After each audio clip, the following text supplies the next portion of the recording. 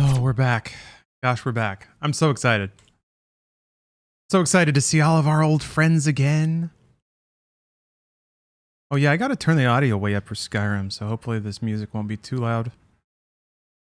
Ah, it's fine. It's just bubbling in the background, plus it's gonna ramp down when I talk. It's time to learn. Time to learn the lore.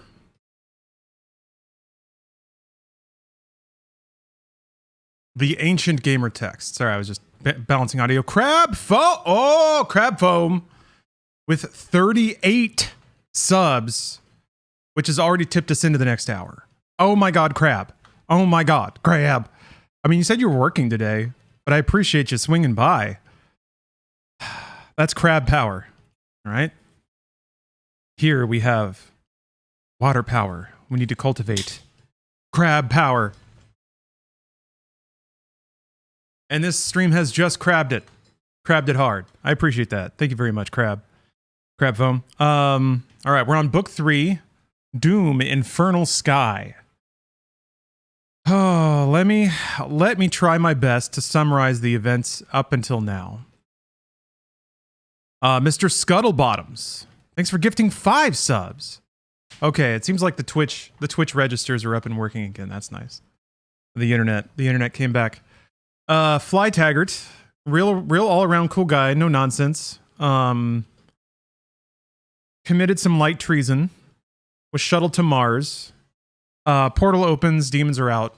Now flies on the loose. He's killing demons. The whole time he wants to save his best friend, Arlene. She's not like the other girls, because Fly had popcorn with her one time. They watched a movie and like they can just talk about stuff, you know? She's not like those other girls. And Fly's totally cool with that. But he does leer at her quite a bit. We'll get there. There's a lot of Fly leering at things. Yeah, she drinks beer sometimes. She's a Marine. She's like a warrior, you know? But like a woman. So it's weird. Like the author doesn't even know how to feel about it, which is pretty great. You always know it's good when your author knows less about your characters than the characters themselves. Yes, she's not 14 like the other girl, which we'll get to. All right, so Fly and Arlene meet up. They're shooting demons on Mars. Oh, no, wait. They either teleport from Mars to a moon or from a moon to Mars. And then the whole planet teleports to over Earth. They shoot some demons. Whole planet teleports. And then they're just kind of in this limbo. They shot all the demons for now. But the geodesic dome or whatever that they're inside on Mars is cracked. So it's leaking air. So to escape, they have to build a rocket ship. And they do. They find diagrams for a rocket ship, and then they build it out of stuff that they find. They fly the rocket ship back to Earth and crash it in Utah, where they hook up with a Mormon commune who is one of the last bastions of defense of humankind against the demons, because the US military has partnered with the demons. But Fly, being a brain trust that he is. Oh yeah, okay, so this is also when we run into the hot old Mormon sniper man, whose name I am weirdly blanking out on. I always think of Irvine from Final Fantasy VIII. But he's weird. He's like incel-y. All the dudes in this book are pretty incelish. Is it Bill? Maybe his name's Bill. Let me flip through a little bit. He's a dumb character. They're all dumb. I don't know why I'm even saying that. Anyway, at this time they run into a salt and pepper. I'm applying that description. A salt of the earth. Oh, yeah, it is. Wait. Say his name, book.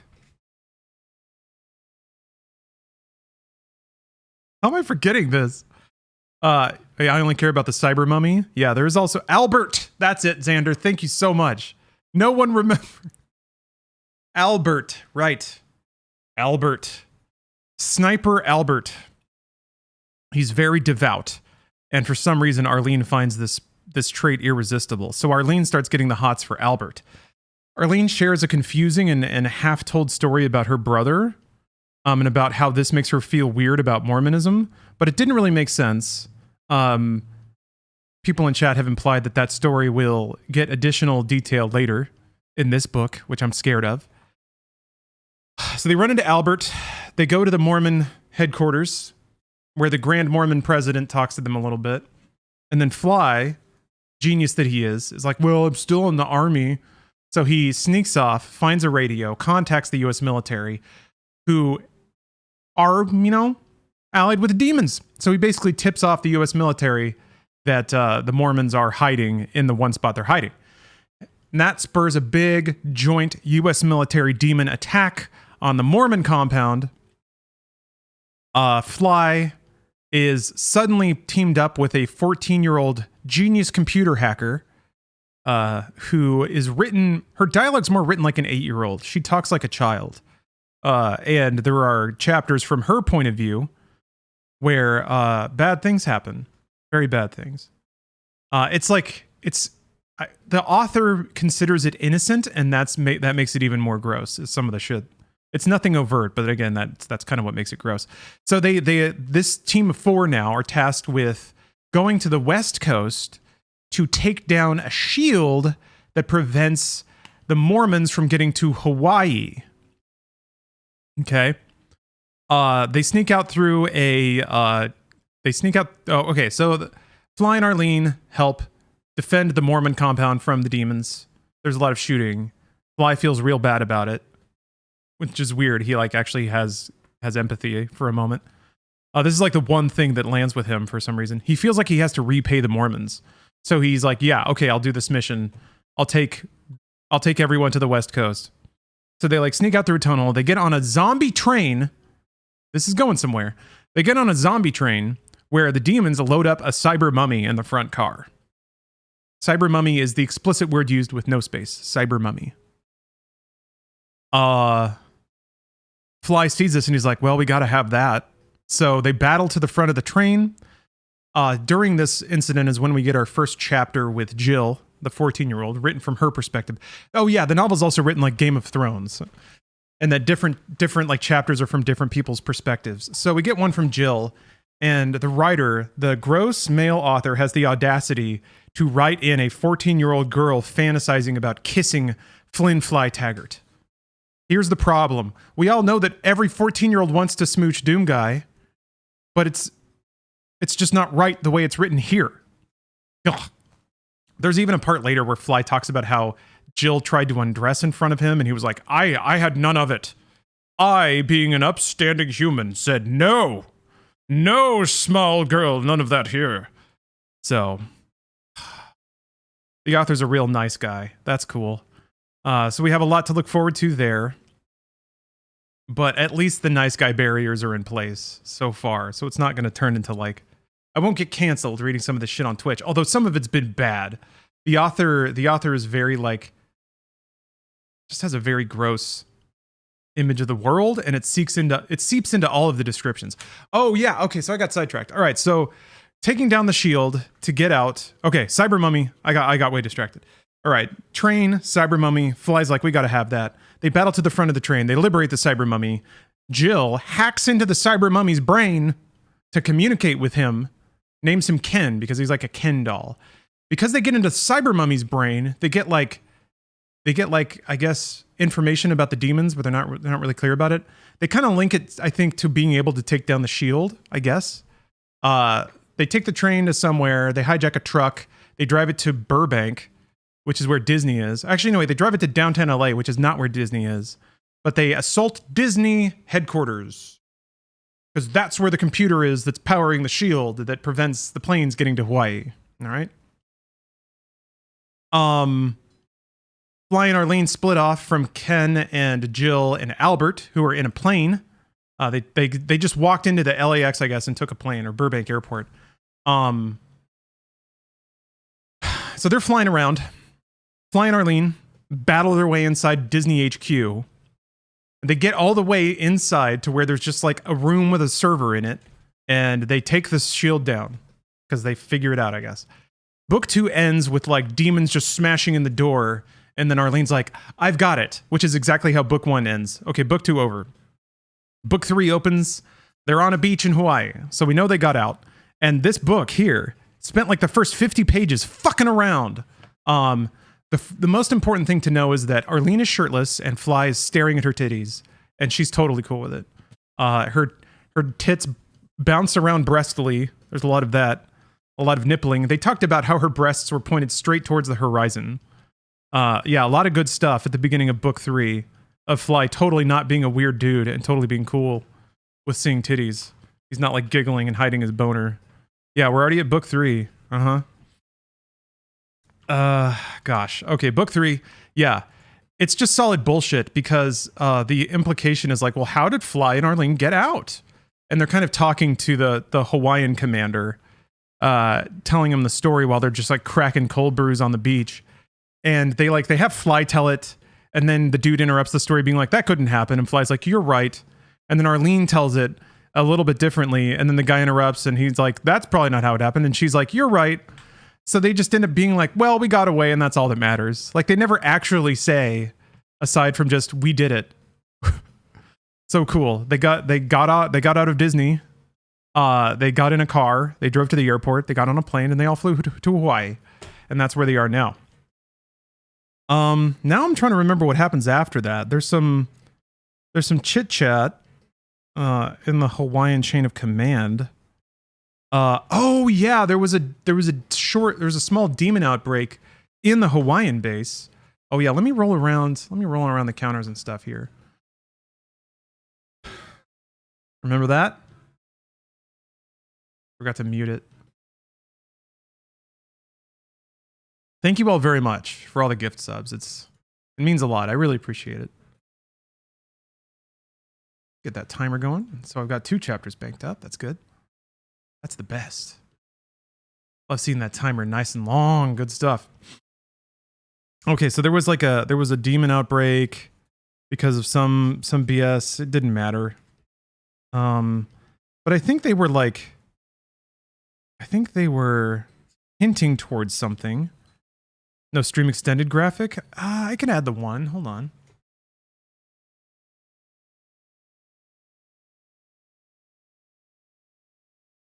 Sure, you got it. I have the one I made last time. I would have made something new, but this is so impromptu. Jopper.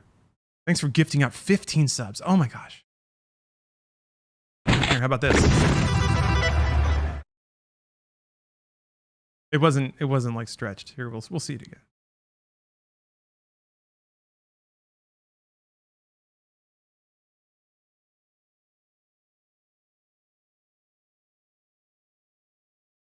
Oh.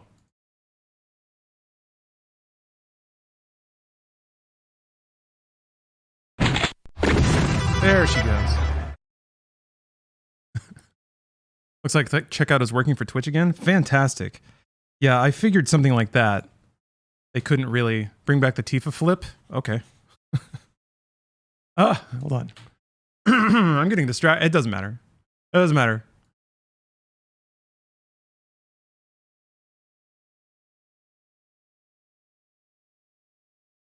Oh, I'm gonna have to hold on a second. We're gonna read this book at some point. Hey, if people are gifting subs, if people are paying their money, cutting those checks to Twitch, they deserve a little razzle dazzle.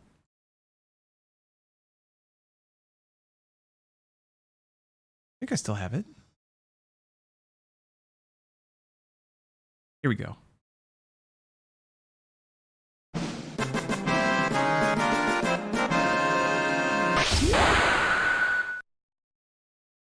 There we go. I had to catch up of everyone gifting subs. Faucon! Thanks for gifting 10 subs. Even close to a boost train. Whatever that is. I guess that's what hype trains are now. I guess they're doing that like recommendation thing. It's all happening. It's all happening. You just gotta outlast, I guess. Halo Dudette. Oh, thanks for gifting 5 subs. You guys have probably gotten it over to another hour. Holy cow, you guys. I'm just trying to remember what was up. I'm sure that once I start reading, it'll all flow back to me. I'm trying to remember the most recent thing. So yeah, Arlene was just getting like crazy horny for Albert, but Albert is a good Christian boy. So the conflict was Arlene wanted that dick, but she didn't want to get married.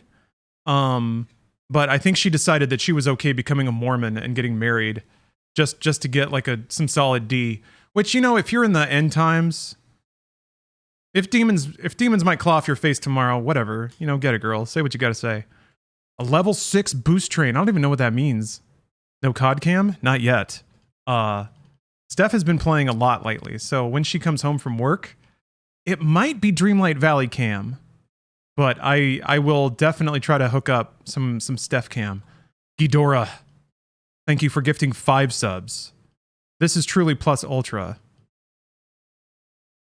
There it goes. Oh, man, everybody must have been held up. Must have been held up with the Twitch servers going down or whatever the heck was going on. Well, thank you all very much. And I thought this was just going to be a a mellow run of getting killed in Skyrim. Are you liking Skyrim so far? Would have been good timing for a Cyberpunk stream. Yeah. It would have been a good time for Cyberpunk. I agree. Maybe I should have just done that. Well, whatever. We're doing Skyrim. Got to get that. How about this? Skyrim appeals to an older generation that might have more disposable cash. Maybe. Okay, chapter 12. I think the last chapter was actually from the perspective of Jill as well, which is also gross. Chapter 12. Also the problem with the Game of Thrones thing is that you have no idea whose brain you're in once you start reading. You just have to kind of figure it out. And the writer tries to cue you in sometimes, but it's always in a very blunt and awkward way. Yeah. All right, chapter 12. The last thing I needed was a brand new monster fresh off the assembly line. For this, Fly, Albert, Jill, Captain Hidalgo, and I, which makes me Albert. No. Ken?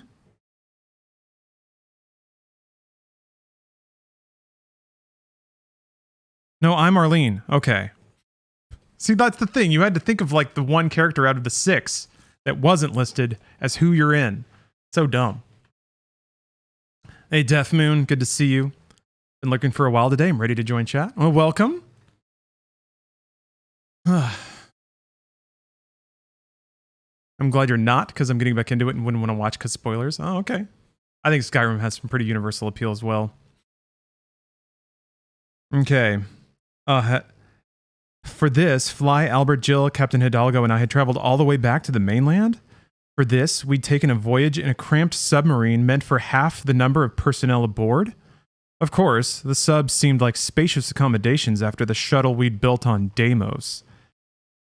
I mean, I was all set to encounter new cosmic horrors when we returned to the Great Black Yonder.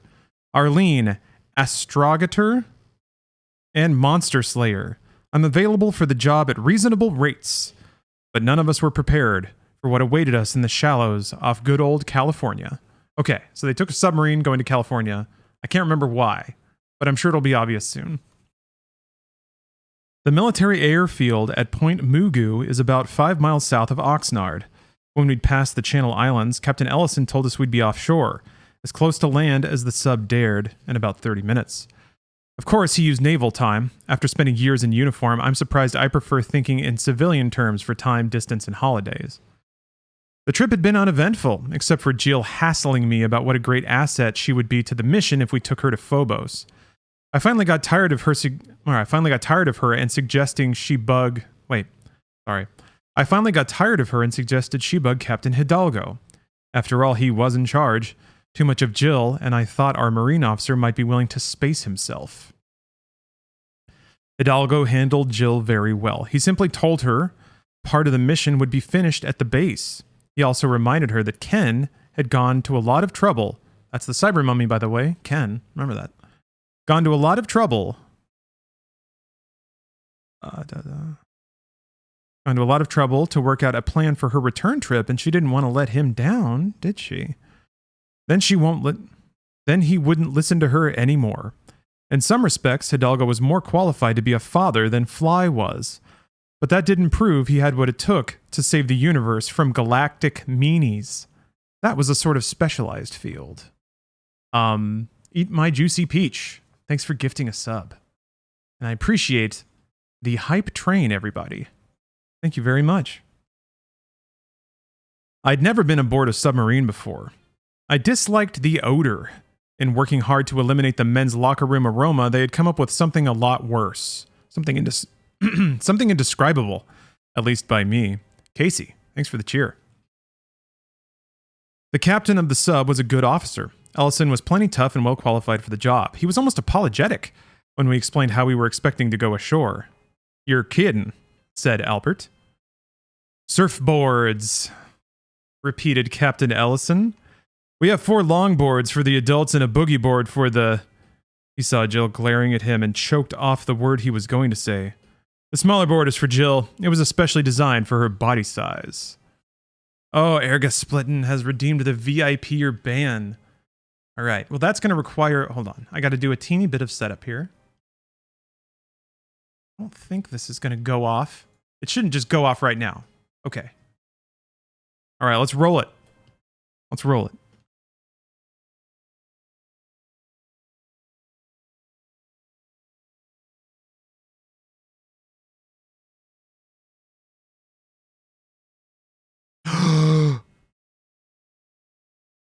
What a blessed day!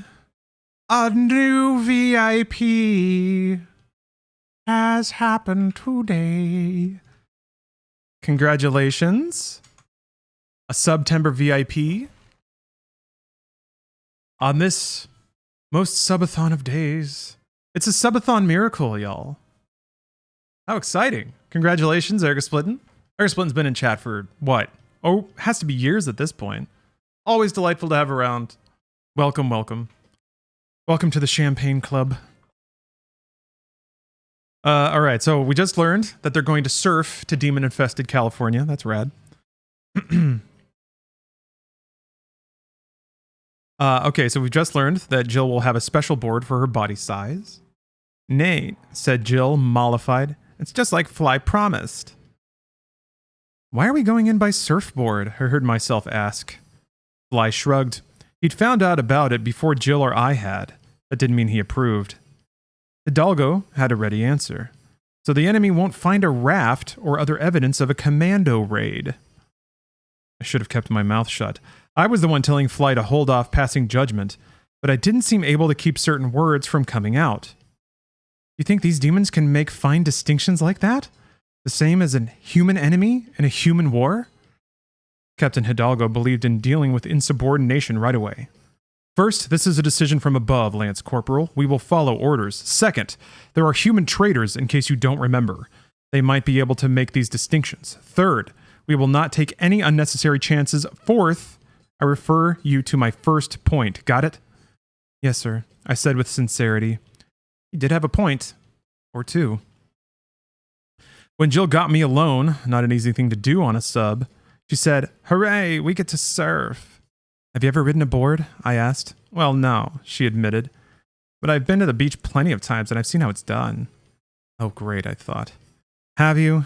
She asked. Oh, wait, no. Have you? She asked. As a matter of fact, I have. We just left the ideal place to learn, Hawaii. They have real waves there. You can get a large enough wave to shoot the curl. Huh? This was looking less and less promising. I explained. Well, we've got, like, girl-splaining. The really large waves create a semi-tunnel that you can sort of skim through. You've seen it in movies. Oh, sure. But we won't have waves that large off of LA, will we? She was a smart kid. No, we shouldn't. We'll be dropped near a beach north of LA. This time of the year, with no storms, the waves should be gentle. Jill wasn't through with me. How hard can it be to hang on to our boards and just let the waves take us in? She had me there. It was as if we needed to show perfect form, it wasn't as if we needed to show perfect form and win prizes. We simply had to make it to the beach. The equipment and provisions were in watertight compartments. They'd float better than we would. Each of us would be responsible for specific items, and they'd be attached to us. All in all, getting to shore should be a relatively simple matter. Only trouble was that none of us had counted on the appearance of a brand new monster. Actually, there had been imitations of this new critter on the last day Fly and I had spent on the beach in Oahu. When the Admiral noticed the lone cloud drifting in, there was no reason to doubt that we were looking at a cloud. Later, when Fly and I noticed the black triangle cutting through the water, we naturally assumed it was a shark. We didn't pay attention to the sky. If we had, we would have noticed that the cloud had disappeared. We might have wondered about that. When the sub surfaced as close to shore as Ellison was willing to go, the Big Four gathered for our last adventure. It was a strange feeling that Jill was not going all the way. Ew. Phrasing. Hidalgo would replace her when we reached the spacecraft. I didn't want Jill to accompany us on a journey that might be a suicide mission. Ooh, cannon go boom! Thanks for gifting 5 subs.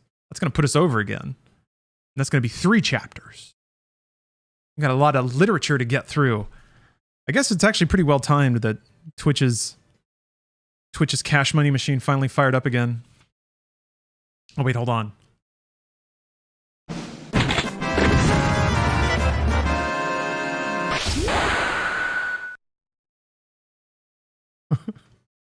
It's only getting better. You love to see it. They replaced her to kill off this Hidalgo guy. Yeah. This dude's gonna go down hard and fast. Hey, that's just what happens in Diz and Doom.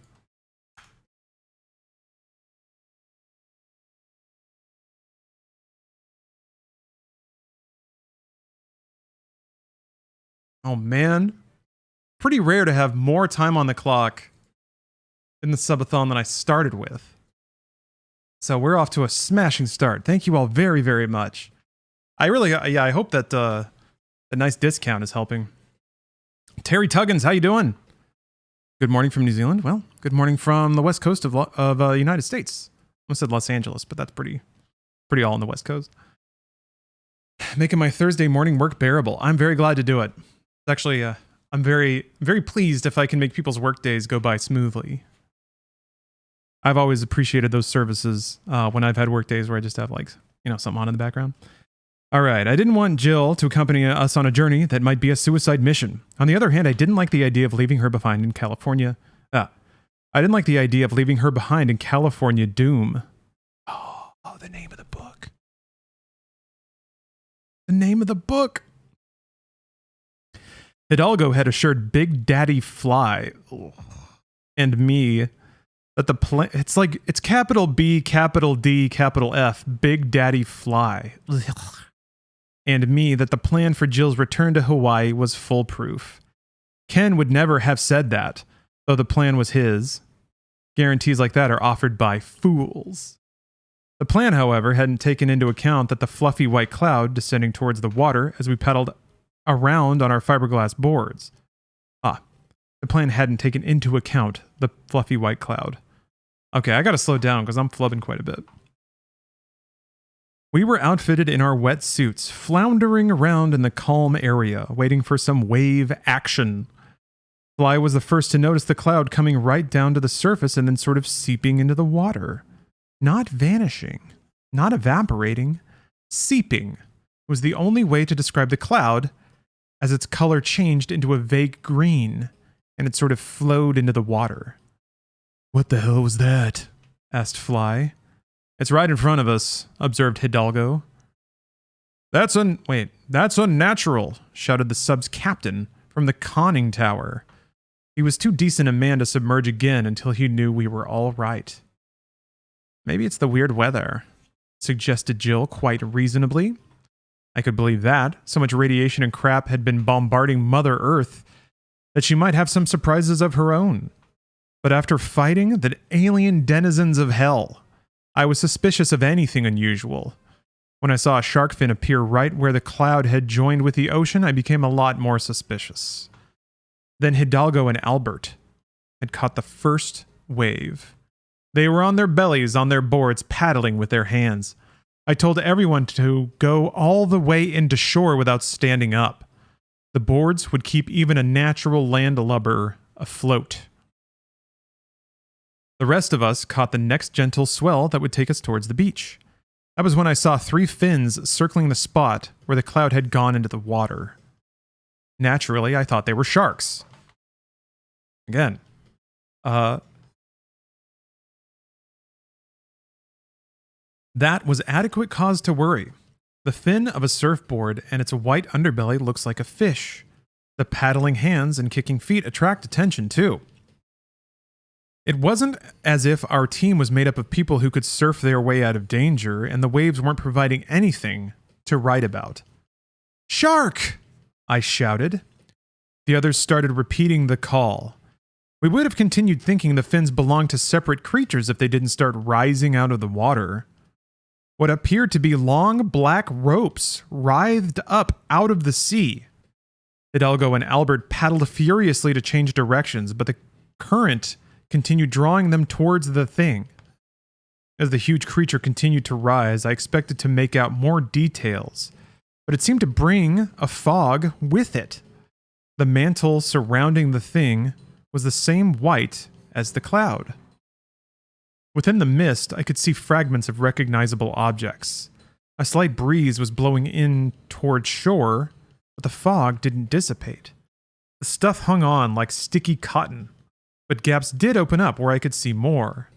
A claw, an eye, a large glistening red opening and a large dark surface that seemed to open and close.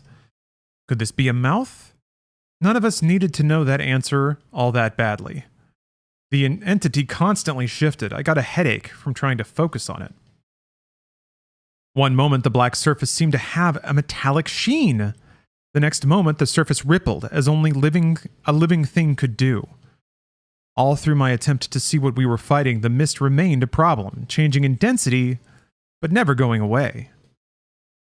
Most of our weapons were secured in the waterproof packages, but Fly had put a gun in a plastic bag and zipped it inside his suit.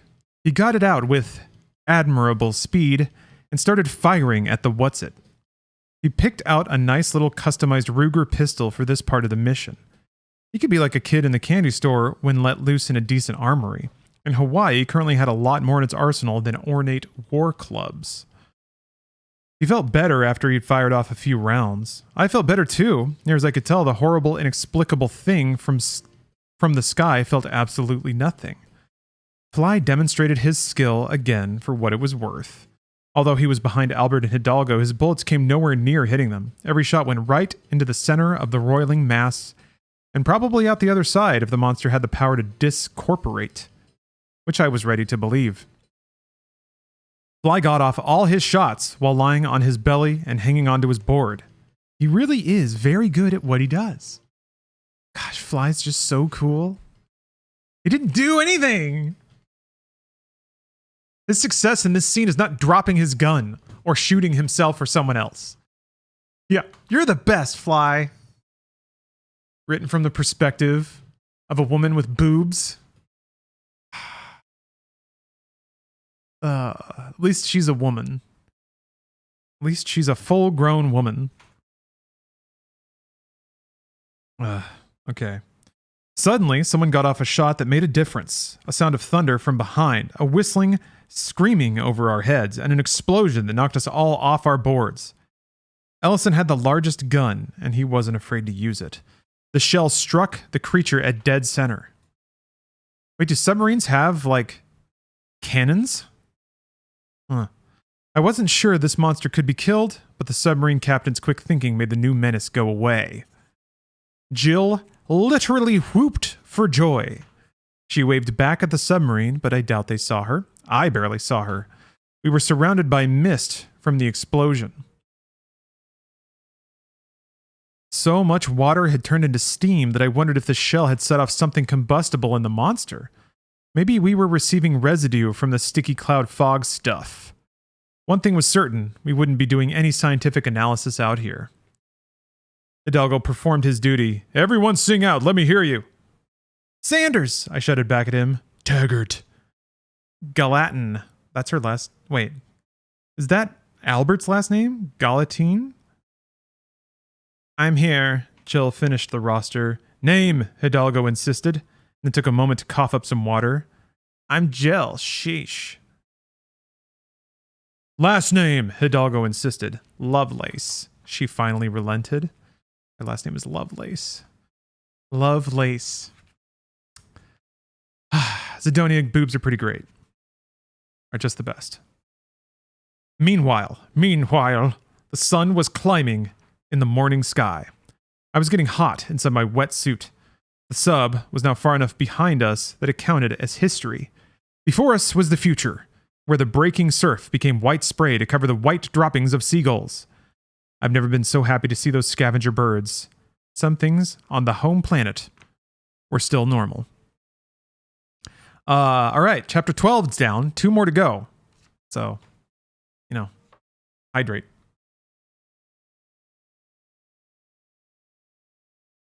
Thank you all very much again for contributing to this wonderful media experience we're all sharing. Enjoying literature. Chapter 13. What do you mean you hate 0G? Arlene asked with genuine surprise. Just do, I said. I don't know who I am. I think I'm Fly. Just do, I said. You never told me that. You never asked. Arlene was not an easy person to surprise. I wasn't sure why the subject had never come up. I wasn't deliberately holding out on her. Jill laughed, the little eavesdropper. Yeah, ESPN didn't know. This book is pretty horny. You never cease to amaze me, Fly Taggart, Arlene continued. Here we've traveled half the solar system together. Now that's an exaggeration, I pointed out, unwilling to let her get away with hyperbole. She explained, showing that she'd been an English major once upon a time. Yeah, right, I said. We've only done the hop from Earth to Mars and back again. Some hop, Albert replied good-naturedly. Please, Albert. Arlene put her foot down. This is a private conversation. Private? Jill echoed, inside here. Here was the cockpit of a DCX 2004. It had been christened the Bova. From the outside, it looked like a nose cone that someone had stretched and then added fins along the bottom. But when you got closer and saw it outlined against the night sky, you realized it was a big mother of a ship. Even so, it was cramped for 4 of us in a space designed only for the pilot and co-pilot. Hidalgo was outside the craft, taking the first watch. He'd warn us if a certain large hell prince woke up. He'd also let us know if anyone showed up who could fly this baby. Plan A had worked fine so far. We were all alive. We were in the right place. So what if the others, people we'd never seen, were late? So what if they were supposed to be here ahead of us? Plan A still beat the hell out of Plan B. We figured it was only right to let Jill see the inside of her first spaceship. She hadn't stopped hinting she wanted to come along. We weren't going to lie to her about having calculated the weight of our crew to the last ounce. The ship's mass factor could accommodate Jill. There was even room if we didn't mind being very crowded instead of only really crowded. Elbow room was already out of the question. Of course, all this would be academic if we didn't get our Navy crew. None of us could fly this tub. Whether the crew showed up or not didn't change one fact: Jill wasn't invited on the trip. It was as simple as that.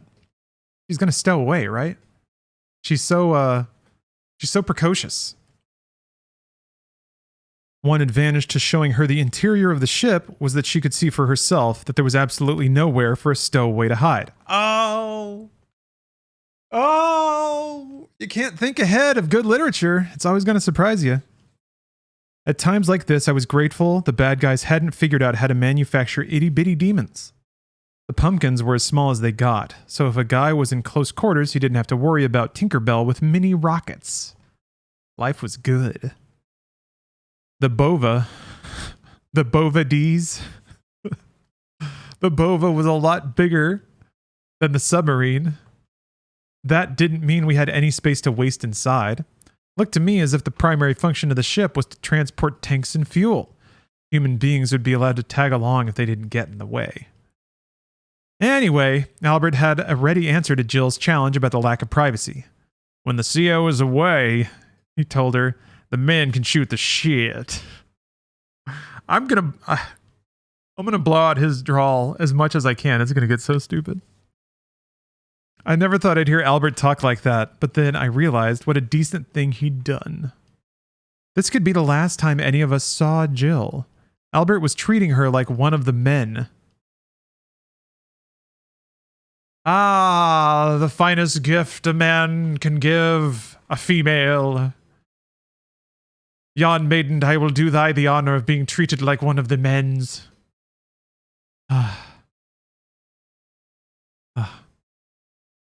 She knew how religious he was. For him to use that kind of language in front of her meant something special. Jill smiled at Albert. He returned the smile. They'd connected. Look, Arlene, I said, attempting to wrap up our pointless conversation. He just acknowledged it was a special moment. And he's like, fuck this. Done wasting time. Where's chaos? Oh, Jesus Christ. Oh, man. Maybe the author has hashtag ADHD, and that's why it's written like this. Maybe I shouldn't make fun. Look, Arlene, I said, attempting to wrap up our pointless conversation. When they advertise the honeymoon suites in Freefall, I'm not the target audience. I wouldn't try to make love in one of those for free. On Phobos, whenever I went outside the artificial gravity area, I had a tougher time from that than anything the imps did to me. If the ones I encountered in Zero G had known about my weakness, it would have been another weapon on their side. Hey, I don't like bleeding to death either. That doesn't stop me from frightening the bastards. No, Fly, it does. Right. Fighting the bastards, okay.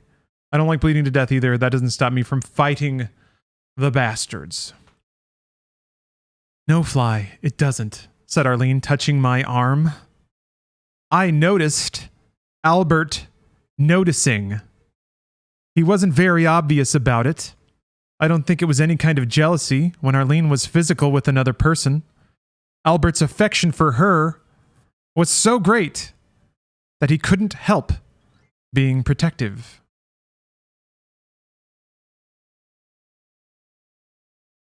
I never mentioned the weightless thing before, I went on, more bugged than I'd realized, because I didn't want to give you cause for concern. She switched from the tone of voice she used for kidding around to the steady, serious tone she used with a comrade. I would never have known if you hadn't told me, she said. You're a true warrior, Fly. Your hang-ups are none of my business unless you decide to make them my business. We sat there in close quarters, sizing each other up as we had so many times before. She was quite a gal, Arlene Sanders. She's been promoted to gal. A real dame. Boy, that Arlene, she's a genuine dime.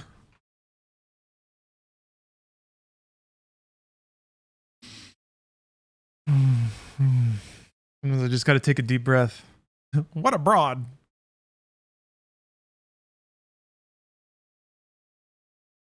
I really wish that the book had just like written in Awooga. Okay. What a gal. Okay. What's it like? Jill asked. What? I threw back, a little dense all of a sudden. Being weightless, Jill piped in. She thought we were still on that subject. Can't blame her for not realizing we'd moved on to grown-up stuff. Arlene returned to teacher mode. Well, it's like at the amusement parks when you ride a roller coaster and you go over the top and you feel the dip in the pit of your stomach. Like on the parachute ride. Jill spoke from obvious experience. Or when you fall. That's why it's called... What did Fly call it? Free fall, I repeated. I don't mind that for a little bit, Jill admitted. But how can you stand it for weeks and weeks? Arlene finished helpfully. Jill bit her bottom lip, something she only did when she was thinking hard. Right now, you could see the thought right on her face. Do I really want to go into space? You become used to it, Arlene told her. Yeah, said Jill, not really looking at us. Like most brilliant people, she thought out loud some of the time. She was staring at the bulkhead, probably imagining herself conquering the spaceways. I can get used to anything. She then looked at each of us in turn. First Arlene, then Albert, then me. Finally, the reality sank in. We were going to separate. Probably forever. Is this the breaking of the fellowship? Oh my. Disc Media, this is the third Doom novel published in the mid-90s. This is the most rare one. This one actually costs like $40 online. The rest are like $10. And I got it. This like is fully used too. The spine's all creased.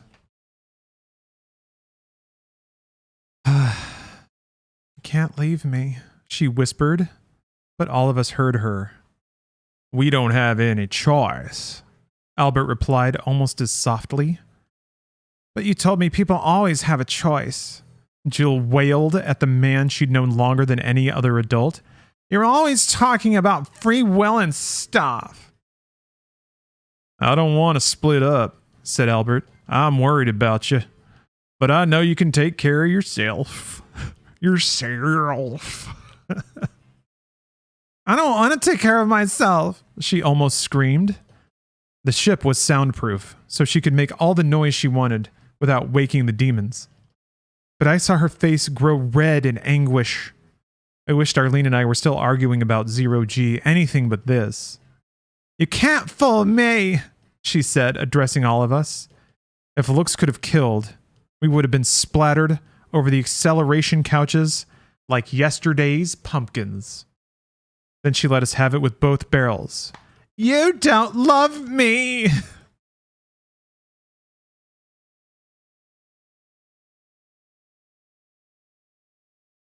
Hit us with the super shotgun. Double buckshot blast. The accusation. That's not even the end of the chapter. It's just a gap.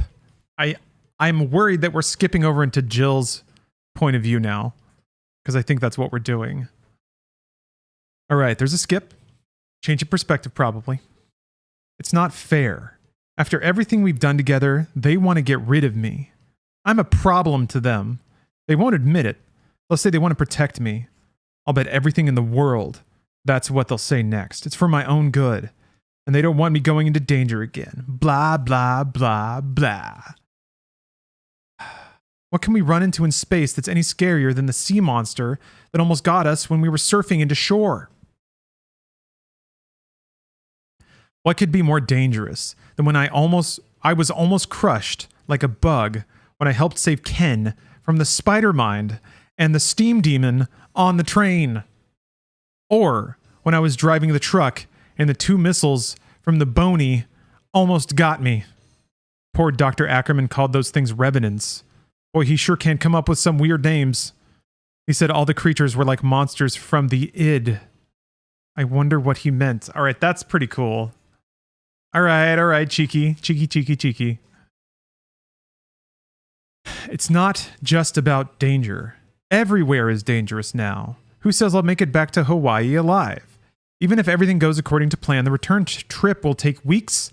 I might be safer going into space with them, but grown-ups don't want to have a kid around, especially not a teenager, so they lie. Hello, Celio. Thank you for the sub.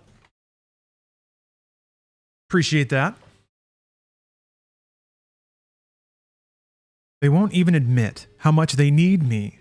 After we reached shore, we simply didn't walk to the rocket field. I helped a lot. When it looked as if we might not get in, Arlene reminded everyone of Plan B. Ken was right. Plan B is a joke. Plan B called for them to get on one of the alien rockets as stowaways. Oh, that's right. They're going to try to go to the alien mothership and give it a virus. Which is weird because I think this book came out before Independence Day.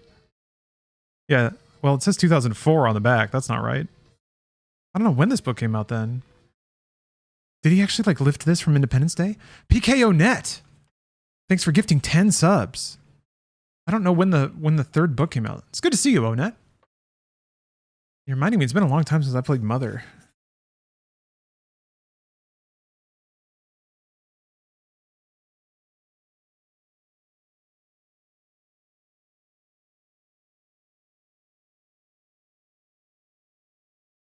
there like a reliable place to find publication dates for stuff? I mean, this says 96.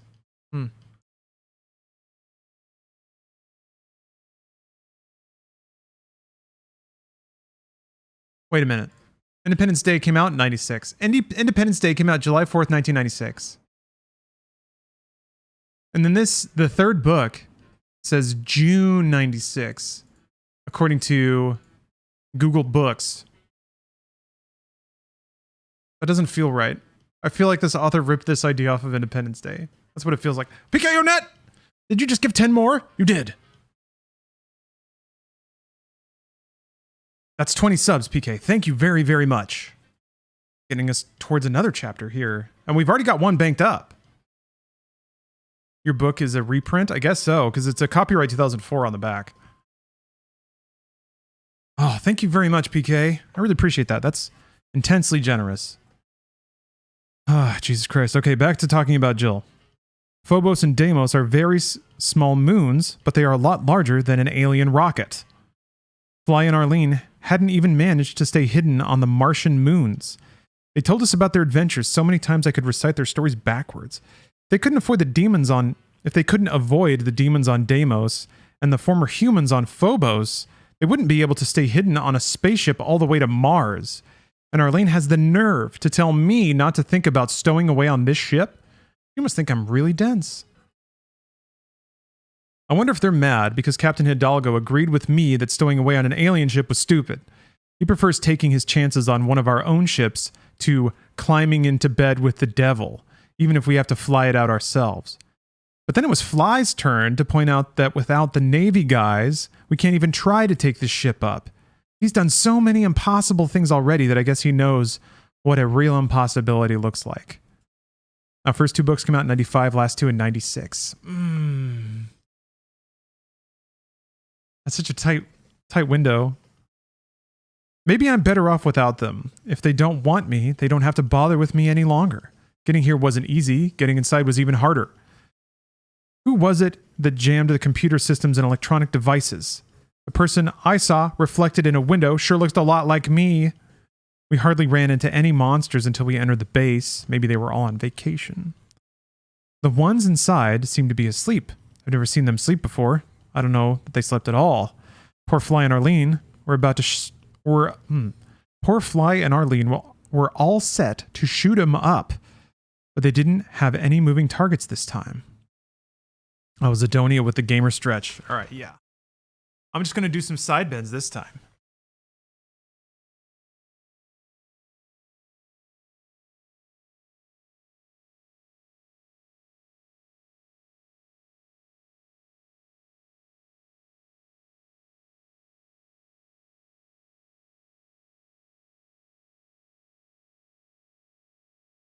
Whew. That was good. Good to get up. Thank you, Zidonia. Appreciate that. Whew. Much like my body, this book is a stretch. What's going on? Just a little stretch, Spicy Whales. Just keeping it limber.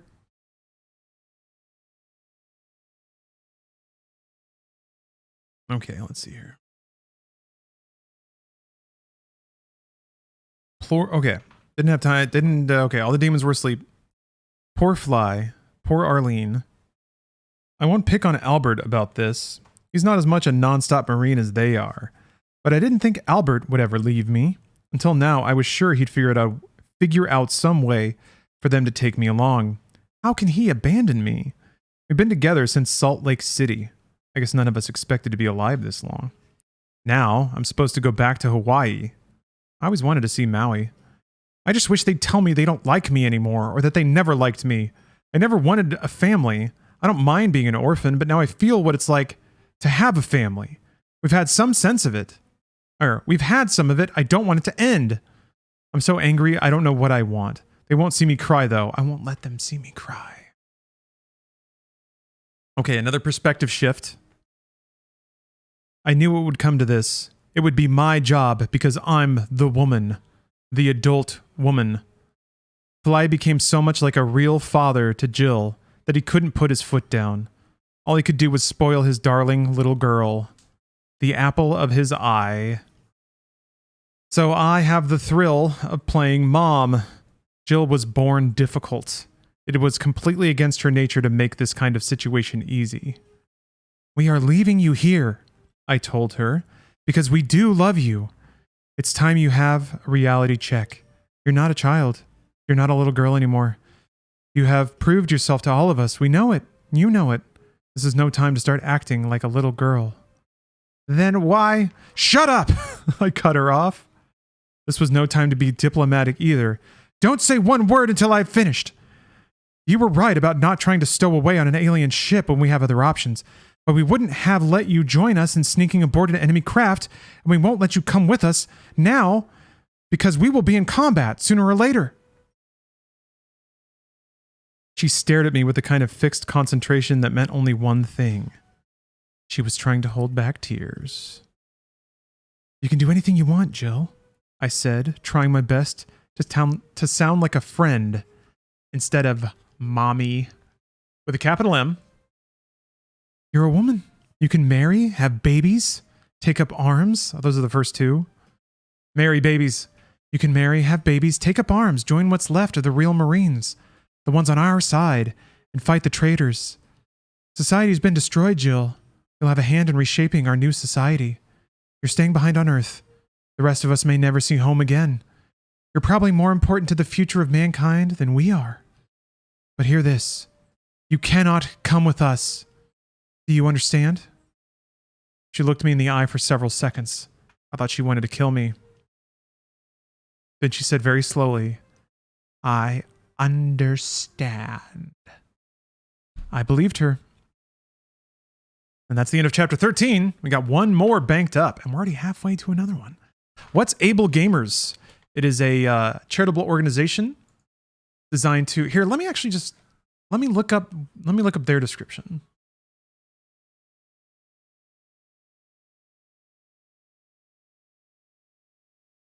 Let's see here.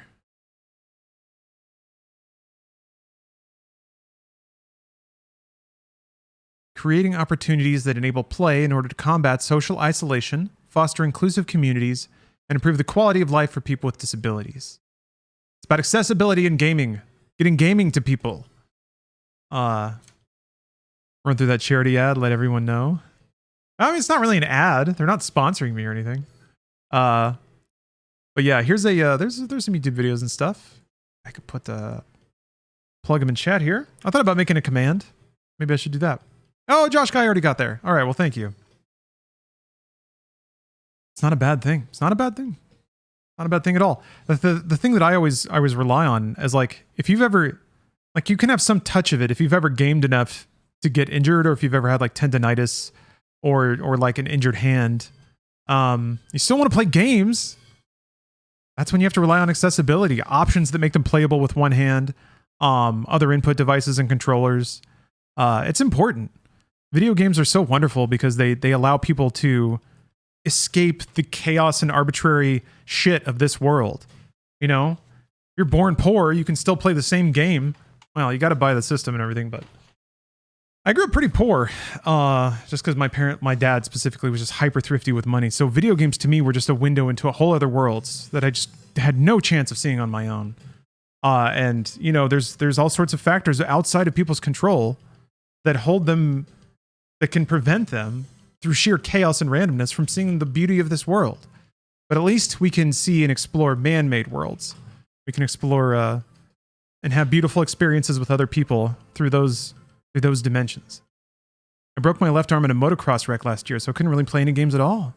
Yeah, Zidonia, it sucks. I mean, there are more and more games that either are designed to be played with one hand, or you can like change the options to make them playable with one hand. But yeah, it doesn't take much to make you realize that even if it's like you take good health for granted, but nobody has good health every single day of their life. And if you want to game every single day of your life, sometimes you need some help. Anyway, that's my pitch, if that makes sense.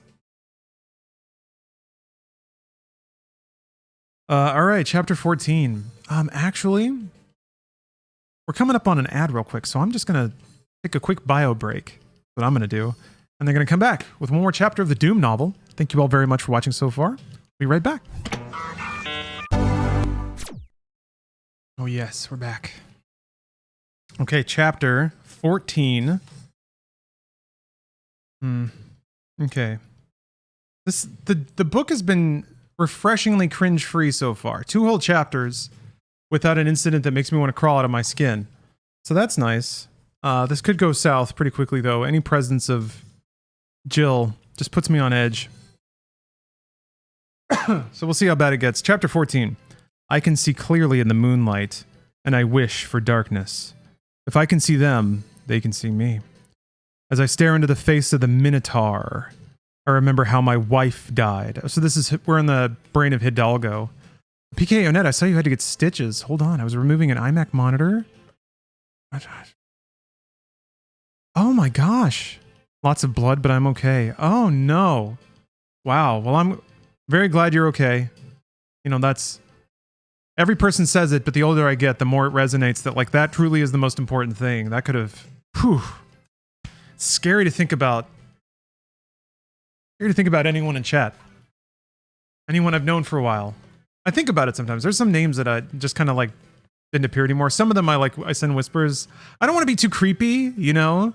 It's tough sometimes if you reach out to somebody unbidden to not make it sound too, like, codependent. I don't know. I went off on a mean tangent.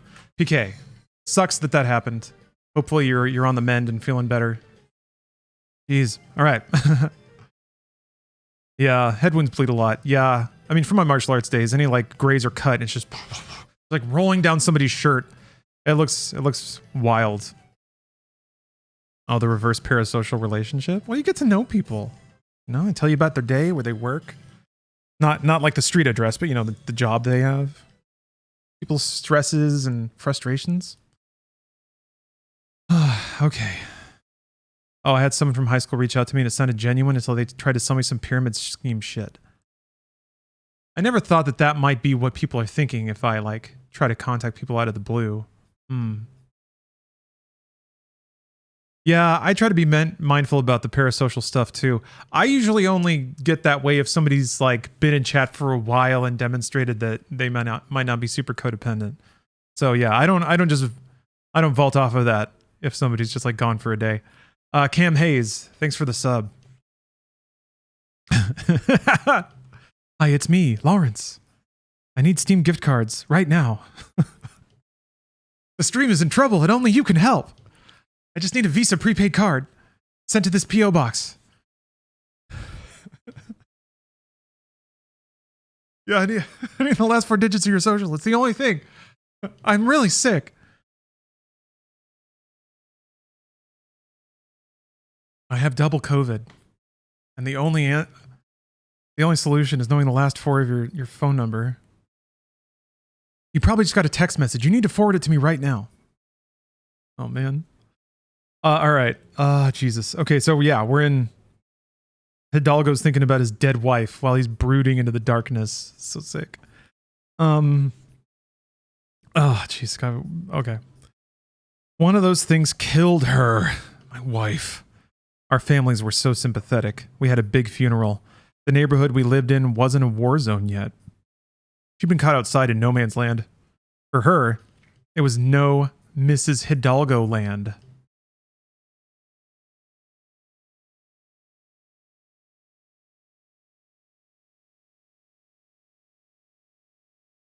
This is what the dude's thinking about his dead wife. He just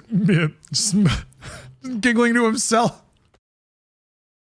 Went into no man's land. It was more like dead wife land. Who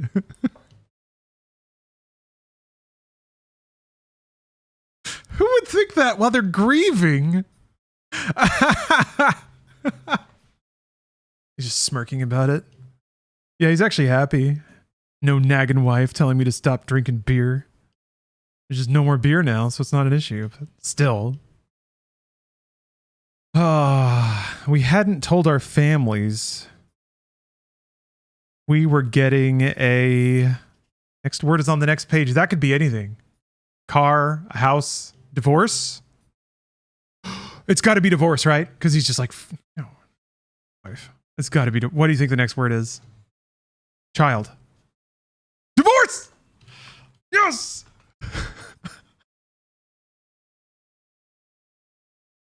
Oh, dude, is this just going to be a whole long line of wife bad? Oh, we haven't really had that. We've just had, like, Fly's weird incel shit. His, like, friend zone, but I'm totally cool with it routine. We got Albert's big dick energy. Arlene's just kind of juicy all over. Maybe it's finally time for some dude to be like, this fucking battle axe. Okay, divorce. What's the word? We both came from strong Catholic families. This author like heard write what you know, and it's the only thing that they took to heart. So we put off telling them, and then one of the demons made our wedding vows come true. The part about death, do us part. The part about till death, do us part. She hated me at the end, with a kind of hatred that comes only from spoiled love. It became so bad, I couldn't even look at her anymore. I was standing outside the DCX 2004 waiting for our Navy space crew, so this seemed like a good time to be honest with myself. Colonel Hooker didn't know what went on between my wife and me. I never told him I was suicidal for a while. Oh, this book is going. All right, we're stepping on the gas. I'm glad y'all unlocked 3 chapters because we're getting into the gold now. We got a brand new character, a blank canvas for the author to paint a tapestry of human emotion. Wife bad. Fucking bitch of an ex-wife. I'm glad she's dead. Jesus Christ, dude.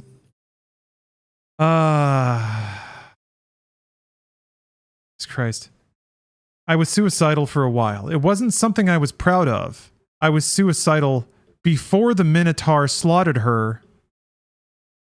I was suicidal before the Minotaur slaughtered her. Semicolon. I wasn't suicidal afterward.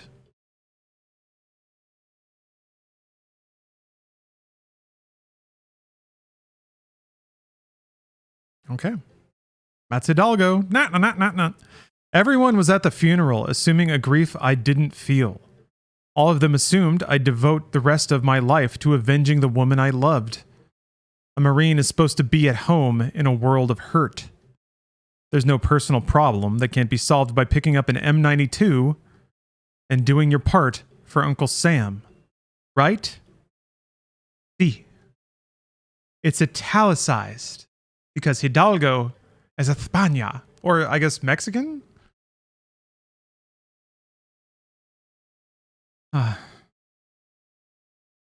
Hidalgo?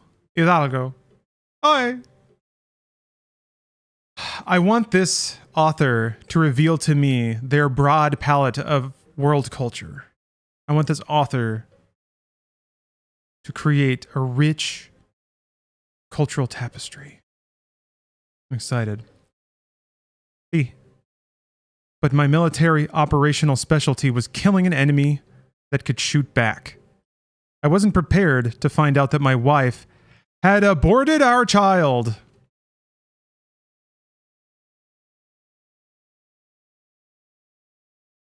I gotta drink.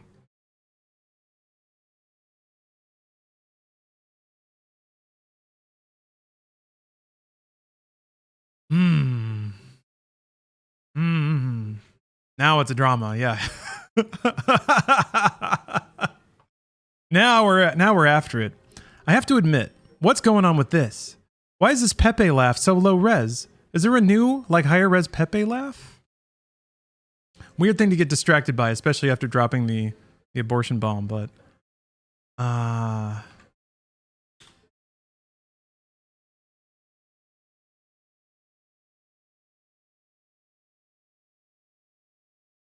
let me see about this. It always shows up really blurry for me.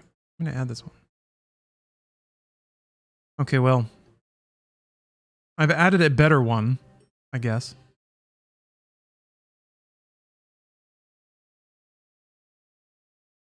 What about FFC? It should be either. Okay, all right. Keep going. Oh, it's purposefully blurry. Oh, is that the case? I always thought it was just like an old version that never updated, because all the other emotes like have high-res versions. Okay, my bad. That makes it funnier. I just didn't know. Hey, King Saren. Were you up all night and I didn't notice? No, the subathon is just getting started. Oh, Pepe LA, not Pepe Laugh. Okay, but that's the full Pepe Laugh, so... Pepe La can be blurry.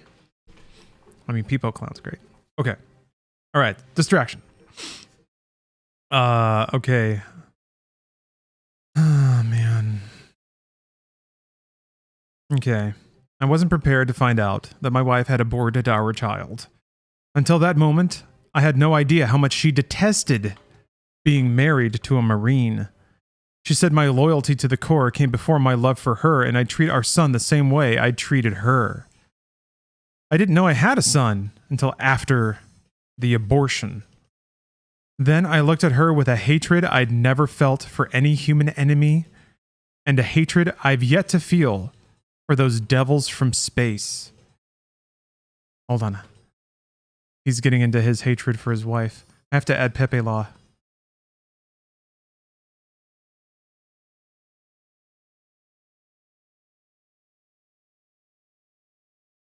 Okay, that's quite blurry. Oh no, I'm at my emote limit. Okay, well I gotta screen out some stuff. Wow, this is not a good time for this.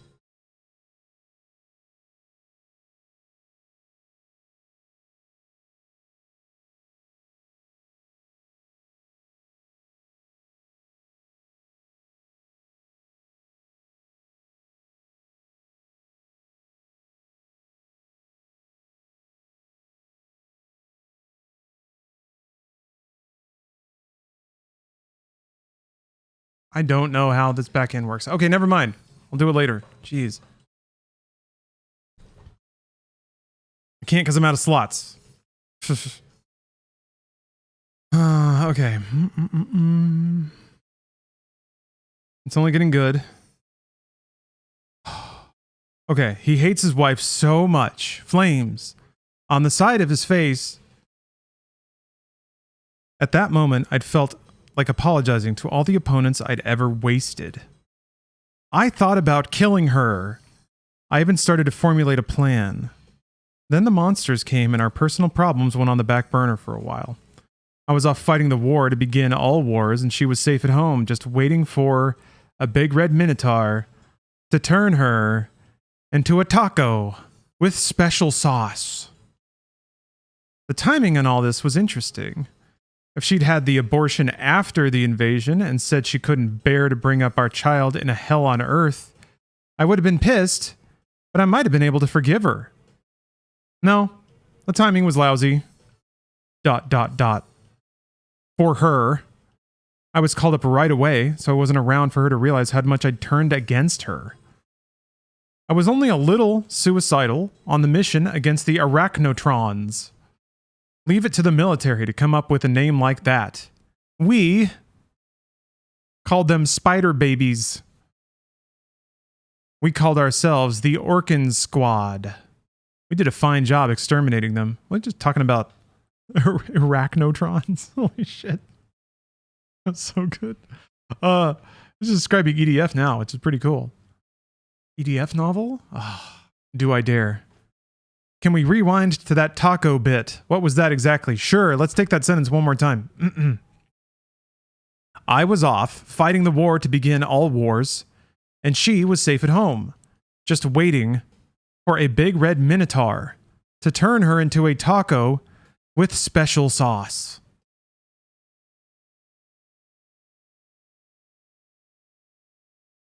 Taco emote? Taco is dead wife. See, it's an analogy. The taco is a dead wife. Is that a pussy joke? No, he's Spanish. He's Mexican. It's a shitty food joke. And I think the writer couldn't think of a zinger about tacos because he's never had one. He's just driven by a Taco Bell. So he's like, what do tacos have? I don't know, special sauce? His name is Hidalgo, and he said, "Si." That's we've got the word "si" and we've got tacos. That's how we know. Listen, it's very straightforward. Okay, we did a fine job of exterminating them. When I returned home and finally had it out with my wife, the marital battlefield seemed like a restful picnic. She gave me a bunch of feminist crap. I told her she was a spoiled brat who obviously hadn't been punished enough when she was growing up. I was mad. She didn't like my attitude. Then I saw a side of her that completely surprised me. Yondo, thanks for gifting a sub. Thank you very much. Again, we get more of this wonderful literature. We fill up the terrible meter. After you've been married to someone for years, you'd think you'd pick up on the important aspects of that person's character. I'd never had a clue that she felt the way she did until she accused me of always sucking up to the Anglos. With a capital A.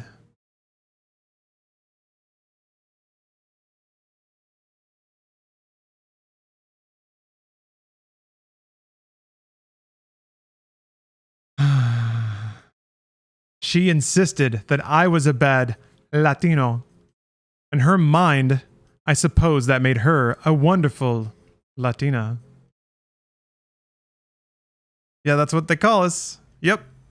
The Latinos and Latinas. Those dang Anglos. Hey, Anglo, get out of my taco stand. No special sauce for you, Anglo. Man. What about Anglas? Anglas. They're just called Karens now. Oh, man. This writer seems to be more like a Latinx kind of guy. My Latinxes. Jesus Christ. Okay. I'd never thought about my ethnic identity all that much, even when I was growing up. I'm so glad that this author is going to write from this perspective about race. I'm so glad. I tried not to pay attention to it.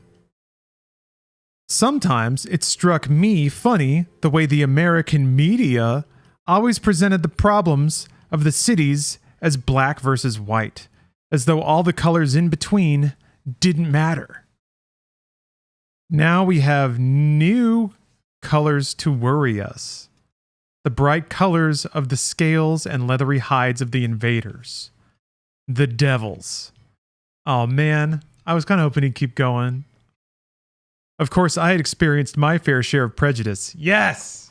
He is going to keep going. He almost brought it back to the demons, right? He almost got out of it and he was like, but wait a minute, actually, I'm just going to go right in.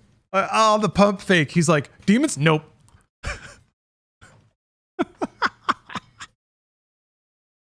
Damn, man. That crossover would have me on the ground. Like ankle twisted, career done. Jesus. Oh, so good. Okay. I first came to America as an illegal immigrant. I wasn't here for the welfare, but I wasn't willing to wait in line forever. I came to America for the dream. I came to work and go to college. I met a young lawyer who was sympathetic to what I was trying to do. Pat Hoyne was her name, my first Anglo friend. She encouraged me to take advantage of one of the periodic amnesties when illegals could become legal. I did just that. Me, an illegal immigrant, just so happened to meet a lawyer? And she gave me free advice? With a twinkle in my eye, I wandered through the streets of America until a friendly Anglo befriended me and gave me legal advice. Soy abogando. Trabajo, he said, walking up and down the streets. Trabajo, por favor. And then Pat said, You there,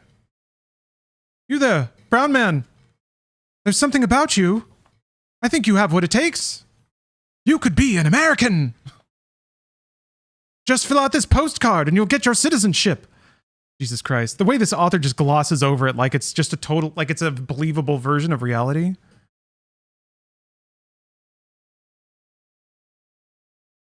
Why was this book so expensive? I think this might be why. The third book specifically was very rare. Okay,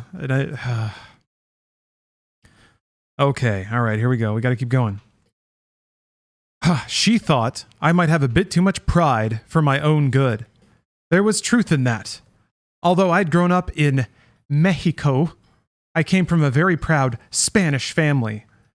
My father was so intent that I marry someone worthy. I like how the air quote someone worthy is in English. Like he's not even remembering him speaking in Spanish. That he helped drive me away from home. How ironic the way things turned out. He finally accepted my wife. Then she turned out to be treacherous. The last time I saw Rita, we argued about anything and everything. Nothing was too trivial. After she exhausted the subject of my emotional failings, there remained the cosmic threat of my snoring. She failed to convince me that my snoring was on a scale with an army of zombies shuffling through the old community cemetery. Somehow, I had a last shred of feeling for her. When I reached out to touch her for the last time, she screamed that I was to never touch her again without permission. I stormed out of there, leaving the next move to her. Here was the world coming to an end, and we couldn't take a break from our own stupid soap opera. So when I saw her face in the open coffin, they'd recovered only the top third of her body. But that was the important part for any good mortician. I looked down at her with such a grim expression that her sister, misinterpreting my solemnity, took me by the arm and whispered, "You'll get over it. You'll find someone else like her." I'm doing the most terrible accent on purpose, by the way. Only my Marine training prevented me from laughing out loud. As was the custom of our families, we took turns kissing her cold lips. It was the first time I'd enjoyed kissing her in a long time.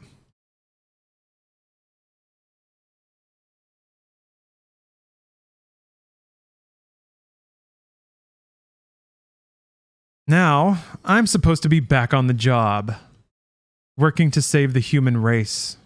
Well, why not? I don't suppose we're any worse than this big bloated minotaur snoring in front of me. Let's see now. Taggart and Sanders call it a Hell Prince. The Brain Boys, back at HQ, call it a Baron of Hell. I know a minotaur when I see one. Wait a minute. I heard some of the others call it a minotaur too. I know Jill did. I don't want to hear him talk about Jill at all. Not for a second. That's really the whole package. Like the Reagan era, I don't need welfare, bootstraps, free citizenship, free friendship with knowledgeable lawyer, wife, military. Oh God. Don't. Like it's all of it. Taco. Special sauce.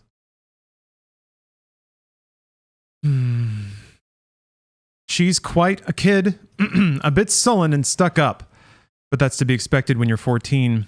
I kind of like her. She's strangely honest.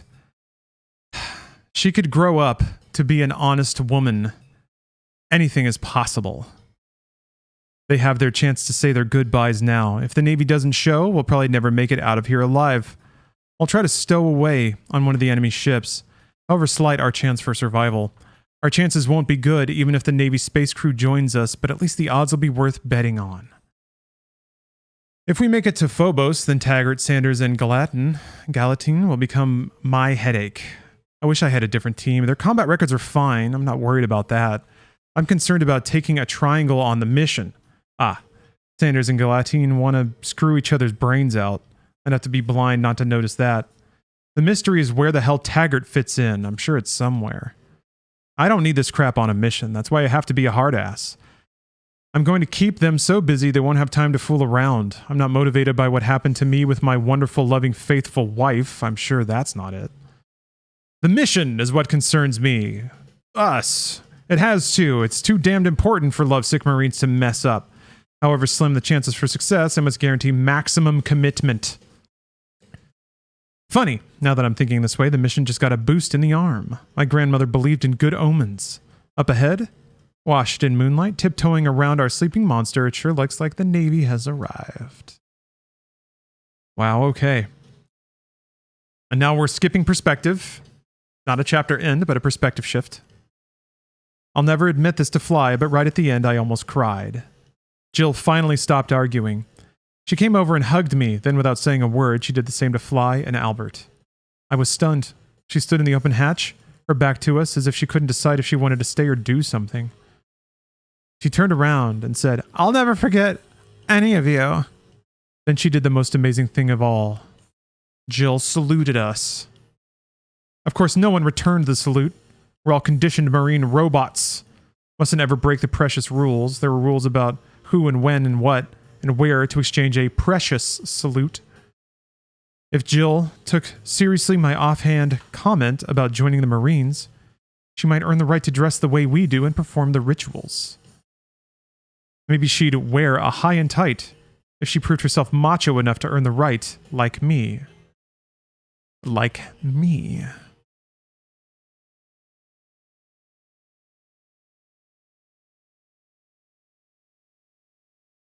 Okay. I didn't return her salute, but I made myself say, "Thank you, Jill. You were a true hero." Then that spry little teenager walked out of my life. As she clocked out, the new cast of characters clocked in. Hidalgo game... Is the author really just saying Jill's out of the books now? Maybe he's understanding that it's not ethical for him to be around children, even in a literary sense.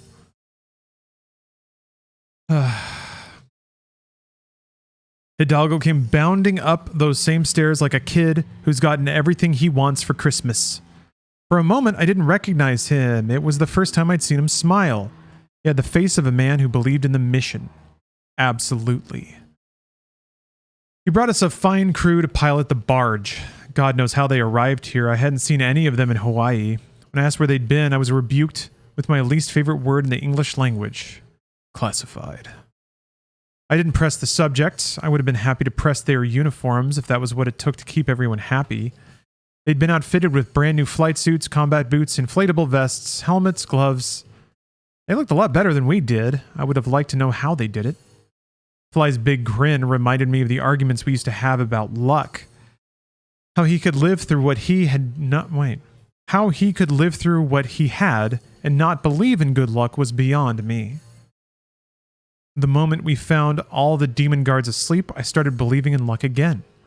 I'll take good omens where I can find them too. Maybe the doom demons, are becoming careless when we can penetrate a base so easily. That means we just might win the war. The woman running the show inspired confidence. Commander Diane Taylor. She was 5'4", weighing in at 100 pounds, with beautiful hazel eyes.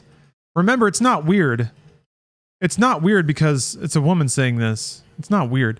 I felt we'd traded in a young pilot, I felt that we'd traded in a young female computer whiz for an older female space pirate. The author's just like literally telling you it's okay now. The entire cast is of age. Don't worry. We exchanged it for a newer model. Got some more years on her. More miles on the tires.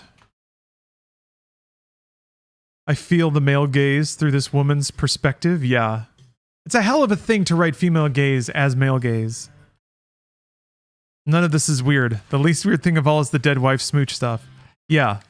I'd say so far that's probably the least weird thing out of all of it. That's definitely the most normal. Absolutely. Who's the narrator now? Yeah, it's a woman. It's Arlene Sanders.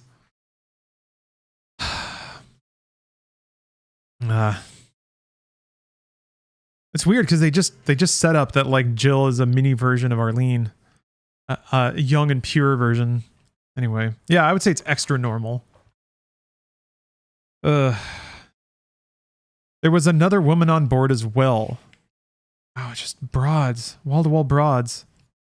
The petty officer, second class. Hidalgo's going to get along real well with this cast of women. Childbearing women. For some time now, I hadn't been the only girl among the boys. I loved the fact that the men with SEAL training had to answer to a female PO2. Trying to think of the voice here for Commander Taylor. I'm a big enthusiast on the history of spaceflight. Commander Taylor addressed the latest member of the Big Four. The ship is the latest generation in the old DC-1X1 Delta Clipper. Oh, this ship is the latest generation of the old DC-X1 Delta Clipper. Oh my god, what a lie. Basic principles remain the same. That's why we have faith in them, volunteered Albert. Exactly, replied our skipper happily. She was a natural teacher. That could take some of the boredom out of this trip. The fuel is the same for the Jesus Christ. The fuel is the same for the 2004 as for the first in the series. Good old hydrogen peroxide. I laughed. She raised an eyebrow in my general direction, and I answered the unasked question. I was thinking I could do my hair in it. She returned the laugh, minus some interest. She allowed herself a smile. Or we can fuel up with hyper vodka and have martinis with what's left over, she suggested. Well, just as long as we all understand the primary risk will be in taking off. What's that? Asked Hidalgo, as if he'd missed something. Taylor pointed at the monitors on which we'd watched Jill slip away to safety or death. We could still see the recumbent forms of various hell princes and steam demons. When we begin our launch procedures, she said, they're all going to wake up. And then our principal goal in life will be to keep them from blowing us up. Okay. That's really awkward. That's a really awkward phrasing, but that ends chapter 14. We got 2 new ladies and a really, really disgusting man. Very exciting stuff. Holy moly. We really got it. We really got it that last chapter. The author's political views may be seeping in just a tiny bit. Fly is gone now? No, he's just quiet. Jill is the only one who's leaving. We got Hidalgo and then two more foxy ladies in their stead. And maybe some more NPCs, I don't know. But yes, thanks everyone for subbing and stuff. Thank you for unlocking that literature. It's only going to get better, I assume. About halfway through the book now, so. So please continue gifting if you have the wherewithal, or just continue enjoying the stream if you don't. Or choose not to, one or the other one. Anyway, I'm going to switch back to the game before I put my foot in my mouth more.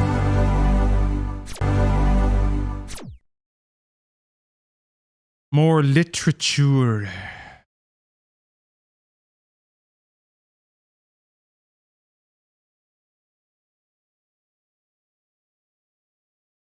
We are safe. Jill's not here anymore. Well, I don't know. Some of the commentary from old Hidalgo certainly makes it feel like it's not that safe. 2 chapters banked up. Thanks again for all your generosity. Chapter 15. We'll do a cold takeoff, said Taylor. She seemed to know her business, but I didn't like the way she stressed that word, cold. When I was a kid, the first strong impression I had from television was of the Challenger space shuttle blowing up. My parents had rented a documentary on the history of space flight. I remembered the white porcelain appearance of the craft in the early morning, a frosty morning, the announcer told us. They'd never launched in such cold weather before. Some of the engineers, it later turned out, were concerned about icing. They were worried about certain wires. The green light was given. The shuttle blasted off and into eternity. I wondered what our naval commander had in mind other than running a taut ship. She told us. Normally we'd give the Bova a half hour of foreplay. A cold launch is when we start everything at once, flooding the engines with liquid oxygen. The risk is that the locks could pump through the lines so fast that they'll crack. A good part of this risk is that the ship will be ready to launch in 10 minutes. Or the good part of this risk is that the ship will be ready to launch in 10 minutes. We are in the period of our launch window. The weather is on our side. The enemy is still asleep. Like you said, starting the ship will wake them up, I said. Wait. Oh, I'm fly now. I'm fly. I got through a whole damn page before that was obvious. That's right, Taggart. That's why we'll need only 10 minutes instead of 30 to get ready. Those pug uglies down there are going to investigate. I'm hoping they're as dumb as they look. Yes, Commander Taylor, Arlene marveled, and as awareness suddenly dawned. They may think it's their guys in the Bova. Wait. Sure, agreed Steve Riley, joining us in the engine room. Oh, so we're not... There's an engine room? They talked about how cramped it was. Ugh. And there was no place to stow away. He was Taylor's radar intercept officer. Of course, he had to go through all that Navy stuff with a superior officer before joining in the conversation. And they called us jarheads. Riley had a neat little mustache, same as Hidalgo. It twitched a little when he became colorful. By the time they realize we're not part of a scheduled bogeyman flight, they'll be toast from our thrusters. I don't know who's speaking. There's just an empty quote with no attribution after this. Even dummies might figure it out with 30 minutes to work in. So we don't give it to them, Taylor summed up. We could station a sniper in the hatchway in case they wise up, Albert said. Too dangerous, countered the skipper. They might return fire. We're sitting on a Roman candle, I contributed. Suddenly, I was very glad we'd sent Jill away. We have another problem, too. Taylor generously shared her apprehension with us, the mark of a good leader. Along with passing up the luxury of a 30-minute warm-up, I've decided not to use the startup truck. What's that? Asked Albert. You probably saw it when you were sneaking in here. It's got a big plug the ship can use to get a charge for the blast-off. You may have also noticed that one of the cyber demons is almost using it for a pillow. We call them steam demons, Arlene threw in gratuitously. She probably doesn't think I know a word like gratuitous. It's actually written out in words. Oh, yeah. I like that, said Taylor. By whatever name, I prefer that it remain asleep. How can we take off then? Asked Arlene, exchanging glances with me, her fellow expert on seat-of-the-pants rocket design. Riley and Taylor exchanged meaningful looks as well. Pilot to co-pilot looks. How the hell are we going to make it work this time looks? We can start off our own battery, said Lieutenant Riley. Well, I'm no rocket scientist, commented Albert, and it took me a moment to realize our somber Mormon had made a joke. But won't that drain the battery? Yes, it will, admitted Taylor. God damn it, there's so many characters. Yes, it will, admitted Taylor. But not to the point of doom. It was funny how that word doom kept cropping up in everyone's conversation. That is funny, author of the book Doom. Oi. It'll be like we were on a submarine, said Riley. That wouldn't be very hard for us. Run silent, run deep. Arlene got into the drift. Yes, said Taylor. We'll use a minimum of electronic devices on the ship. No radio broadcasts, no radar, no microwave. You'll be eating your emeries cold. What about light? Asked Albert. We have a good supply of battery-powered lanterns, Taylor said in a happier tone. It didn't sound all that bad. I remember the flight from Earth to Mars when they took me up for my court-martial. Wow, what a throwback. We're remembering the court-martial. Business Otter, thank you for gifting 5 subs. Appreciate that. The trip was under a week, so what if we had to do it this time, sitting in the dark most of the way?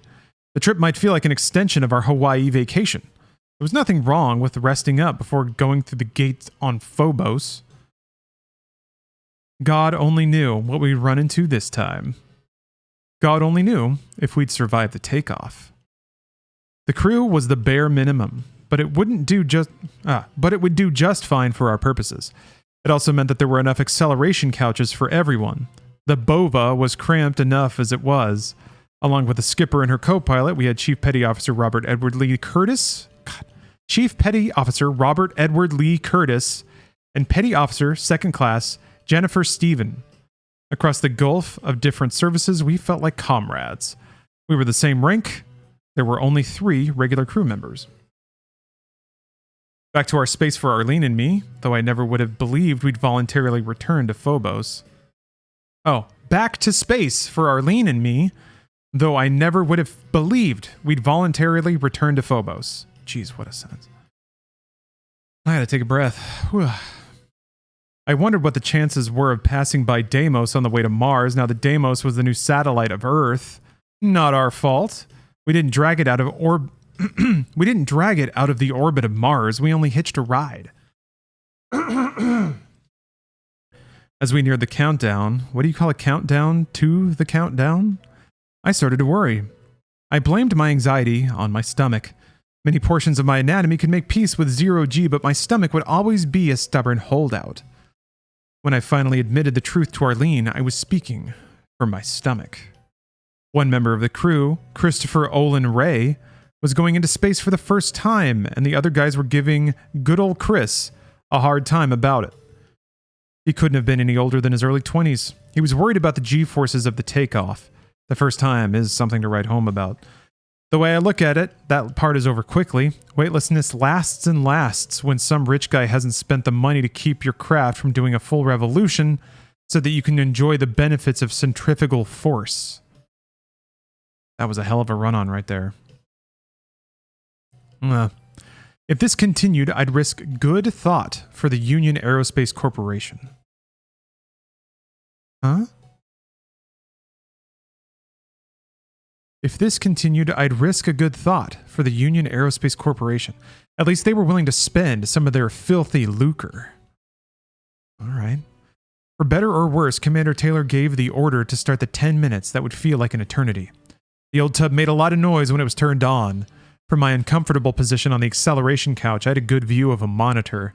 I saw the big, ugly bastard right next to the ship wake up. Hell, the retros were noisy enough to wake me up. Hell princes were so damn big, I found it fascinating to watch the thing fight the gravity to which we little humans were so accustomed. The ponderous Minotaur stumbled as he got up, as if he had a hangover. I laughed. Doom demons bring out my mean streak. That's a good line. Commander Taylor made sure that all her babies were securely fastened into their seats. This Marine baby felt constricted by his safety harness. Then the ship started to quiver as it came alive. The fuel began to course through its veins. The vibration shook me in the marrow of my bones. Suddenly I couldn't tell if the roaring came from the ship or the intercom, which was picking up the sound effects from our playmates outside. Were they pissed off? Were they saying, "Top of the morning to you"? It was past midnight. After all this time, I still didn't have a clue when these critters were happy or sad. A roar is a roar. We had ringside seats, but there was nothing we could do if the monster squad decided to freak out. The Navy had its pet Marines all trussed up. I didn't like the idea of playing sitting duck, but I understand that all we could do was stay put on top of our giant bomb. On the screen, a large spider mind scuttled over to the Hell Prince. I didn't like that. If Ackerman's theory of broadcast intelligence turned out to be correct, it didn't change the fact that the spiders were the smart ones. And right now, we needed all the dumb ones the enemy could spare. Ugh.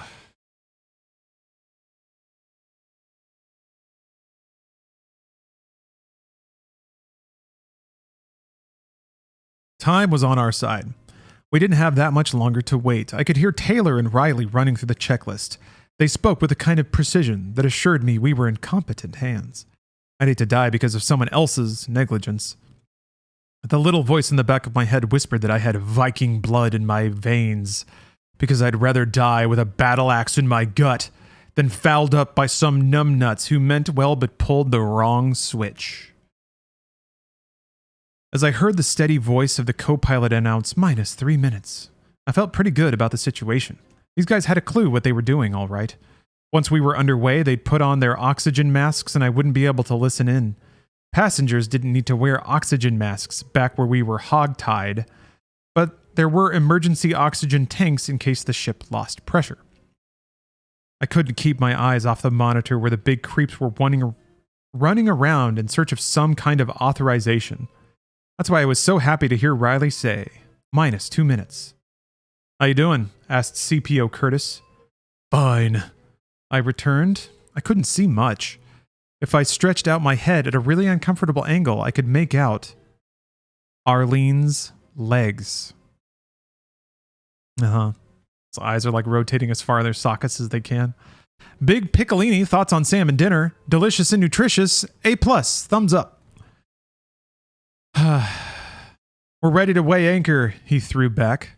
-1 minute, contributed the co-pilot. I was ready to believe we'd at least get off the ground. The monitor showed the return of the spider mind as it pushed past the Minotaur. The steam demon was close behind.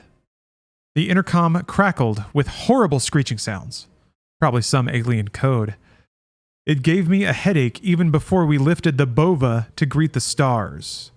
The most inspiring part of the blastoff was watching the spider mind get caught in the rocket's bright orange flame. As quick as the commander could push a button, the demon guards were no longer a concern. Now it was the monsters of gravity and pressure that presented the obstacles. I felt them sitting on my chest. I'd been spoiled by easy takeoffs from Mars. Leaving the virtual non-gravity of Phobos or Deimos didn't even count. I'd forgotten how much rougher it was to escape from the gravity well of this old mud ball. It hurt. I had to reteach myself how to swallow. The pressure gave me the mother of all headaches. When I tried to focus on anything, my vision blurred. The vibration was outside and inside my head.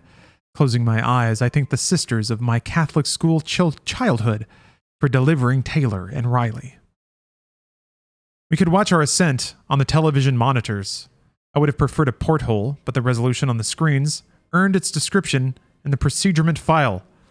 Crystal clarity. Okay. Blasting off when we did was like rising up into the endless night. Strapped to my couch, I could tell that the bova was leaving the atmosphere only by watching the stars stop blinking.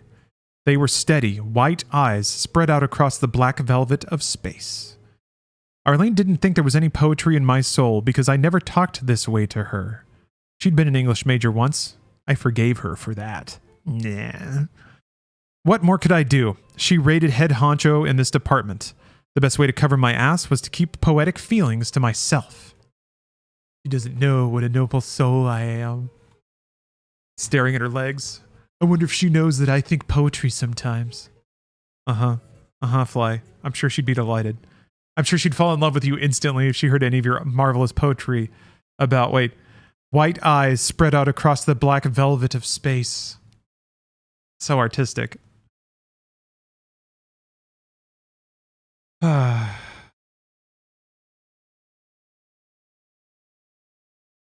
Okay. It was good to think about anything other than the physical strain of the liftoff. The boosters boosted. We shook, rattled, and rolled. E. Compton, thank you very much for gifting 5 subs. Getting close to unlocking even more divine literature. I thought about how much work the commander and her radar officer must be doing without the assistance of ground-based support. No one to ring up on the phone and ask about bearing and flight plan. We were on our own. A little voice in the back of my head chose that moment to raise an annoying point. What if the bad guys blew us out of the air? At no point in our discussions had anyone considered that possibility. Not out loud, anyway. Well, as long as I was at it, I could worry if it might rain. Okay. An old filling started to ache in the back of my jaw. Great. Maybe I could find a demon dentist. The shaking was starting to get to me. Intellectually, I realized the ship was holding together. It takes a lot of power to climb up out of Earth's gravity well. Emotionally, I expected all of us to fall out of the sky in a million pieces. I went back to thinking poetic thoughts. And then it was over. The good part was over. The vibration stopped. I noticed I was sweating like a pinky after 50 push-ups. Then all the weight that I'd worked so hard to put on simply disappeared. Free fall. Falling. 0G. Zero tolerance for 0G. My stomach started a slow somersault. While I remained immobile. Marine training to the rescue again. That and the fact that I deliberately hadn't eaten anything before playing Space Cadet. With applied willpower, I could put up with the rigors of space for the little week it would take to reach Mars. Then the voice of Commander Taylor pronounced our fate. I heard it loud and clear. She wasn't using the ship's intercom. That was one of the luxuries we were giving up for this trip. But she had a loud voice, and everything was wide open, so the sardines in the can wouldn't be lonely. Her words traveled the length of the ship. We made it, boys. Now hear this. Reaching Mars shouldn't take longer than a month and a half. Oh, man. This is going to be a fantastic interlude where I'm sure no sexual tension will occur. However, my tummy is as empty as Flynn Fly Taggart's right now. So I'm going to step away for a second and eat my tacos. My thematic tacos. Tacos are now the official food of doom. All right, I'll be back. See you guys soon. And thank you very much so far. I keep saying that, but I mean it. Thank you. All right, I'm back. I've had tacos. I even tasted a little of that special sauce.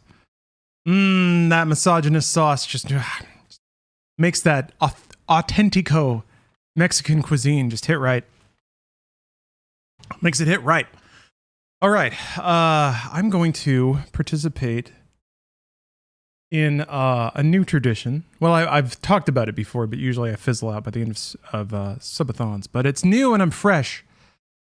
So now that I took a bit of a break, I'm going to put some subs on the clock. I'm going to add to the sub goal. Get us closer to the next chapter. Okay, it has to work though. It has to actually up. Okay, well it's not technically doing it. Technically. I think if I do this,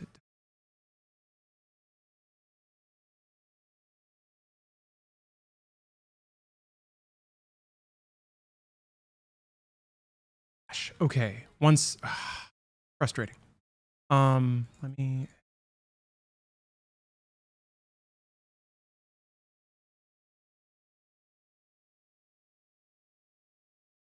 that's part of it. And one of these. There we go. Okay. Magnanimous stream lord that I am, I've returned some of my taco time to the meter above. No second lost here on twitch.tv. Everything is valuable. Okay. Chapter 16, on to the next chapter. This is the last one that's been unlocked so far. But luckily we've got another one. So the literature will flow. Chapter 16. I wonder which star in the sky is their ship. I may not be able to see it from this position, hiding behind an old dumpster and watching monsters play. Their play is the worst thing I've ever seen. Fly would be especially angry if he knew I'd already thrown off Ken's schedule for my return. He'd scold, Jill, how could you be so stupid? Every minute counts when you're using a timetable. That's why it's called a schedule, you stupid bitch. Jesus Christ. No, he wouldn't call me a bitch, is the next line. 14-year-old girl is imagining Fly's voice in her head calling her a dumb bitch. And then he's like, no, he wouldn't say that. He's a nice guy. What the fuck, man? Sometimes the author just gets like, I think it's just like stream of consciousness, and then they forget that they're writing a novel and they have to correct it. They don't remove it from the book. They just swerve it back. Yes. He didn't actually say that. I think she said Ken would say that. Wait. No, hold on. Fly would be especially angry if he knew I'd already thrown off Ken's schedule for my return. He'd scold, bleh. Yeah. Easy to get confused because it's a complicated and poorly written sentence. Attributing quotes and assigning actions, like fundamental writing stuff, is a struggle for this author often. But you know, that's okay. Still fun. We're still having a good time. You know? It's a popcorn summer novel. Not unlike Independence Day, who I kind of hope that this book will just converge on Independence Day. I think like I just like imagining that this writer was like halfway through book 3. They went and saw Independence Day. Then they finished book 3 and book 4 like the next day. They were just so inspired. And then the book is just literally Independence Day. I wonder, the cast they're introducing hasn't been introduced. Like, they don't match the archetypes of Independence Day. But I have a hope now. I really just hope that I turn a page and all of a sudden it's Roland Emmerich's Independence Day and that's it. Just for the rest of it. That would be so dope. Anyway, I'm only saying that because I have a dream of shooting a full movie, like a real full movie with a script and everything, but halfway through it just stops, and then it's all of Predator starring Arnold Schwarzenegger, all of that, start to finish, title credits, everything, and then my movie starts again, and then it's done. I think inserting the entire theatrical run of Predator into the middle of another film I can't see it not improving anything. Can't think of a single movie. It wouldn't be awesome. Anyway, okay, where was I? I got a bit sidetracked there. No, he wouldn't call me a bitch. I like thinking he would. What? I like thinking he would. I'd like to think I bothered him enough that he'd want to call me bad names. Okay.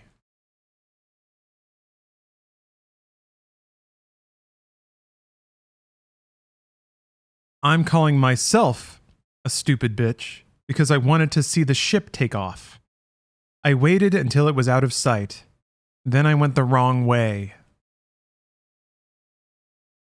We thought for a fleeting second that this author was doing the classy thing by excusing the 14-year-old from the novel. And like Whiplash immediately proves, no, I'm going there. It's almost like it's like the dude being like, yeah, being a Mexican American was hard. And then he's like, you know, demons though. And you're like, oh, praise God. He's going to talk about demons now. And then it's just like, yeah, I experienced racism. I'm just like, oh God. Just every time, the one beat where you start to hope, and then a big suck in of air, and then the worst thing you've ever heard. Oh, God. Okay. Okay. I had a good excuse for going the wrong way. The monsters went ape when they realized the bova wasn't supposed to take off. The spider that was fried by the ship's jets must have been important because several other spiders showed up and wasted all the minotaurs in sight. They tried to waste a steam demon as well, but the thing was too fast for them. I never thought anything that big could run so fast. While the monsters were busy killing each other, I was able to slip away. Everything would have been fine if I'd been going in the right direction. As part of the plan, the Navy guys left supplies for me along the return route. Ken planned the first leg of my trip to cover the same ground as they followed on their last leg. When I found myself at a convention of bonies and fire eaters, though, I'd realized I'd made a boo-boo. They didn't notice me, but I could see them clear as day. I wished the moon would go out so I could do a better job of hiding. Why did she need to show up if she was leaving immediately anyway? Did she have to do computer stuff? Yeah. I don't know if this was part of the plan or was incidental, but she did hack, I guess, a door to get them inside. That was kind of told in retrospect when she was grumping about how important she was and how helpful. I think the other part was that she wanted to, but this was as far as they were willing to let her, like, come along. So that's the idea. While the monsters were busy killing each other, I was able to slip away. Everything would have been fine if I'd been going in the right direction. As part of the plan, the Navy guys left supplies for me along the return route. And, oh yeah, sorry, I read this already. Can planned the first leg of my trip to cover the same ground. They followed on their first leg. When I found myself at Ikuja, I realized I made a boo-boo. Yeah, better job of hiding. Oh my, I went way back.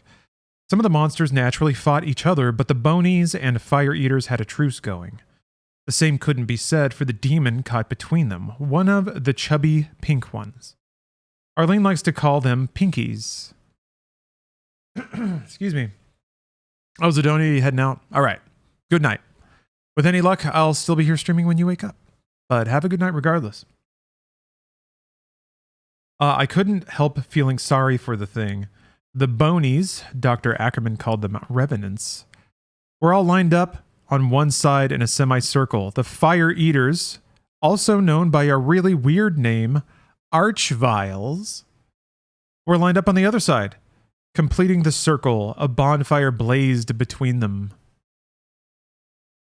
The fire eaters could control their fire better than I realized. They'd send out thin lines of flame that would burn the Pinky's butt. He'd squeal. Fly always said the Pinkies made him think of pigs. Pond Scum, thank you very much for the sub. My Wednesday's going great. I love subathon days. Do you think that lore time would be improved with some background hard style? Potentially. I was initially thinking that I usually just mute the track when I upload to YouTube. That's the only concern. Yeah, why not? Once I get through all the Doom soundtracks, though, if you're still around, art style might make me want to read too fast. Yeah, Archviles are trolling Pinkies. It seems like it. Giving them flame booty whips. Whipping those pink cheeks. Jeez. All right.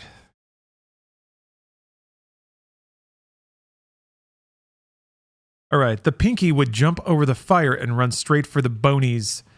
They made a sound that was half rattling bones and half choking laughter. They couldn't use their rockets without spoiling the game. They seemed to have picked up a trick from human bullies on a playground. They used sticks to beat and prod their victim. One had an actual pitchfork he'd probably stolen from a farm. When the Pinky turned to run away from his tormentors, the Bony poked him in the ass with the pitchfork. If it hadn't been so sick, I would have laughed. But there was nothing funny about the pink demon finally falling right into the center of the fire, where he grunted and squealed and died. I wondered if the Bonies and fire eaters would eat him. I wondered if they ate. I'm going to readjust the mic here. Yeah, pretty brutal, actually. Pretty rad. This is kind of like if that one like description of them like torturing a demon and messing it up, and that's actually kind of what I might have expected from a Doom novel. The rest of this business is just so in outer space, I guess literally. They gathered around their roasting pig. I snuck away. If I could retrace my steps to the base and work my way around the perimeter, I might be able to pick up the route that Ken had mapped out for me. If I believed any part of what Albert did, and God was looking down, my only prayer was to get back on track. The monsters were going to kill me. I wanted to be doing what I was supposed to before they ripped out my guts. When Arlene gave me the big lecture about growing up and taking responsibility, she didn't say anything I hadn't already figured out myself. I could have said it better than she did. Growing up was about dealing with fear. One night, when Arlene and Albert went to the supermarket in Zombie City to find rotten lemons and limes, Fly and I had a long talk. He'd asked me what I'd be willing to do in a war. He wanted to know if I'd be willing to torture the enemy, even if the enemy happened to be human. Fly, Dad of the Year, asked a 14-year-old if she would torture somebody. I mean, I guess it's post-apocalypse, but... Also, I like that this is being like heavily retconned to a very specific event. Like, very weird. Like, I remember that scene because it was so bizarre. I mean, this whole book is bizarre. It said you were playing Skyrim and I came in here and was confused in multiple ways. Yeah, sorry, Fredley. This is a weird stream. I am alternating Chaos Modded Skyrim with reading the novelization of Doom. I'm doing a 24-hour subathon, so I'm mixing in Doom audiobook chapter reads.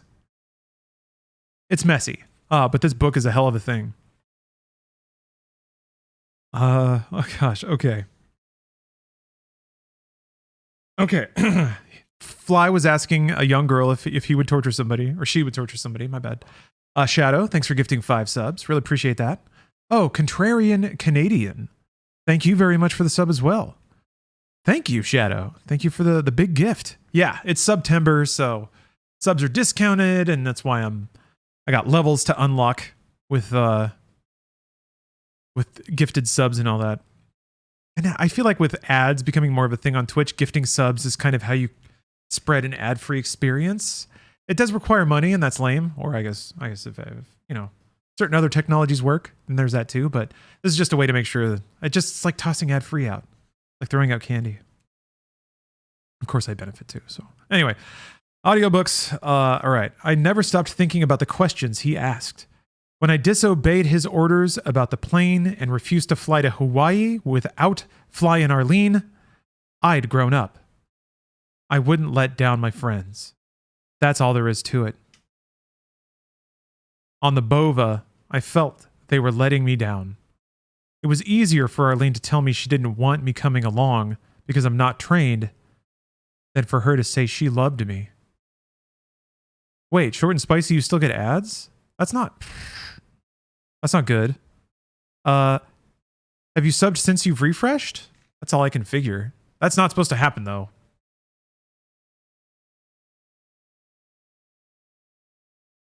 I get pretty defensive about that because I think it could be a cool system, but it has to actually work. Anyway, it has to work. I try to like be very I try to be very aware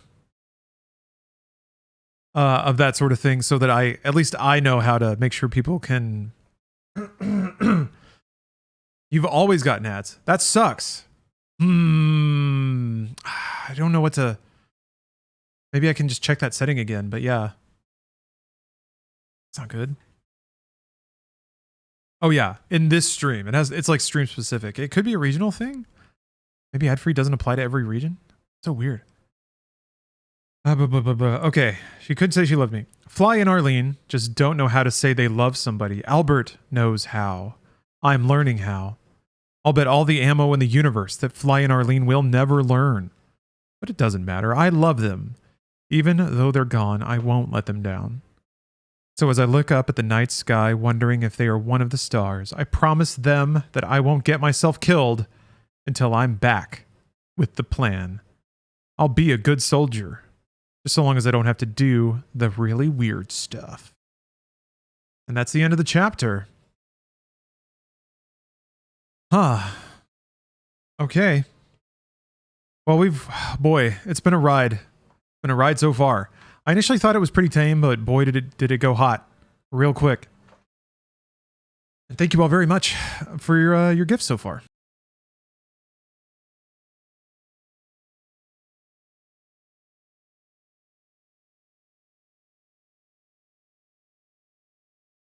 So many. I don't think I have the one tab open that I need.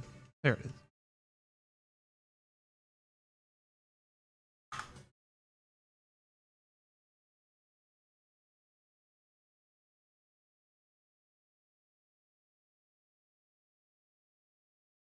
Okay.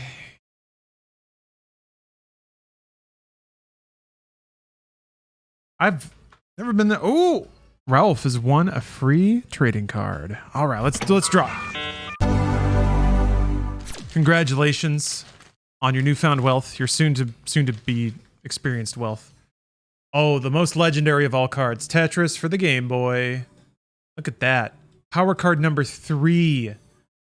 The third power card ever made in my hands. In perfect mint condition, uncreased and undented. Incredible. Absolutely incredible. Wait, there's a Skyrim Himbo mod. Okay, I'm going to need that one. I'm actually going to need that one. Description. The original Russian puzzle game that started a worldwide phenomenon. Place the rapidly falling blocks to make solid lines and score big points. Challenge. How many Tetrises can you make without scoring any single double or triple lines? A novice can do 5, intermediate 7, and a pro 10. But only if you own the card can you certify the challenge. This is actually one of the secrets to me being the quintessential gamer. Since I own all the cards, I've already certified pro in every video game. I did all of that before, streaming and stuff. So that's why I've got my title and all that. Congratulations, Ralph. I'll just say Ralph.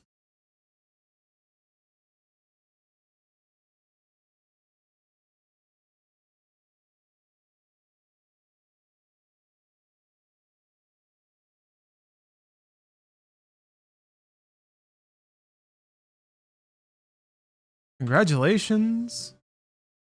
Okay, now it's time. We've had our fun. Time for academics.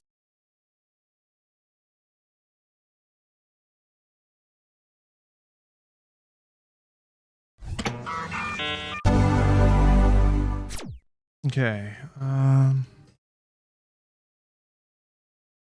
We got another chapter to read, don't we? Chapter 17.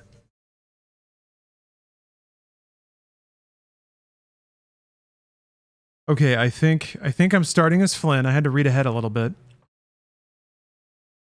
Back on Phobos again, where a zombie was once a man. What the hell are you thinking? Asked Arlene. I'm singing, I said.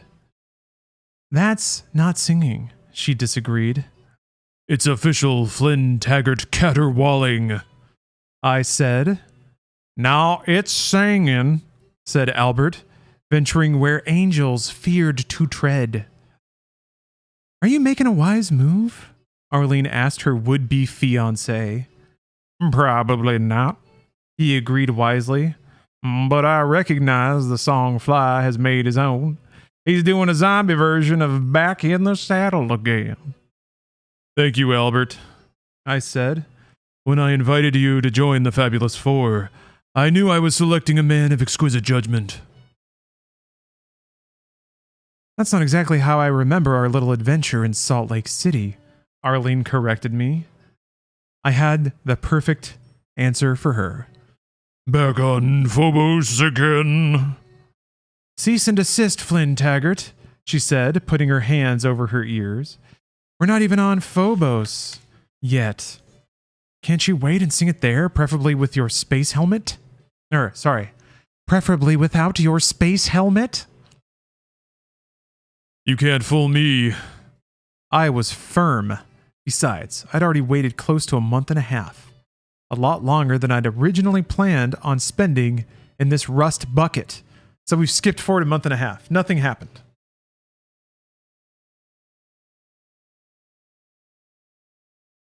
Like, Arlene didn't get it in? That seems weird. I guess this author is probably scared of writing about actual intercourse, so just kind of finds convenient ways to not do it. Let's see here. That had something to do with the fact that fuel was in short supply these days, thanks to the aliens, and something to do with the kind of orbit we were using, which made the usual 1-week jaunt to Mars 6 times longer, which had driven me to singing. We did not leave Phobos in shambles like Deimos. There may still be air in the pressurized areas. Arlene interrupted, along with pinkies, spinies, ghosts. And a partridge in a pear tree. I wouldn't let her change the subject. The point is that if the air's on, I can sing. The one weapon we didn't think of, Arlene agreed at last. Do we have any idea what the Phobos situation is like? Asked Albert, real serious all of a sudden. No, I said, ready to postpone my performance. But whatever it is, it will be more interesting than one more second inside this. I stopped stumped for a good obscenity. In the belly of the whale, Arlene finished for me. She was getting biblical on me. I'm ready for battle, Albert admitted, almost sadly. Almost.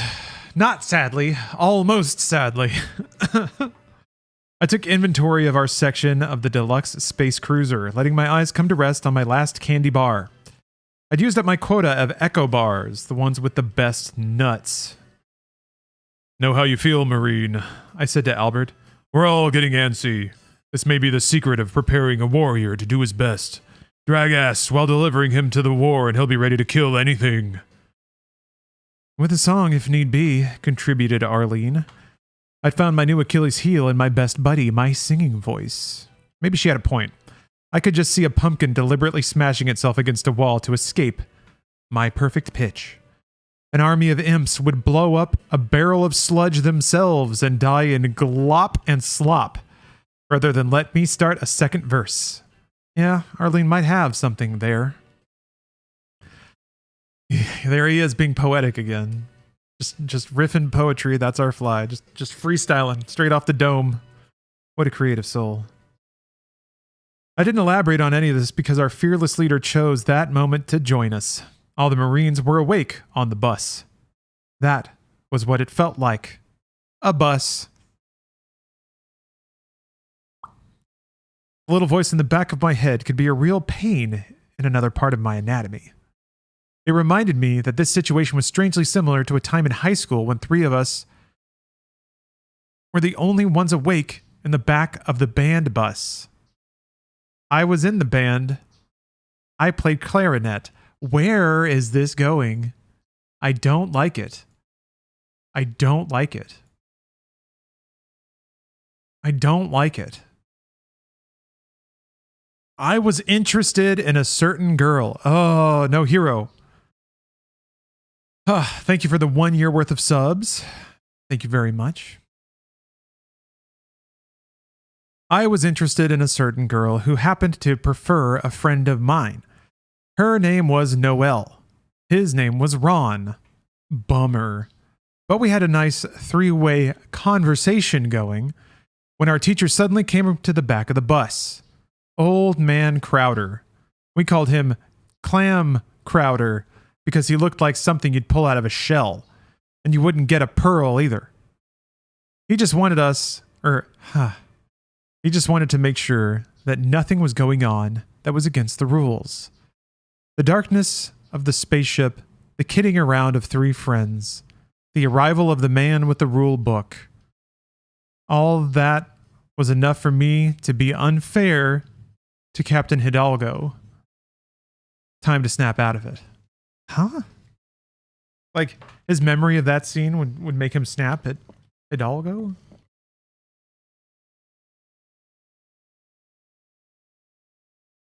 That was all just like, that reminds me of this one time I was in the bus. And that was it. There was no more analogy. He just used a lot of words to say that. Didn't mean anything for the characters or the scene or anything. All right, whatever. We no longer lived in a world of high school football games. Now the pigskin only covered ugly pink demons who didn't need a rule book to spoil a day's fun. I hadn't been able to stop thinking about Arlene's potential threat against Hidalgo, that she'd get rid of him if he got in the way of completing the mission. I'd never heard her talk like that before. I had known how daring she could be from the first time I met her, when she went at it with Gunny Goforth to prove she was enough of a man to wear her high and tight. I knew how smart she could be from Phobos, where she left her initials on the wall for me, a la Arnie Saknussemm from Journey to the Center of the Earth, so I'd realize whose trail I was following. Put smart and daring together, and you'd have a combination that spells either patriot or traitor.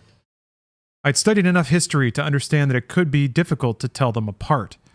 When your world is up against the wall, you have to make the tough choices. It's priority time. No one ever likes that. Even if Hidalgo happened to be a martinet butthead, he was still our CO. Whatever chances we had for a successful mission rested on his shoulders. That's what pissed off... come on. Okay. That's what pissed off the dynamic duo of Arlene and me. I wanted Hidalgo to be good. I didn't want him to screw up. I wanted him to be a man I could trust. A competent man. As I sat with my back to the wall and watched the captain's profile... I sat with my back to the wall and watched the captain's profile as he chatted amiably with Arlene. I wondered what he would do if he realized how she felt about him. Maybe he'd shrug and just get back to doing his job. A man who does a good job doesn't have to worry about his back unless treacherous skunks are around. There were none of those under his command. Do we know which gate to use? Albert asked Hidalgo. I almost answered. Had to watch that. Chain of command. Hidalgo answered. You remember the director gave us the access codes and teleportation coordinates for one of the gates? Wait. You remember the director gave us the access codes and teleportation coordinates for one of the gates. This is his answer? He smiled at Arlene and me. You heroes need to work out amongst yourselves our best route to the right gate once we land. Commander Taylor will get us close as possible. Commander Taylor will get us as close to it as is humanly possible. For a brief second, I thought he was being sarcastic when he called us heroes. Arlene and I could be telepathic at times like this. The same thought flickered in her eyes. The next second, the feeling passed, for me at least. Hidalgo had spoken straight from the heart. You men, he said, and Arlene warmed up at that. Oh, God. Are the valuable cargo on the Bova. Same as the way we treated Jill as a case for special handling on the road to Los Angeles. When we hit Phobos, I'll need the best intelligence you can provide. Conditions may have changed, said Arlene. Yes, or they might be the same as when you left. Whatever they are, you two are better acquainted with the situation than any other humans alive. I was glad that Arlene was participating in this discussion. When you came over, we were discussing whether there'd still be air on the different levels. We'll wear spacesuits regardless, said Hidalgo. If everything goes according to plan, we have no idea what's waiting for us on the other side. It's a mission of faith, Albert pointed out, and no one disagreed. We must assume those on the other side will have the means to keep us alive. We can only pack so many hours of air. If we find ourselves under pressure, we could save some of our own for air. If we find ourselves under pressure, we could save some of our own air for what's on the other side of the gate. We'll be under pressure even if there's air, Arlene joked, reminding us about the Doom Demons. The Doom Demons! Oh, did Bruce announce he's going to be a daddy? Ah!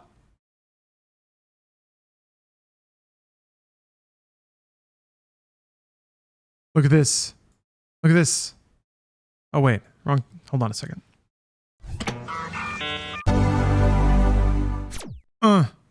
The goose family grows. Look at that baby. Look at that little goose in there. Little green. Yeah, literal Papa Bruce. It's happening. Happening. These are the moments, you guys. Yeah, the gosling. Oh, it's so wonderful. I'm very happy for them. W. Bruce. Come on, you knew. You knew. You knew there were going to be more greens. Can the world take more Bruces? More Bruces and Bruces? I don't know. He gets to shape the greatest gamer of our time. The chillest bro of all. That's too masculine. Damn it.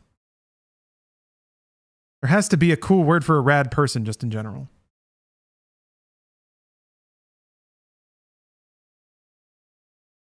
A whole flock of Brucey. Choom. Yeah, there it is. It's just Choom. It's always been there. Oh, gosh. Okay. Well, that's great news. Wonderful, wonderful interlude. Oh, excuse me. We'll be under pressure even if there's air. Arlene joked, reminding us about the Doom Demons. Maybe not, said Albert. These devils may have already abandoned Phobos base. Sorry to burst your bubble, Albert, I said. I'm surprised Arlene didn't remind you of what we discovered about the gates. No matter what you take with you, you wind up naked on the other side. So you're dead right about having faith in the aliens on the other side. True, said Arlene. That's been our experience. But we'd feel foolish if we didn't prepare and then found out for the first time that a gay trip doesn't mean a striptease. My buddy had a point. We've been lucky until now, said Hidalgo. We know the enemy has ships going back and forth between Phobos and Earth. The Bova uses a TACAN system, beaming out a signal showing them the bearing and distance of the ship. We may be the lowest We may be the low-budget special, energy-wise, but we're not flying blind. Jeez, I hate flying blind. Are they using Deimos for anything? Asked Arlene. Not so far as the director and his team have... Not so far as the director and his team have found out. You two did God, fucking shit.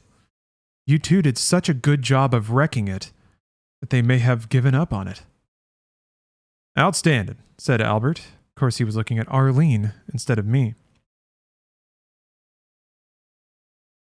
We've been fortunate not to run into the enemy, but space is big, isn't it? The way Hidalgo said that. Damn it, Hidalgo said it. God, this dialogue is ridiculous. All right. We've been fortunate not to run into the enemy, but space is big, isn't it? The way Hidalgo said that made me wonder if he was making a joke. The next moment, he did. You know, Lieutenant Riley told me a funny one. He began. I noticed that he'd been pretty chummy with the radar intercept officer, but why not? Same rank attracts, especially between services. I'd hit it off with Jennifer, the PO2. I'd rarely call her by her last name. Oh, wait. I'd hit it off with Jennifer, the petty officer second class. I rarely called her by her last name. Okay. Ah, gosh. The Brit. Hello. Hello, Brit. Welcome. Whatever the reason, it was good to see Hidalgo being human, even if we had to listen to his joke. How can you tell the difference between the offense and the defense of a Doom Demon? Give up? You can't tell any difference because even when we're kicking their butts, they're still offensive. Discipline and duty pay off. I made myself laugh. There should be medals for this kind of service. After the joke, Hidalgo left us alone. I was all set to resume my song, figuring anything would go down well after that joke. Arlene headed me off at the pass. Oh, Chaser Boy! Thanks for gifting 5 subs.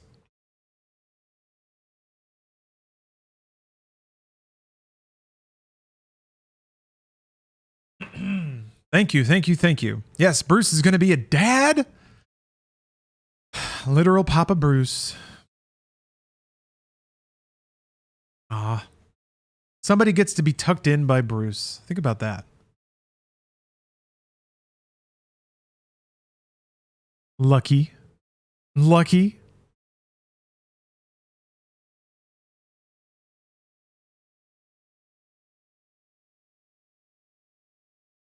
So I'm trying to find my spot. I really need to just put my finger on the book whenever I look up or something. Okay, stupid joke. Okay. I was set to resume my song. Arlene headed me off at the pass. Albert, she said quickly. Have you found any good books to read in the Navy's box? Lots of old books, he said. The one I've read twice is Bureaucracy by Ludwig von Mises. He wrote about freedom when the only threat to it was other human beings. He said capitalism is good because it automatically values every man according to the services he renders to his fellow men. No friend of socialism, is he? Asked Arlene. Albert didn't hear the playfulness in her voice. He gave her a straight answer. Now, the book was written during World War II. It uses Hitler and Stalin as his 2 perfect models of socialism in practice. Arlene was up on the subject. They didn't kill as many people as the demons have, but not for lack of trying. I contributed my bit. Back at Hawaii base, I overheard a female lab tech say what has happened is good for the human race because the extermination of billions of people has made the survivors give up their petty selfishness and band together for the common good. Jesus Christ, said Arlene. I noticed Albert didn't even wince any longer when she talked that way. Not everyone fights for the same things, said Albert with a shrug. We do. Close enough, I agreed. Let's have a toast, said Arlene. Something better than water. I have something, said Albert. While he pushed off in the direction of his secret stash, Paul had given him some good stuff. Arlene went over to her couch and dug out a book she'd been reading from the box. She'd always been very adept at maneuvering in freefall. I stayed put. I thought they said there was no room for stowaways, but there's like a box full of books and whatever. And a couch. When she got back, I admitted, I wish they had more of those magnetic boots so they could spare me a pair. Okay. The Navy doesn't have enough for its own personnel, she reminded me. Just be grateful we have a skeleton crew or there wouldn't have been any acceleration couches for us. Yeah, tough Marines don't need luxuries like a place to park our butts. We don't need internal organs either. Just stack us up like cordwood in the back of the bus. Bus? You know what I mean. What do you have in your hand? Cyrano de Bergerac, she announced, holding a volume up. I didn't expect to find my favorite play in the Navy's box. Since I don't have Albert's memory, I want to read you the ideal passage for my toast. Lesbian 420. Good evening. I am reading a Doom novel, a novel of the game Doom that came out in 1996. This is the third such book. The Doom Fellowship is in a rocket on the way to Mars to go through a demon gate to shoot the demons. Any weird horny demon moment or any weird horny moments? No, just a lot of Reagan shit. A lot of weird bootstraps, conservatism going on. Idle Android, thank you very much for gifting 5 subs. Appreciate that. Getting us closer to more Doom literature. Always, always. Oh gosh, all right. She's going to read a passage from Cyrano de Bergerac for her toast on the spaceship. In 0G, I guess. While she flipped through the yellowing pages, Albert returned bearing gifts. A soup bag. His big grin told me the contents of the bag was anything but soup. Found it, chirped Arlene. While Albert prepared the nipple we would all use to partake, she read to us. I marched on all alone to meet the devils. Overhead, the moon hung like a gold watch at the fob of heaven. Till suddenly some angel rubbed a cloud, as it might be his handkerchief, across the shining crystal, and the night came down. She cleared her throat and said huskily, may we bring down the eternal night of space upon the enemy. As I took a sip of burgundy wine, I felt that we were the 3 musketeers, ready to fight the demon pukes, in whatever form they might take. You went to feeling like Cyrano to feeling like 3 musketeers. Okay. End of chapter. Everyone's having swigs of wine, getting amped up before the super ultimate battle. Nothing but action. Okay. Back to the other part of the stream. Oh, you know what? I haven't been, you know what I forgot to do?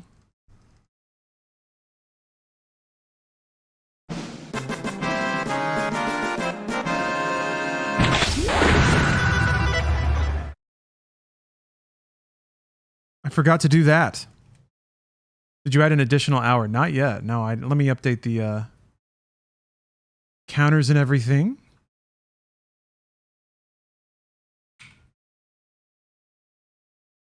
Really do appreciate everybody's generosity so far.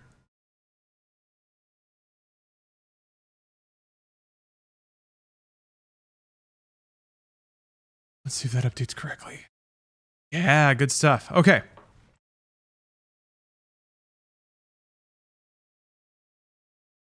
I just stopped a 12-hour Final Fantasy VII New Threat 2.0 session, and that fanfare shook me. Oh, yeah. Little PTSD going on. I want to try New Threat. I was playing this, intense difficulty mod, which was really fun, but then, it got kind of loose after I got out of Midgar, and I kind of lost interest. Actually, I really want to play 7 Remake on hard. That sounds really cool to me, but I got to unlock it on PC first. Anyway, Chapter 18. Fly was right. We were back on Phobos again, where a zombie once was a man. We didn't see any zombies this time. I was glad about that. They reminded me of Dodd. It's bad enough losing a lover the normal way without seeing him turn into a shambling travesty of someone I once loved. In my nightmares, I still heard him calling, Darlene, you can be one of us. They say you can't go home again, but you can return to hell if you're crazy and you deliberately take a one-way ticket to Phobos. The crew of the Bova had acquitted themselves admirably when it was time to deliver their cargo to the infernal regions. What? I don't know what that means. Phobos is so small that it's a real challenge to a space pilot. Deimos was a tougher port when it was still in its orbit around Mars. It was an unseemly rock covered by protrusions that could rip a ship if you miscalculated the angle or speed. Phobos was much smoother and rounder, more of what we Earthers expected of a moon. How the hell can they call something only 10 miles long a moon? Taylor asked, as she did the painstaking maneuvers to rendezvous with Phobos. We were only a few miles away, matching orbit with a little black patch blotting out the stars. I counted myself fortunate that the commander had agreed to let me come up front to watch us return. Our new pukehead friends kept joking that Fly and I were coming home. All the kidding may have made it easier to swing the invitation. Wait, what? All the kidding may have made it easier to swing the invitation for Albert and me. He was as happy as a kid as we stood together in the hatchway and saw what the skipper saw. There was no need to strap down when the gravity field of Phobos was virtually non-existent. The artificial gravity areas produced by alien engineers had no effect on the rest of this glorious piece of space rock, especially not to Commander Taylor, who had to do the stunt piloting. Back in the UAC days, her job would have been a lot easier. The boys on the ground would send up a shuttle and bring us down without the ship even needing to land. Now the idea was to keep from being seen. There didn't seem to be any lights or activities on this side of Phobos. A good sign. I was hoping that if the moon hadn't been abandoned, we might at least have reached it during a period when most of the bad guys were away. I wanted to laugh at the thought of a skeleton crew full of bonies. Zing, everybody! Zoop, zoop, zoop! The Big Four didn't need all this special attention. We were willing to hop down. Paratroopers of the infinite. We could suit up and use mini rockets to come in like mini spaceships. With a bit of luck, we wouldn't smash ourselves into a fine red spray, an appropriate death with Mars hovering over our heads, like the god of war. Now, for the first time, Commander Taylor allowed herself to be testy with her marine passengers. This is no time for a gung-ho kamikaze operation. The mission is a failure if you die before we meet what's on the other side of the gate. We know how important your mission is, and that the Bova is expendable. Why do you think we carted a few UAC goodies along just for you? Finding UAC stuff isn't easy anymore, but you need every advantage. And remember that we will remain in this area until you return. If Phobos is too dangerous, we'll wait farther out. When any of you return from the mission, you will be greeted by someone, unless all of us are dead. Meanwhile, you will have the safest passage to Phobos that it is in with... That is... Oh my god. Meanwhile, you will have the safest passage to Phobos that it is within my power to grant. Now, not another word about paratrooping in. God, so many words. She'd made such a big production out of it that I took my chance for Albert to finally see a space skipper do her stuff. And I wasn't averse to getting an eyeful myself. The landing took a full hour once Taylor was in position to touch down ever so gently on the moon. I wasn't nervous, even though Phobos means fear. Hidalgo took command with grace. I was starting to feel more comfortable about him. I wasn't sure what had changed. He'd had us keep our gear in top condition aboard the Bova, but he hadn't been neurotic about it. Plus, there was only so much exacting inspection he could do in the near dark. Hidalgo was beginning to assume his proper place in the pecking order as the fire team commander. The problem he had was that this position should have been held by the team member with the most combat experience. For this war, that narrowed the list down to 2 living Marines, Fly and me. Next came Albert because he'd fought the monsters with us, close up and dirty. When Colonel Hooker saddled us with Hidalgo, the test immediately became, is he an asset or extra baggage? I liked traveling light. This was the last place for a know-it-all to try to assume command. Fly and I had the most first-hand information, and we were still shooting in the dark most of the time. Hidalgo asked the right questions. He listened. Even though we'd never had the opportunity to train together to the point where we could operate as one perfect fighting machine, the three of us did have this seasoning. With some applied intelligence, Hidalgo could be the brain. Fly and I had worked out the route. Captain Hidalgo sent us in doing a simple echelon formation with Albert taking the point. Then came Fly, then Hidalgo, and I brought up the rear. I kind of liked it that my beloved and I were doing all the security sweep area behind us. Okay. Albert was a good marksman and he had a brand new Sig Cow. He'd filled out his spacesuit better than the rest of us. We'd worried there might not be one to fit him, but the mission had been too well planned for that.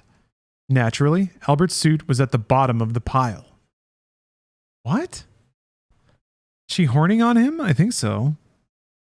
Seeing him from behind was like watching him grow in height as he looked up at Mars.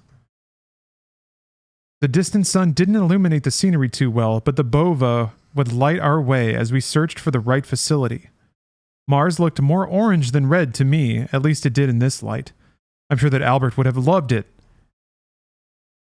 if it had been the color of a spoiled pumpkin. Pie, that is. Okay. Weird. It felt strange to deliberately re-enter hell. Okay, that makes sense. I get that sentence. There's so many words, dude. Ugh. Half normal gravity returned. The lights were on. My heart sank, and not from putting on weight all of a sudden. Since the gravity zones were still functioning, I figured the enemy must still be around. This conclusion might not have been entirely rational, though. The gravity zones had been operating long before the enemy arrived. It was possible the things couldn't be turned off. Call it woman's intuition. But I figured the red meanies would have trashed everything somehow if they didn't need it anymore. The next second, I was proved 100% right. I hate it when that happens. I saw the flying skull before anyone else did, zooming in our 4 o'clock. Thank God we had our radios on. We discussed and rejected the possibility of maintaining radio silence for security and only talking by putting our helmets together. If we'd been that paranoid, the others wouldn't have heard me. In space, they heard you scream only when your radio was on. Look out! Albert nailed the sucker before it could chow down on the material of his pressure suit. We hadn't had time to figure out what currently passed for air here. Or we hadn't had time to find out what currently passed for air here. The 30 caliber slugs did the job, and the skull skidded over to the nearest access tube ladder. Down it went. I wasn't the least bit surprised when a moment later Fly announced, "The test is positive. We can breathe the air." Cool. "Remove helmets," Hidalgo ordered calmly. The suits were well designed for our purposes. The helmets hung in back, leaving our hands free, so that we wouldn't be impeded while we added to the body count. Or head count, as the case may be. If everything is as we left it," I blurted out after my first gulp of base air, "we can expect a lot of opposition before we reach the gate." Take it easy, Corporal Sanders," said Captain Hidalgo. "Yes, sir." He was acting as if he knew his business. "We'll handle them," he said, "and that's why we're armed with state-of-the-art boomsticks." Another try at humor. This had started with his friendship with Lieutenant Riley. I didn't know how long it would last, but I kind of liked it. Hidalgo gave the orders. We followed. Of course, the orders were based on our accurately locating the correct gate. We encountered no opposition for the next 15 minutes. We did find a functioning lift that appeared to have been repaired with pieces of a steam demon. I didn't like the idea of using it, but Hidalgo made the decision. Halfway down the shaft, I could see a ragged hole in the wall that the ladder I would have gone down ended in a tangle of spaghetti.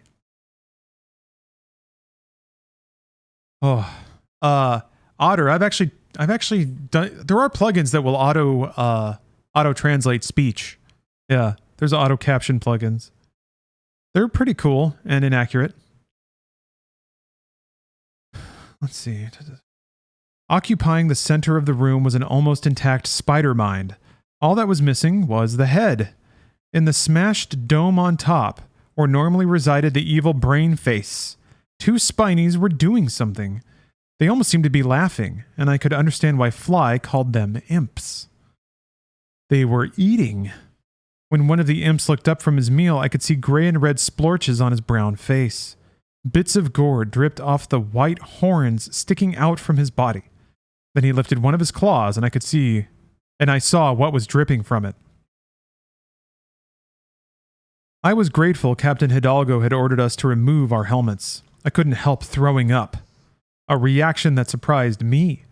Why should my stomach churn at the sight of imps devouring a spider mind? I've seen far worse things happening to human beings and not lost my cookies. I guess I'd reached a new level of disgust, though. I didn't think there was anywhere lower. The imp saw us at about the same moment we saw him. Instinctively, he threw one of his patented fireballs, but he forgot he was still holding on to a dripping chunk of spider tissue. The gory piece of bug brains caught fire, and the imp was scorched by his own flame. By now, the other imp figured out what was happening. He was smarter than his brother and did something I would have thought impossible. The spider's gun turret rotated in our direction and started spitting out its venom, 30mm rounds. We would have been in trouble if it had been an actual spider mind, but we had one of Commander Taylor's presence. While I zigged, Fly zagged, Albert and Hidalgo did their part by staying alive. The show belonged to Fly. I never thought I'd see a BFG 9000 again. The crown jewel of UAC's weapons division. 3 blasts would take care of a fully operational spider mind. One blast proved more than sufficient for the imps who had themselves a great tank, but weren't properly trained to use it. Okay, he was referring to the spider mind as a tank. Got it. Praise the Lord! Shouted Albert. And pass the ammunition, said Fly, sweat beading on his forehead and a big grin growing underneath. Better than a chainsaw, was my on-the-spot report. Did he shoot it? When is he going to shoot it? Regroup. Oh, I guess he shot it. He shot it already. He didn't describe them shooting it at all. What the hell? You have to describe it. The fuck? Regroup, said Hidalgo. It'll be a shame to lose that fine weapon when we go through the gate. Albert tried for optimism. Maybe we could leave it on the other side for when we return. We could never risk that, answered the captain. This place is crawling with vermin. We don't want them to get their claws on our weapon. None of us said the obvious. If we return. The plan we'd made with the Bova was no news is bad news. By now they knew we weren't alone on this rock. We'd continue observing radio silence between our ship and the ship. Or between ourselves and the ship. Yeah, described literally everything else in the world. The Bova is the spaceship that they rode here on. It's the spaceship that's now parked on Phobos. Yeah. Fly summed up the situation. He's always good at doing that. We've seen this place when it was crawling, Captain. Right now, it's almost deserted. I don't have any idea or how long it will last, though. It could be swarming again by this time tomorrow. Commander Taylor and Lieutenant Riley know the risks, he said, which struck me as a little odd. It seemed to me that the primary subject on the table right now was the fire team. Then we're enjoying good fortune, said Albert, a bit pompously, I thought. The problem I've always had when I fall for someone is that I become hypercritical. I think Fly has this problem as well. Hidalgo gave us the word and we moved on. I was astonished that I hadn't fired my plasma rifle yet. But it's wrong to wish for such things. I'm just superstitious enough to believe that you get exactly what you wish for. My opportunity to test my weapon came with the appearance of a new monster. I hate new monsters. This one I mistook for a pumpkin. There were plenty of similarities. Big round floating head, one eye, and a gas bag filled with satanic halitosis. Weird.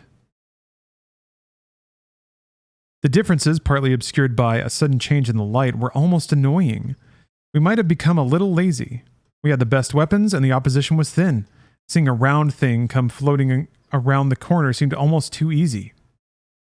One lousy pumpkin. Who was going to lay dibs on it? Who would have the pleasure of hosing it?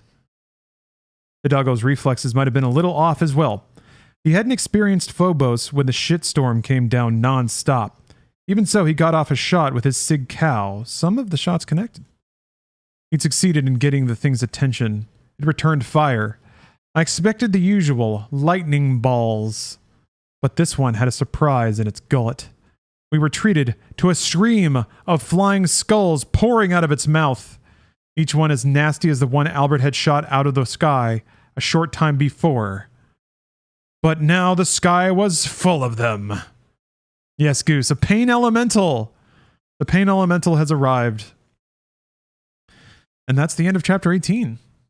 How is the crew going to get out of this one without somehow ramming in some weird Reaganist political bullshit? We'll have to find out next time on Doom, the book from 1996. What year did the books take place in? I don't remember. I think they've mentioned it a couple times. 22 something maybe? Where are they even a base? Yes, they're on the UAC base on Phobos. They came to Earth and then went back to Phobos, to the UAC base, where everyone's dead and it's overrun by demons. They'll finally defeat the welfare queens. Jeez. Yeah, I think my favorite so far is straight up like the narration from a Mexican American who just straight up says, I bootstrapped, so it's fine. I didn't come here for welfare. I came here to go to college and be smart. So I got free citizenship without trying. It's so dumb. Anyway, okay, back to Sky. Stimulated. Gaigaru, thanks for the sub. Skullzors, thank you very much. Hannah Rose, great to see you. Thank you for the sub. And Jess Plays Xbox, thanks for the prime. Steph's playing Xbox right now. She actually got a big ass achievement. I don't know if you guys saw that, but it was important. It was huge. Magnetic. Energetic. All right, chapter 19. And thank you all again. Oh, I didn't roll around the meters and stuff. I was about to just take a break and say thank you all very much. Not only for watching the stream, but for being outrageously generous with the subs. The longer the stream goes, the more I die, the more money goes to able gamers. Because I'm very proud to support. Oh, okay, we're into the next day then.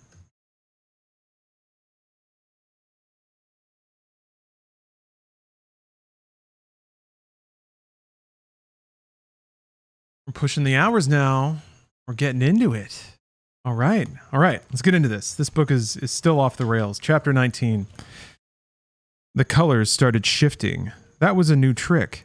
The corridor went from normal light to blue and then red, distracting us just enough so we wouldn't notice that this pumpkin was something other than a pumpkin. Oh, did I miss some gifts? I think I called them all out. Pop-Tart. Yeah. I appreciate the diligence. Also hope you're doing okay. I think I missed it in chat. Are you feeling any better? Hope you're feeling better.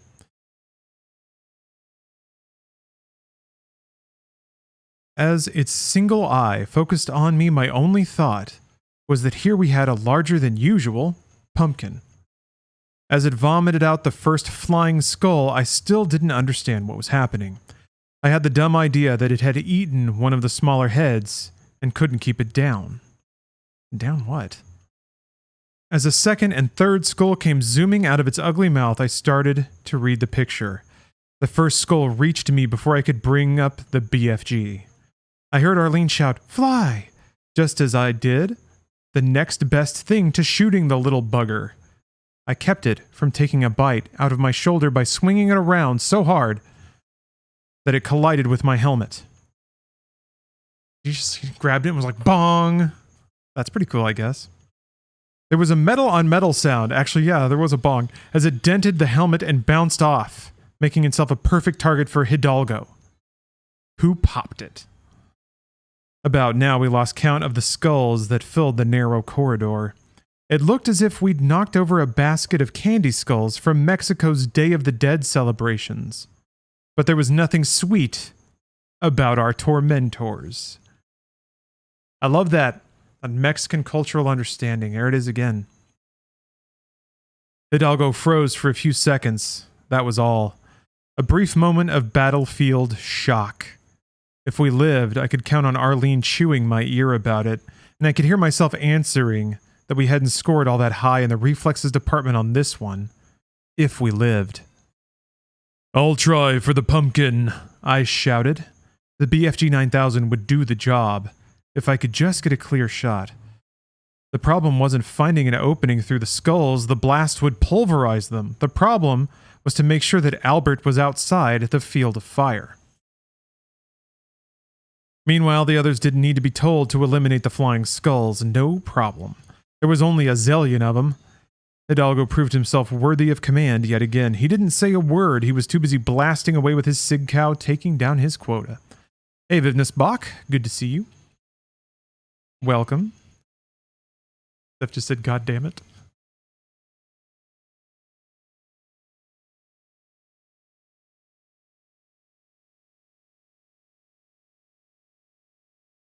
Oh, Blind Observer, you getting yourself a pumpkin latte? Maybe I should do that. You know? It's still hot. Like, if there were crisp in the air, it'd be a no-brainer. But I feel like I need the air to be a little crisp before I slurp on some pumpkin latte. I'm gonna think about it, though. I'm gonna think about it. It's that time of year. That time. Okay, sorry, I just had to take a little break for the music there.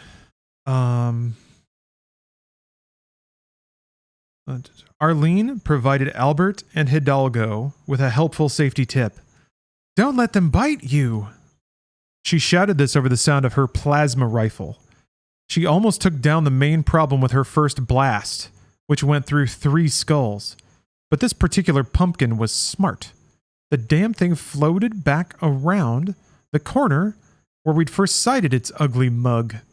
Then it kept spewing out skulls from its more protected position. A clever move, I had to admit.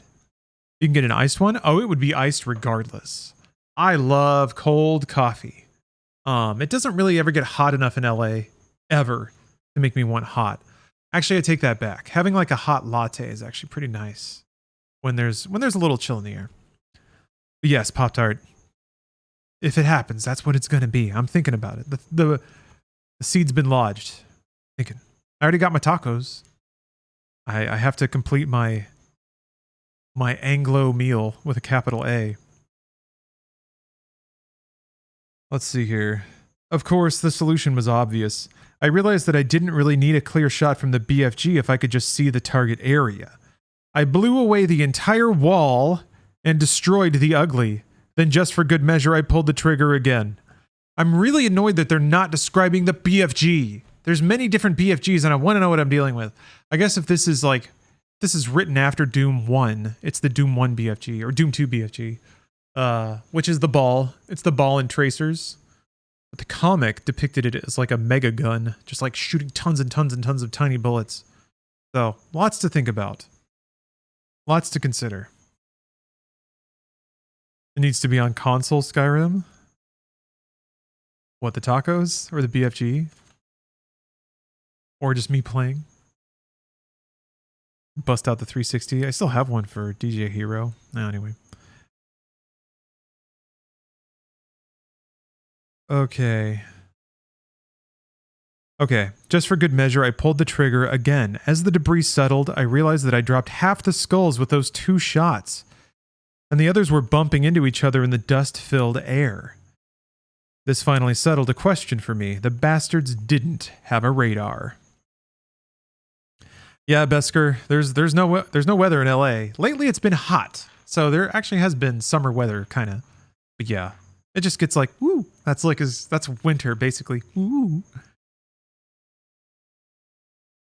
The bastards didn't have a radar. The little voice in the back of my head insisted we were in too close quarters for using a weapon like the BFG. I couldn't hear anything else because of the ringing in my head, so I argued with the voice reminding it that once upon a time, I'd done a much crazier thing. I'd used a rocket launcher in an enclosed area. Yeah, when he blew himself up. The voice didn't have a good answer to that, and by then I could hear Arlene cursing a blue streak. She was bent over Hidalgo, her medical kit open.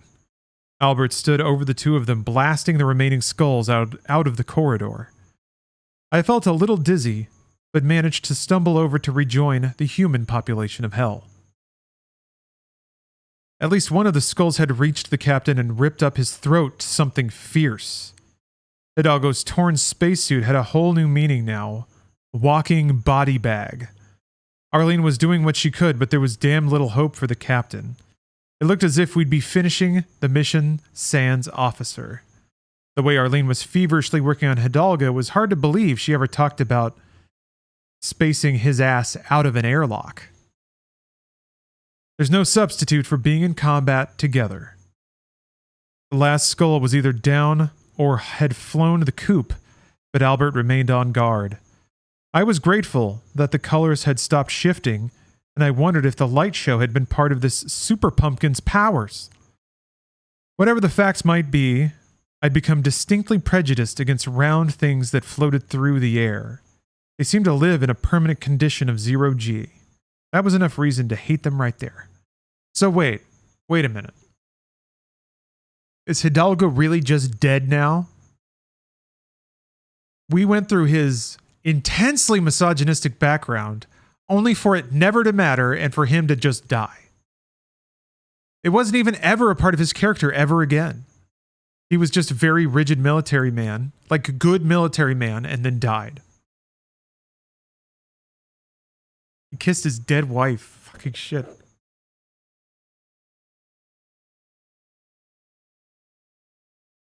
You think the skull was like, you kiss your dead wife with that mouth?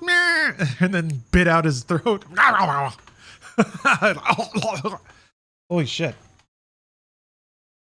Oh, man. Maybe he's not dead. I could like maybe Fly will find a mega health and just like blast it onto his neck and he'll be fine. Could happen. His wife became a taco. Actually, yes. He was musing about how his Mexican wife had been smashed into a taco by a minotaur, torn into shreds. The shreds, you say? Yeah. He really hated his wife, so he was glad that a demon killed her before he had to tell everyone that they were getting a divorce because he hated her so much. Sick book. Cool characters. It's really just the author going on like a rant. Is like backstories and side stories, and then it converges back. Yes, Kinatar, that is real. I'm literally describing the book. Dainty Bambi, I should probably make that a command, shouldn't I?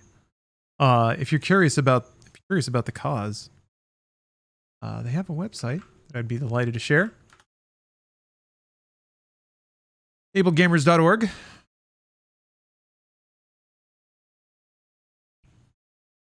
One of the most it's one of the most I feel like universal causes in conjunction with gaming, is how it feels to me. So anything that gets more people gaming in a better way can't be a bad thing. Okay, where was I in this terrible book? Oh yeah, Hidalgo's being written out of the story. Okay. As we milled around helplessly, watching Arlene try to close up the wound in Hidalgo's throat, I noticed Albert tense up. He raised his sig. Jeez. Excuse me. He raised his sig cow to fire at something that was drifting in the air behind us. Naturally, I assumed it was another skull. The last thing I expected to see this side of paradise was a blue sphere drifting towards us. You're kidding me. Are you effing me? I don't want to catch this book's energy. That's the problem. A gorgeous, beautiful, welcome blue sphere. One of those miracles that had saved both my life and Arlene's. A blue sphere that Albert was seconds away from blowing to kingdom come. No! I shouted, pushing his arm at the same time. Good thing I acted as I spoke. It was too late to stop him from pulling the trigger, but I spoiled his aim. I couldn't remember if Arlene or I had told Albert about the blue spheres. It was pretty likely we had, but in the middle of a fight, you don't expect the new guy to hesitate on the off chance it's not an enemy coming to say hello. It was only dumb luck. I was saved the first time I encountered one. Luck. Back to luck. How in the name of all the saints did this baby show up at the precise moment Hidalgo needed it? Arlene and I had just run across ours. This was making a house call. "It's a good one," I told Albert. "Like an angel. The blue spheres can heal us." He lowered his weapon, and I gestured for Arlene to step back. Not one to waste a precious second, Albert reloaded. I moved out of the way too. The blue sphere descended on Hidalgo, who wasn't the least bit worried he'd blacked out from loss of blood. The sphere burst the moment it touched him, making a popping sound like a cork coming out of a bottle. The color became darker as it spread, changing from sky blue to a rich purple. Hidalgo was surrounded by a violent haze that became a glistening liquid on his body, then seeped through his pores. The ugly hole in his throat closed like two lips pressed together, and his face flushed as new blood pumped through his body. A few minutes later, he opened his blue eyes and regarded us with surprise. "What happened?" he asked. "My wife's still dead." "Good." Jesus. He's back. He's back. He's back.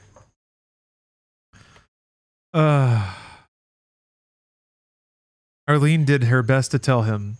He gratefully sipped water from the canteen she passed to him. "Incredible," he admitted, speaking more slowly than normal. He sat up against the wall. Albert continued on his watch. "We need to move," I said, once again possibly usurping his prerogatives. I remembered how sleepy I'd been after receiving the treatment. "Let's get a move on," he said, struggling to his feet. "How far do we have to go?" "Only a few clicks," said Arlene. We moved out, Albert leading the way again. Hidalgo, growing stronger with every step, asked the obvious question as his brain began firing on all cylinders again.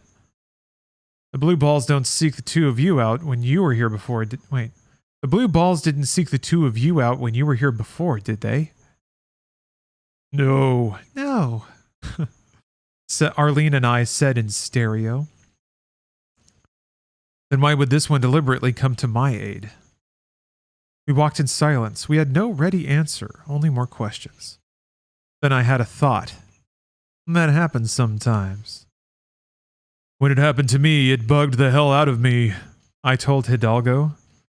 "Even though mine didn't go out of its way to save my butt, there was an important piece of information I didn't have then." Arlene smiled. The old light bulb clicked on right over her head. "The aliens who sent the message," she said. "Right," I continued. "It never made sense that our enemies would fabricate these incredible monsters and then throw in a few Florence Nightingales to patch us up. Now I know better. The blue spheres are not here courtesy of the Freds." Oh yeah, they called the demon the Freds? I don't know why. "The good guys sent them," marveled Arlene, the same thought taking up residence in her cranium. "You were right to call them angels," said Albert. Hidalgo nodded. "If that's true, then they must want all of us to make this trip." Unconsciously, he stroked his own throat, where there was not even a scar. We reached the gate without encountering any more opposition. The creepy critters had been busy playing architect again. I should have expected something like that, considering how they were constantly altering the appearance of the different levels. The gate was decorated in a sort of late neo-satanic style. The fuck does that mean, book? Jesus, late neo-satanic style. It's like a fucking Chandler Bing joke. Jesus.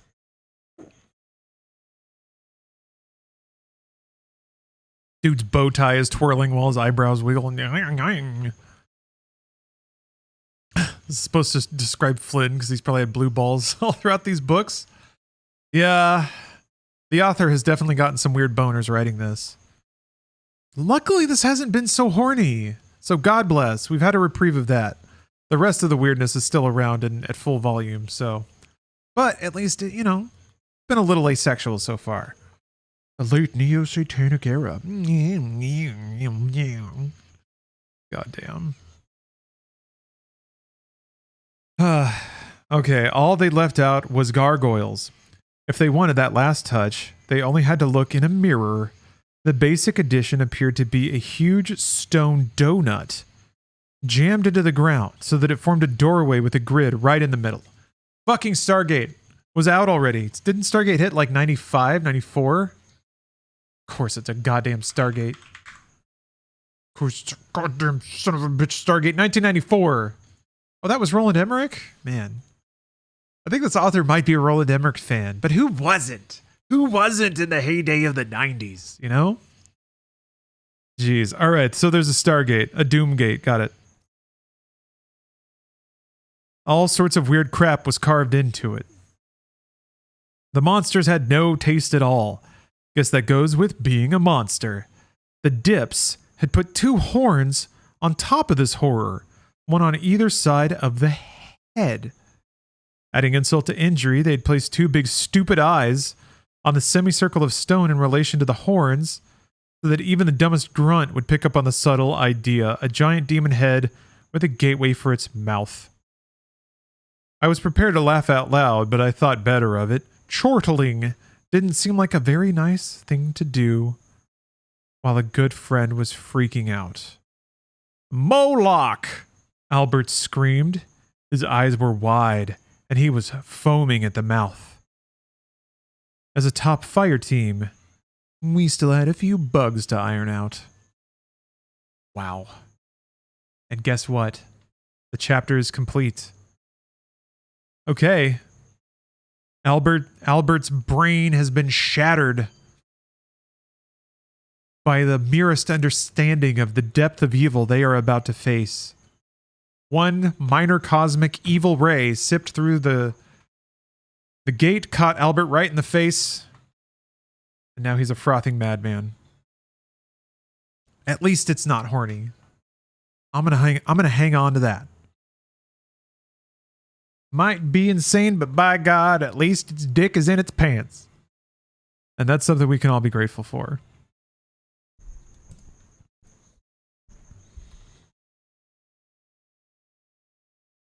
Yeah, Pop-Tart, I agree with that. Skyrim,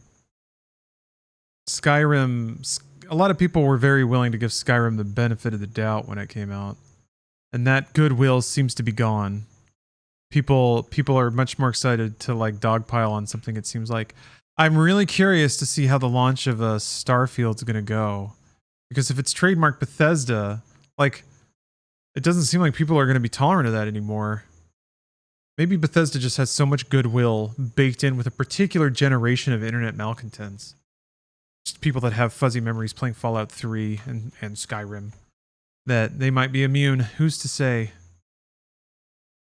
I just realized the alerts are popping up under StephCam, aren't they? Gosh, I gotta fix them. Ah, yeah. One of these days, I can launch 15 things just to change one thing on the stream. The joys of 2 PC streaming. The utter joy.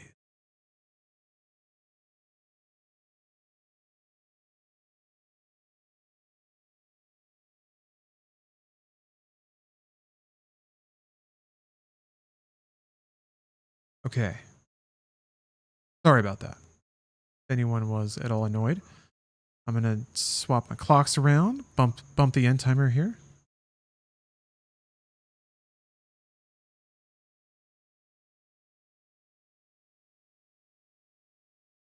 Okay, let's get into the literature. Smoking Onion, thank you for gifting 5 subs. Appreciate that.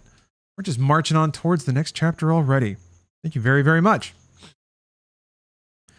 Chapter 20. Albert was too good a man to lose his grip now. As its commanding officer, I couldn't stand by and let him dissolve into a puddle. The team needed a leader. This was always a danger when taking command in a dicey situation. The survivors could bond too much. I had realized the truth of this when I stopped feeling suicidal. Okay, we're getting back to it. We were going to write him out of the book, and no, we're U-turning all the way back around and coming back to the suicidal tendencies. Good stuff. Great. If I made a GIF of a Doom Guy version of you, would you use it? Maybe? Maybe?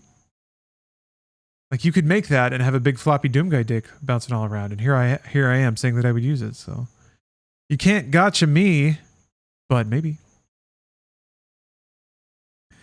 Let's see here. Survivors could bond too much.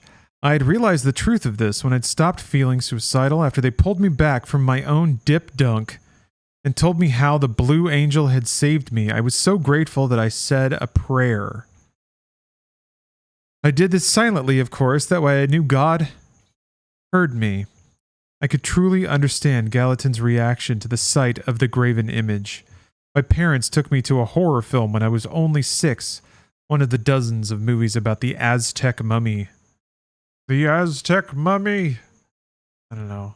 Steph and I saw a trailer that was like the Wolfman versus the Aztec mummy, and the announcer kept saying it really funny. The Wolfman versus the Aztec mummy! It was awesome. I have to find it. Maybe I can yank that into MediaTek.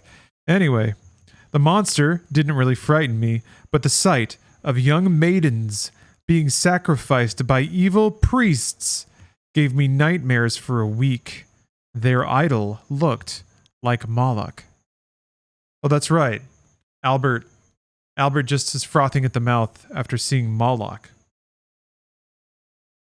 As I grew older, I began seeking out the image of Moloch. I found it in the old silent German movie Metropolis, and it showed up in a frightening picture about devil worship. But I'll never forget how effectively it was used in the movie they used to make the transition from the old series Star Trek X to the new one, Star Trek Exodus.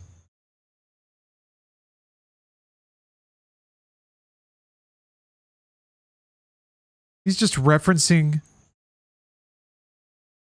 Those movies don't exist. So he's like writing in the future about Star Trek movies that haven't been made. And out of nowhere, by the way, this dude was just like, oh, it's like the Star Trek movies. But, Jesus Christ. What a nerd, dude. What a nerd. What a nerd. These strange creatures we fought were apparently able to crawl inside our minds and extract the most terrifying images from the human past. Frightening mirror images of your own nightmares had to be bad for morale.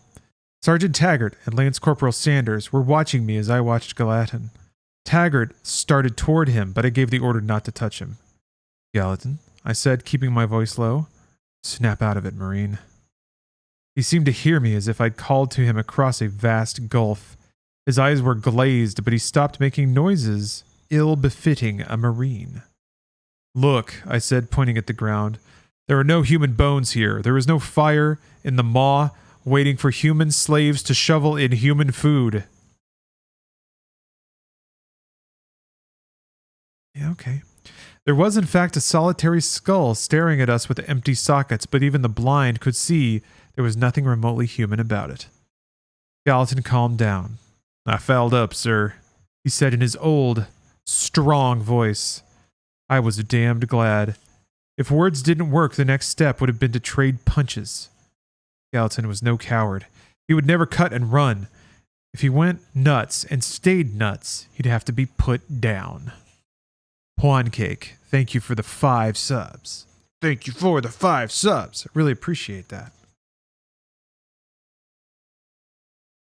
This is the gate, said Fly, checking his coordinates. Why do you think they dressed it up for Halloween? I asked anyone who wanted to answer. It's what they do, Sanders volunteered, keeping her eye on Gallatin the whole time.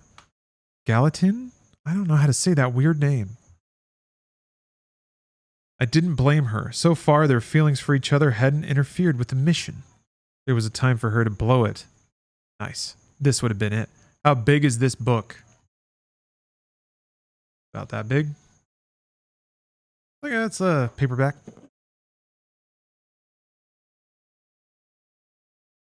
There can't be this much to write about. This is the third book. The third one. Writing about doom. Let's see here.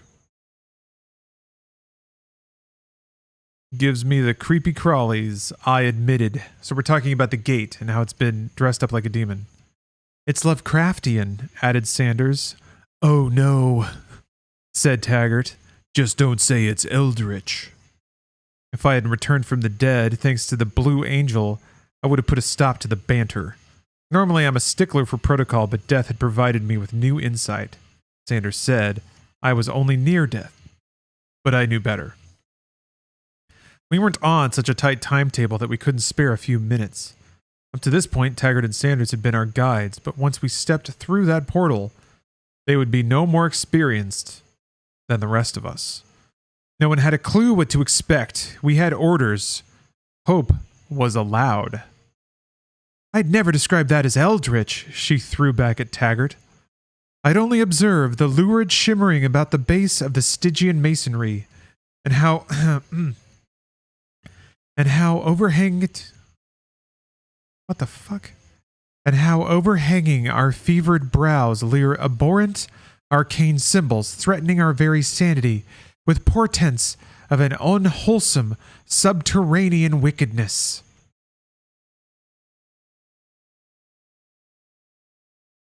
Well, okay, Taggart said, surrendering, just so long as you don't describe it as eldritch. The moment of R&R was no excuse to lay off work. Since the Marine Corps had failed to provide us with eyes in the back of our heads, I ordered a modified defensive diamond, half of one. All four of us couldn't very well cover the 4 cardinal directions. 2 of us had to prepare for the trip, then we switched the duo. My pressure suit was torn around the neck where the skull thing had bitten me. Taggart's helmet was damaged but still usable. The dent in the side didn't prevent his getting hit. The dent in the side did not prevent his getting it over his head, and the faceplate wasn't cracked. The only suit likely to leak was mine. At my query, Taggart repeated his belief that the suits, weapons, and everything else, not of woman born, would not make it through. The preparations might be a waste of time, but I wasn't going into the unknown leaving anything undone. We'd be foolish to assume anything. Making bets was another thing entirely. The odds were entirely on Sergeant Flynn Taggart's side. That's why I asked one last time what it had been like for him the last time he went through a gate. He reported, I retained consciousness, sir. You don't have to worry if your equipment is still in your hands because you don't have any hands. There's no sensation of having a body at all. Then suddenly pieces of you come back. It's like you think of them and you're whole again. Or maybe it's the other way around. Hard to tell. Were you awake and standing when you reached the other side? Standing, sir. We'd covered the same ground before, but we weren't under attack at the moment. I like going through the checklist one last time, and now our time was up. I gave the command, move it, Marines. We humped into the mouth of Moloch. At first there was a sensation of moving, of motion, a light drop, or a light dropping into the light, but it's hard to see without eyes. We had no hallucinations, though. Our minds were our own. You can just say no to hallucinations, but you need a tongue to say no. Know what I mean? Okay, and now there are lines that have labels. So I guess their brains are speaking to each other in the nether space between gates. Okay. Esteban. Does anyone hear my voice? I can hear it, but I don't have ears. You didn't say we could communicate while traveling through the gate, Sergeant Taggart. Never traveled in a group before, sir. Arlene and I went separately on the gate trip from Phobos to Deimos. The gates are different from the short-top teleports. You can say that again, Fly. I've never experienced either. Which do you prefer, Sergeant? I'm not sure, sir. Anything that doesn't require using a stupid plastic keycard to pass through a secret door is fine with me. Last time I was on Phobos, I really hated that. This is annoying enough for me, Sergeant. But I like being here. Albert's floating on by. Albert? You don't feel like you've been sacrificed to Moloch. The opposite. This is wonderful. It's better than sex. Well, I'll grant you it's up there. What do you think about that, Sergeant Taggart? About what? Do you think this disembodied condition is better than sex? Just had to go there, didn't it? Why did it get horny when they've been divested of their bodies? It's like the worst time to be horny. What do you got? You remember this from the game? Yeah, this was a pretty popular moment in the game. Nothing is better than a clearly delineated chain of command, sir. Is that sarcasm, Sergeant? No, sir. I don't like this experience. How much longer do you expect it to take? May I answer that, sir? You are both veterans of the gate travel, Lance Corporal. Time has no meaning here. There is no here. Oh, wait. Hold on. Okay, Sanders. Time has no meaning here. There is no here. I was afraid you'd say that. Since we don't know how far we're traveling or how fast, there's no way to calculate anything, sir. Permission to speak, sir? Tell you what, while we're in this whatever it is, we can all drop formalities. No one has to call me sir. Now, what did you want to ask me? If we encounter God, did we address him as sir? In case the answer is no, I'm more comfortable with dropping the formalities. Did you hear that, Fly? Yes. You are good at following orders. Yes. I'd like to thank all of you for saving my life. It was the blue sphere. Perhaps you willed it to appear. That occurred to me too. Strange to be brought back from the dead by a creature I didn't see. While you were unconscious, you didn't see the face on the sphere. I was dead. I saw the light. The sphere had a face? I wonder why any of our hosts at the end of this journey... I wonder if any of our hosts at the end of this journey will have a face like that. It didn't look like any of the Doom demons. Doom? We call them that sometimes after we found out the invasion was called Doomday. Did you feel that? Can we feel anything? I felt something warm. I feel as if I'm back on the Bova. Weightless. Must have a body to feel that.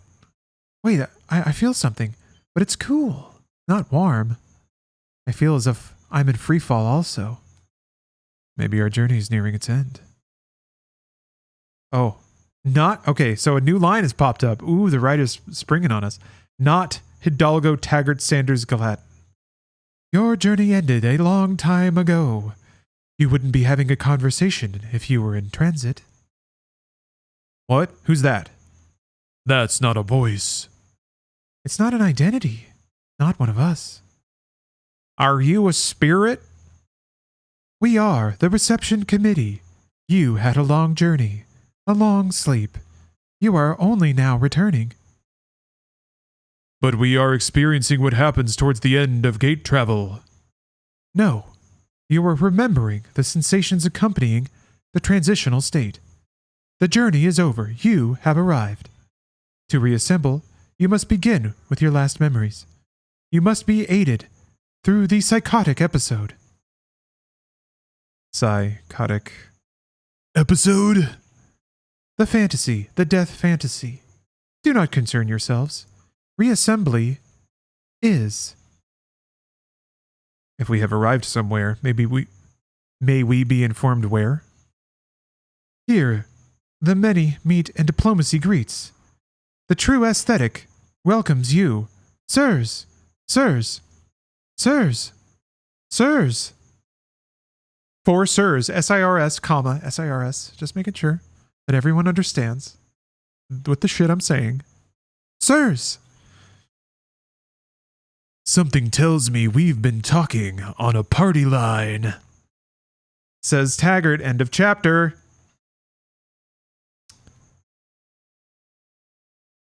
So there's like a galactic council on the other side of this gate?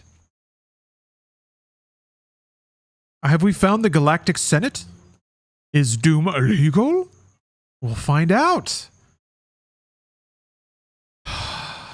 We'll find out in, what?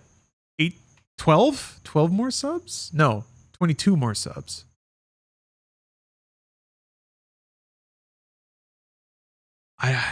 I'm speechless. Comrade, thank you for the sub. That was rough. That was rough.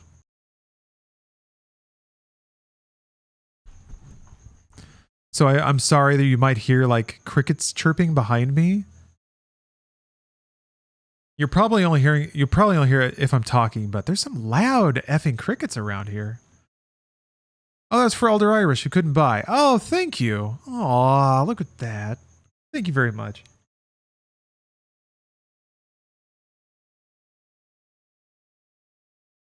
Got the hack crew, the hacker folks, hacker boys. It's just also masculine, you know? I'm kind of okay with everything going agendered. It's easier in terms of language. Subathon's been going great, Karkar. Oh, I shouldn't have pointed them out. Now people can't unhear them. Actually, I could probably close my windows, but it's pretty warm. Just consider that maybe that there's crickets on Mars. They are so loud. They're so loud, dude. Maybe I shouldn't have said anything. All right, chapter 21. I've never been able to explain to Arlene why I'm so convinced there's a God. She lives in a world of logic and science. Mysteries bother her. There are problems to be solved, and she insists on a certain type of answer in advance. Her stubbornness only makes me love her more. I'm not stupid. I realize the object hanging over my head is no angelic being, but lying on my back and watching the slow movement of the gossamer creature with the flashing jewel eyes, I feel a deep calm. The butterfly things that flutter around its flower-shaped head are attracted to the eyes as I am attracted. The gossamer being eats the small flitting creatures. This flying alien is no animal. It is a genius of its kind, but it pays no attention to me. If poor Dr. Ackerman had lived and joined us on this mission, he would have fulfilled his life's ambitions. The alien base contains a remarkable collection of geniuses. It was a sort of galactic Mensa. Yeah, thank you for the boost train. Sometimes I feel like Twitch has blasted us with so much weird news that we just like whatever. Okay. Boost train, sure. Whatever that is. What is it called now? That's fine. I haven't been able to find out where we are, but I'll keep asking. The only problem with this place is that most of the gossamer creatures completely ignore us. That's one development I never expected. Aliens who are simply bored with us. The bad part of it is how their attitude rubs off. I'm bored with us. If this keeps up, I'll lose my desire to shoot things. Never mind what that means for my career in the Marines. We Mormons believe in a warrior god, warrior angels, warriors. But there's not a single fiery sword anywhere in this whole gigantic habitat. What's a fella to do? I know. I'll make friends with some of the natives. There must be somebody in this burg who will show a new guy a good time. Okay. Got a line break. New perspective. It's good to have our bodies again, said Arlene over a cup of H2O and a plate of little red eyeballs. They weren't really eyeballs, but then they weren't really red either. It was a plate of red eyeballs, only they weren't red or eyeballs. So many words. Man, am I glad to see you. Sleepy Senpai, I'm glad to see you. Thank you for the very generous cheer. I appreciate that a lot. I'm glad that my new alert setup, very good. Very proud of it. Not red eyeballs. Yeah. Yeah, thank you very much, Senpai.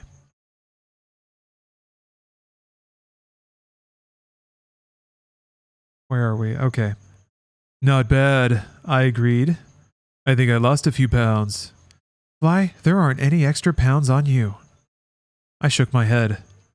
Our vacation in Hawaii put a few extra pounds on the old carcass. Not that I ever noticed, she said in her friendliest voice. You know, Fly, I feel as if I'm on vacation now. Okay, so this is when the Fellowship gets to Rivendell. They get to, like, hang out for a little bit. Or the book version where they, like, spend an entire year just fucking crushing brews and chilling. So did I feel like I was on vacation. It was hard to believe we were on an alien base God knew where. We were sitting at a table floating in the air between us. We were not in 0G, but the table sort of was. I never sat in a more comfortable chair. It altered its shape to accommodate my slightest move. We'd taken our pills, and were now enjoying the best human dinner available to us. The only one. Captain Hidalgo is not on vacation, I pointed out. There had been a problem with him. This strange entity we called a medbot had told us that Hidalgo's brain and body were not yet in harmony, but they would be. Whenever we asked the medbot how much time it would take for Hidalgo to be on his feet again, the eye of the robot seemed to wink at us, and the thing produced equations in the air. To be honest, I wasn't completely certain it was a machine, but Arlene insisted it had to be. Arlene understood one statement, which put her kilometers ahead of yours truly. He did it again. It's become less common, but yours truly with the Y and the T capitalized. She said that in quantum physics, there's no such thing as absolute time. There is only time relative to the location and the speed of the observer. I'd settle for finding out how much longer it would take for Hidalgo to rejoin us. There was no one I could ask about when Albert might come out of his mood. Arlene seemed to read my thoughts again. Maybe in this place she really could. Albert's not on vacation either. At least he's all right. Physically, yes, but I've never seen him in such a strange mood before. He told me he was meditating. She shook her head. He told me he was trying to communicate. That may be the same thing with these critters. We could spend the remainder of our lives attempting to adjust and never get anywhere. I remembered coming back into my body. When we had eyes again, I saw the naked forms of Arlene, Albert, and Hidalgo. We weren't alone. There were aliens with us, but my reactions were off. I didn't worry about whether the aliens had weapons or were menacing us in any manner. I'd undergone a change in perspective unlike anything that happened when I gate traveled before. I perceived the naked bodies of my fellow human beings with a completely new objectivity. I figured the difference had more to do with where we were than how we arrived. I didn't feel desire for Arlene. I wasn't judgmental. Is this going like Stranger in a Strange Land all of a sudden? Is this just going to go like hyper hippie? The author did acid once and then decided to completely change the book. Yeah, exactly, Random Dork. He experienced ego death or some shit. What is this? He's going to live in a perfect commune where he no longer feels the need to fight. There's that whole other book, though. Oh, boy. Okay, let's keep going. I wasn't judgmental about the bodies of the two other men. I didn't feel any locker room embarrassment or competition. But I wasn't indifferent. I was curious about the human body, as though I were seeing it for the first time.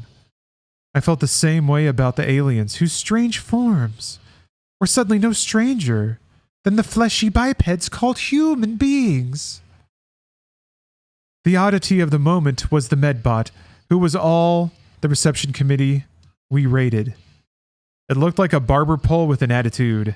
When Hidalgo collapsed, none of us rushed to his aid. We were still in that weird frame of mind which I can describe as objectivity. For the moment, there was no strike team of Marines.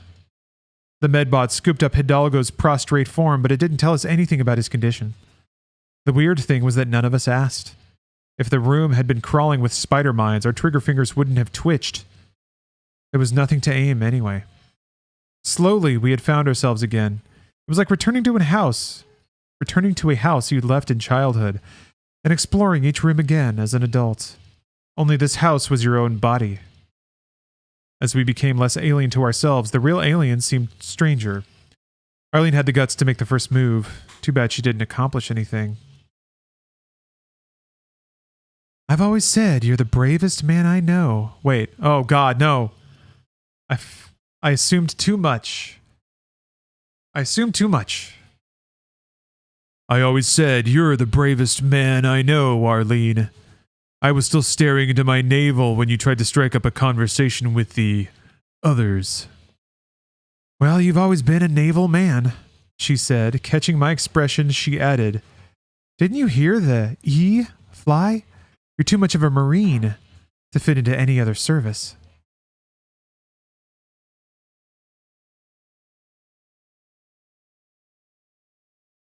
I don't get it. Yup, we were back to normal. I think I get it. I don't want to, though. That didn't seem to get us... Huh? You want to order food or something? I was going to after I finished this chapter. Yeah, sorry.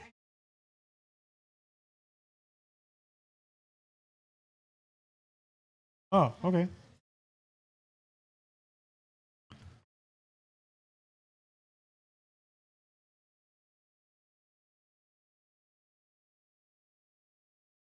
Is anything open this late at night? Well, it's only 10, and there's some fast food around that's 24/7, so.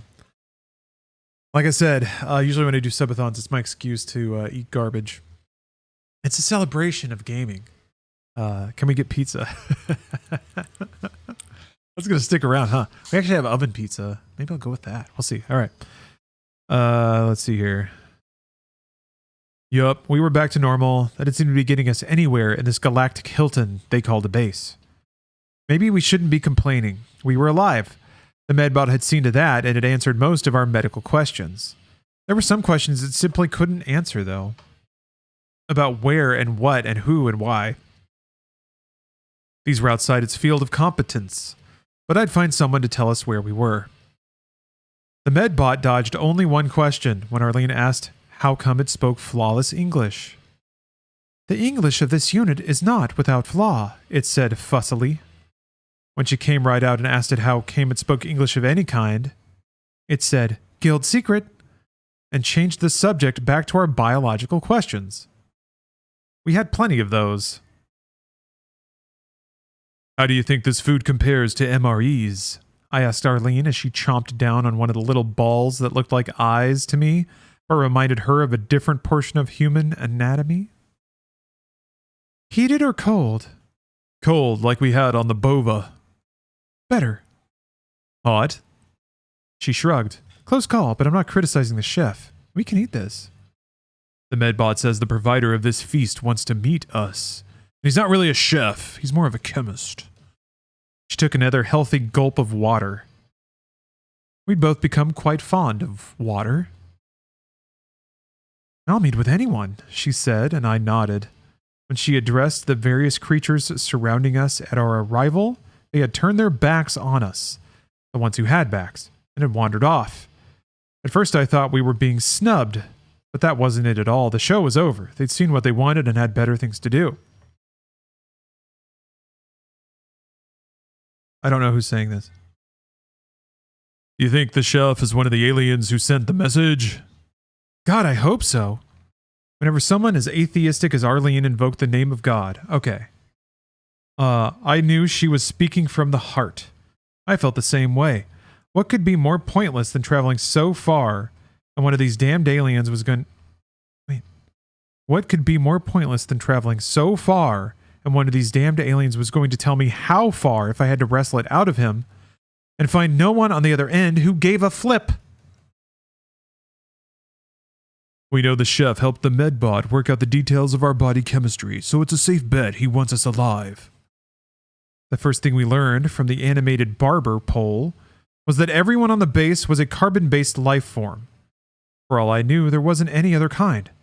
So far, everyone we met was also the same on both sides of the invisible vertical line, or as Arlene would say it, bilaterally symmetrical. I was grateful for two things: Earth normal gravity and re-entering the Oxygen Breathers Club. But that didn't mean we might not run into some other problems. Hidalgo sure did. So it made sense. They'd kept all of us on ice, in some sort of limbo, until they were sure we'd be all right in the environment of the base.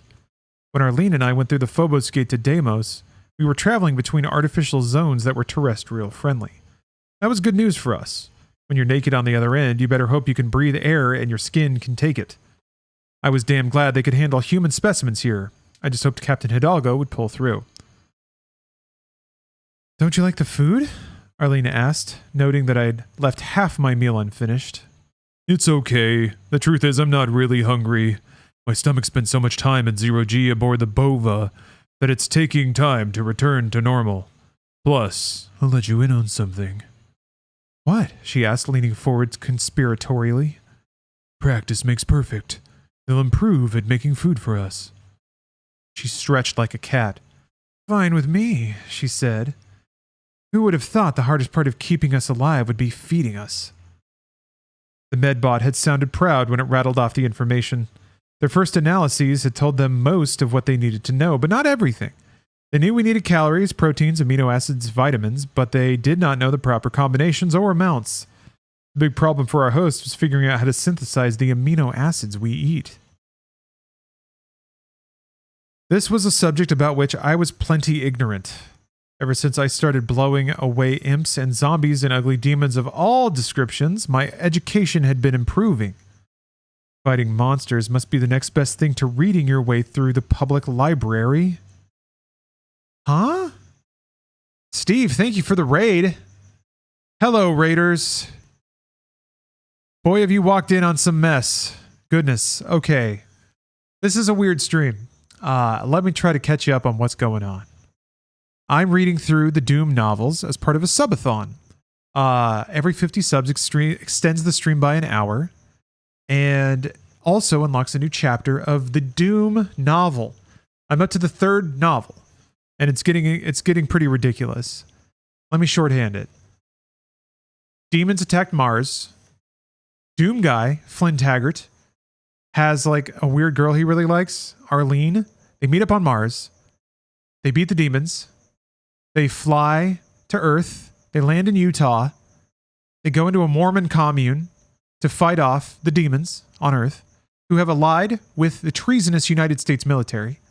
So it's the Mormons, the heavily armored and entrenched Mormons versus the U.S. military and the demons. The Mormons say, Fly, who's the main character, is his nickname,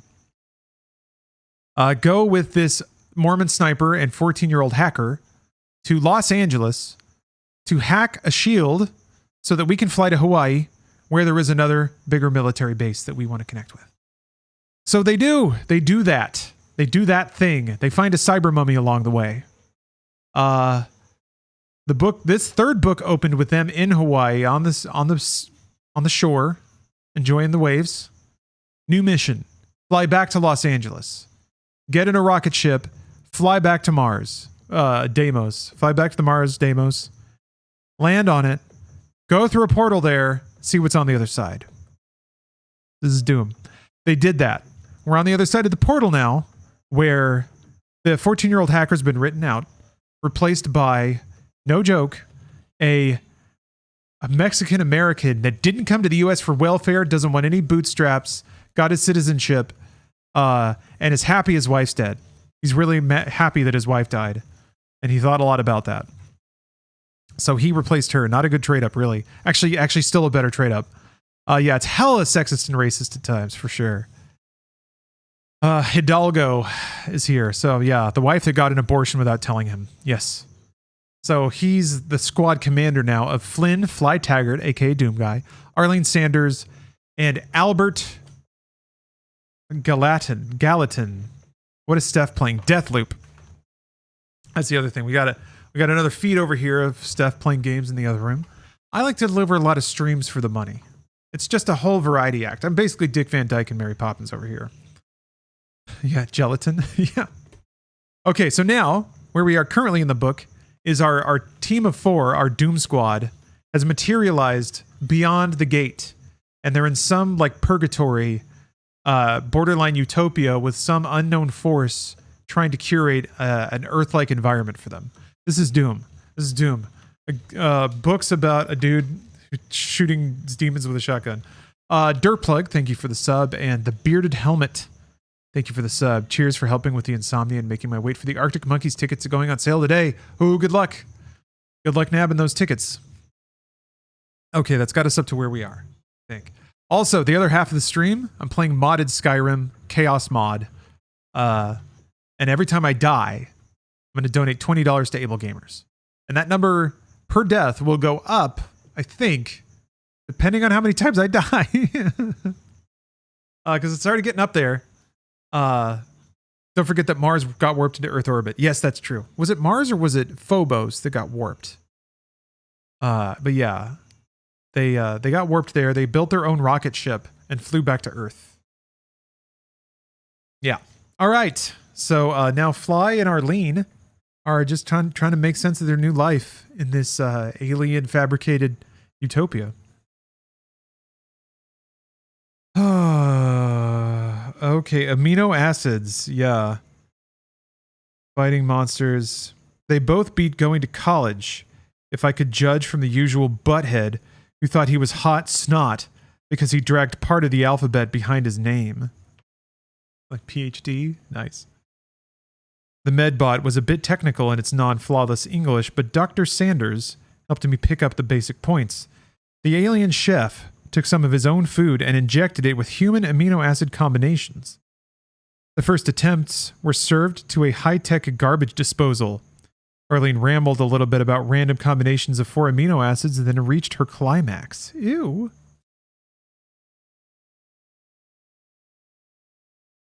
The ropey things on the barber pole began to throb, and out of the top came a bottle of white pills, a present from the alien gourmet. We'd have to take those pills if we wanted to live. The pills were blockers. While experimenting continued in the higher cuisine, the pills would increase the safety margin. Where had we heard that before? They would chemically block anything harmful. Without them, we were doomed. Naturally, I wanted to meet our benefactor as much as Arlene did. We'd exhausted the possibilities of conversation with the medical barber pole. So when the medbot told us we could meet our favorite alien, we were eager to tote that barge, lift that bale, swim the highest mountain, whatever. The medbot's instructions were clear. The next time you eat, stay in the place where you eat. So we did. We didn't have any important date to break. Arlene had tried to talk Albert into joining us, but his appetite seemed smaller than mine. He was off meditating again. Seemed like brooding to me. I wouldn't call it sulking. Hidalgo was still under medical supervision, so Arlene and I were the ones who attended the great meeting between worlds. Look, said Arlene, stifling a gasp. The chef was coming. The chemist was coming. The alien who gave a rat's ass about us was striding up the silver walkway, and he seemed very eager to meet us. Of course, he, right? Flynn. We could tell from his very human smiles. 2 smiles, exactly the same because he was a they. Identical twins moving in unison. They were more than twins. They were mirror images of each other. Arlene started to laugh. I tried to shush her, but it was no good. I can't help it, she said. Arlene, this is important. Put a sock in it. I can't help it, she insisted. They look like Magilla Gorilla. capital M, capital G, Magilla Gorilla. That's what it. You want me to spell it? Like Magilla Gorilla. Magilla Gorilla. Magilla Gorilla. They look like Magilla Gorilla. I don't know what that is. Look that up. It's a thing. Okay. That's the bombshell that the author decided to end the chapter on. That dynamite reference.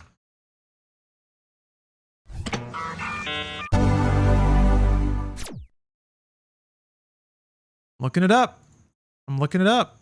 Wait, what? This guy? This nerd? The Hanna-Barbera character? But there's only one of them. I don't understand. How...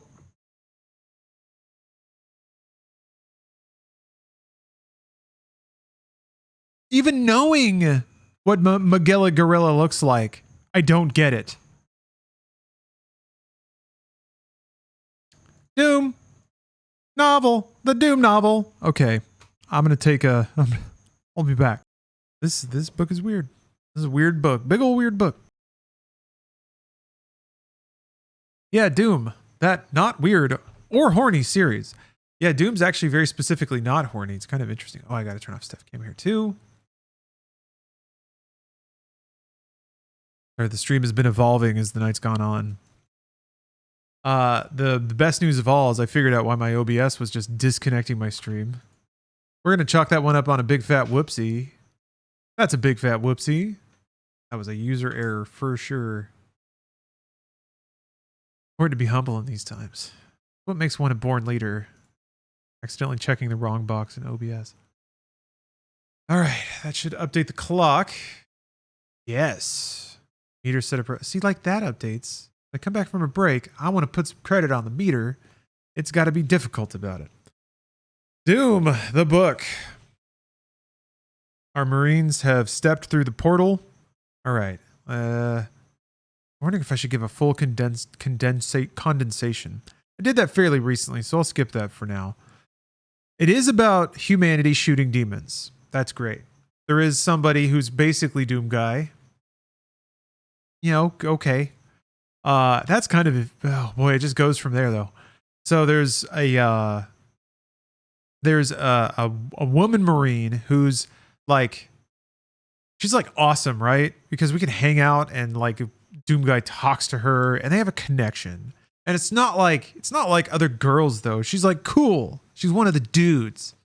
And he's like super into her and denying it. Which is really the author, I think.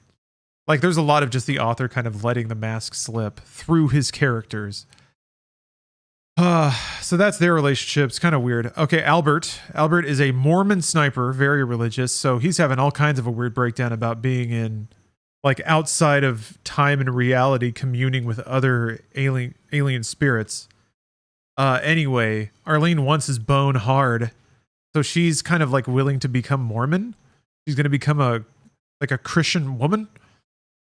Just so she can get it stuck. So I mean, good for her. Whatever. If you got to jump through some hoops to get some quality D in the post-apocalypse, I'm not keeping score. Fuck it. And then there's Hidalgo, a real piece of work, a real stack of something. Golly. I almost don't want to say anything about his character because it actually may not matter and it may never come up again. But it's not good. It's very bad. How to summarize it? He was happy that his wife died and the book spent a shocking amount of time. The author must have gotten divorced at like this exact point in the book or something, because it kind of goes on and on about how betrayed and women's feminist bullshit. It's real. It was really something. Real piece of work. Real cringe fest. Didn't really come up at all until a lot later. But Hidalgo is he has immense divorce court victim energy. Yes. Even though she's the one who died. And he was straight up just like, it's weird. If if she told me some stuff, like after the demons invaded, I wouldn't have cared, but she didn't. So whatever. I'm happy she's dead. Like that was it. He's a real piece of shit. Oh yeah, the book was the author's therapy. Yeah. It's there's definitely been some times where the author has spoken through his characters. Say that. Okay, where were we at? 4 people are now like post time. They're in some between space. There are spectral aliens that are taking care of them, but they can't communicate with them. And then their alien host that like has apparently sent them a few messages in the past, which was seeded in the books, but like when it was written about 2 books ago, it really could have been anything. So they're kind of paying this off, I guess. And in walks up is trundling up the stairs to like their crystal palace in post time. Some alien that Arlene describes as looking like Magilla Gorilla, a Hanna-Barbera cartoon character. Codename Devil. Thank you for the sub. Yes, Drowsy, we're in book 3 of 4. Full books about Doom. Chapter 22. Alone. Silence. He drifted. It was different than before. He had not been alone before. Now there were no voices. The last words had been a metallic voice complaining there was a slight problem. Now there was nothing. Then there was sound. He heard her plainly. His dead wife was paying him a visit. Son of a bitch! No! No, I thought... okay, so now I have to explain it. I thought we were just going to leave it behind. But no. The book's swerving right into it. God, diving in front of traffic is really what's happening here. Okay. So Rita had an abortion without telling Hidalgo. When she did tell him, Hidalgo was so disgusted with her that he hated her immediately and like irredeemably on the spot. He's a Marine. He was called into active duty when the demons invaded. She was, I guess, wandering around in no man's land and was stomped on by like a minotaur. And he was like, good. Because he didn't have to tell anyone that they were going to get a divorce. So he was like, great. Now everyone gets to think that I'm a nice guy. Oh, I'm so sad. And like her family's like, oh, we're so sorry. And he's like, yeah, right. I was going to ditch her ass anyway. So he's like, he's a straight cockwad. Just the absolute worst. But like apart from that, that's his like background. And this was all told in a flashback while he was just brooding in the darkness. Apart from that, he's been a crazy straight-laced like military man. He's the commander. Excuse me. He's the commander and he's just been very by the book, blah, blah, blah, blah, like doing everything right. So it's just very unsavory. It's all very unsavory. Oh yeah, there was a part. You know what? I'm gonna leave that one behind.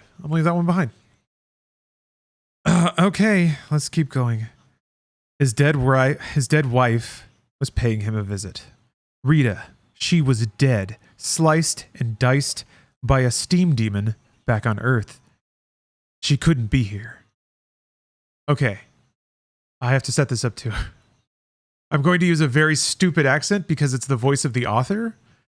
The author like made reference to tacos and shit from these characters. So this is what we're dealing with. I want to set that up early, right? I'm mocking the book by doing a crappy accent. Is that a cop out? No, I think it tracks. All right. Esteban, she whispered in the dark, as she used to do when she woke up before him shortly before dawn. You're not here, he told her. It was the first time he had heard his own thoughts since he was cut off from the others and placed in true limbo. Oh, sorry. You have summoned me.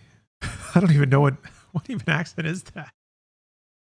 That's like I'm a 50s actress who's just trying to sound foreign accent. It actually, you know what? It still tracks. It's fine. You're in a dream. He replied morosely. I don't want to talk to you. I want to meet the aliens. But I am the alien, Esteban. The only aliens you've ever really confronted. No, I've fought aliens, red devils. Shot the grinning skulls and been ripped by their razor-sharp teeth. You felt my teeth first. Felt my lips. Go away. Leave me alone, you traitor. I must return to my men in Sanders. They need me. I must complete my mission among the friendly aliens. Rita's voice was like a song he'd heard one too many times. I was your friend. Never that. You were my wife. She was sad. You didn't try to be my friend. I thought you didn't love me, so I didn't want to have your alien growing inside me. Holy shit. Anger filled his mind, and he was nothing now except his mind. Cold, hot. The desire to hurt. To fire a chain gun. To wield a chainsaw. To fire a rocket that would obliterate all memories of his marriage. The steam demon hadn't been able to do that.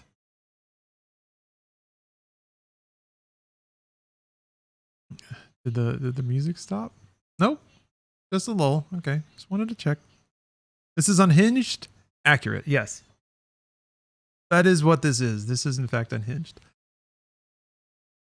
Slide 7. I don't know if I thanked you for gifting a sub, but thank you if I didn't. And if I did, thank you anyway. Also, codename Devil. Thank you very much. How long is he sitting here silently imagining all this with his ghost wife? So, yeah, he's not technically sitting. His spirit is like floating outside of his body.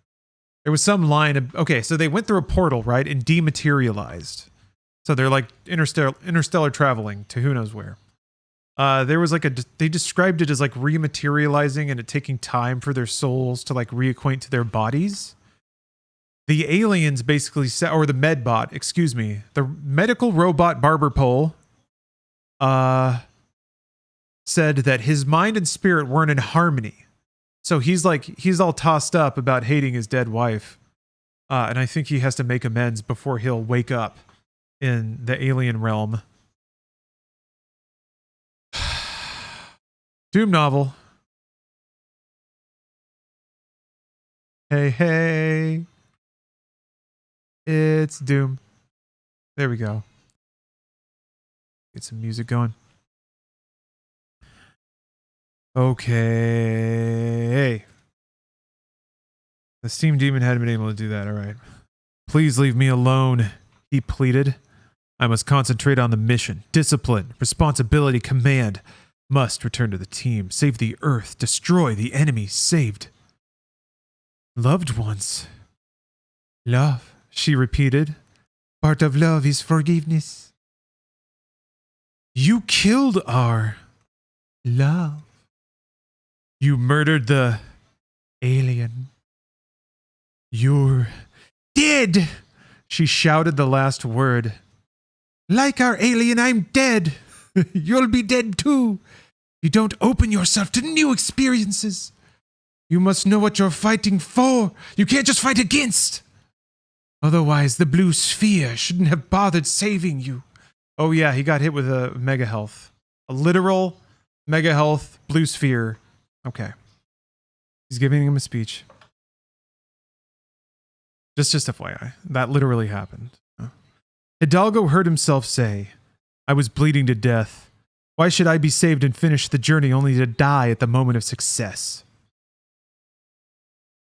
He felt his tongue move in his mouth. He felt his throat swallow. He had a body again. Now if he could only find out what they had done with his eyes, so he could open them. Someone just threw it at him? Kinda, yeah, Bit Fortress. It floated in and landed on him. The retcon is that it was sent by and somehow guided by the alien that looks like the cartoon character that we just cut away from for Hidalgo to scream at his dead wife. And somehow inhabit his own body, though he didn't actually attain any kind of catharsis. So yeah, interesting choice. I don't know who's... Okay, I think this is from Arlene's perspective. Were all the novels written by the same guy? More than one guy. Multiple authors, but yeah, I think so. Somehow.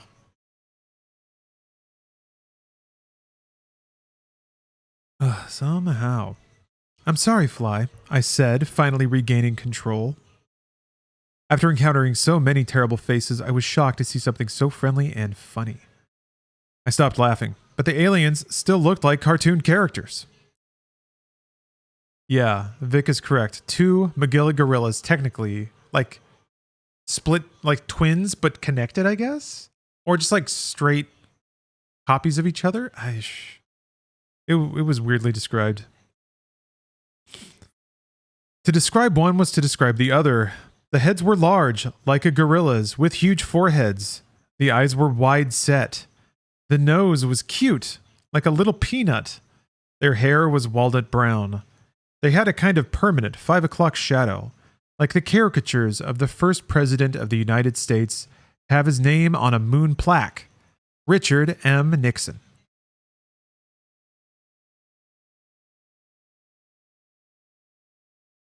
It sounds like Tweedledee and Tweedledum a little bit. Jeez. Their complexion was a yellowish green. Maybe they had a little copper in their blood. Their bodies were massive and looked strong. The arms were a bodybuilder's delight. They were longer than a human's. I bet they were exactly the right proportions for a gorilla. Then again, I might still be trying to justify my reaction. The forearms bulged too much for the simian comparison.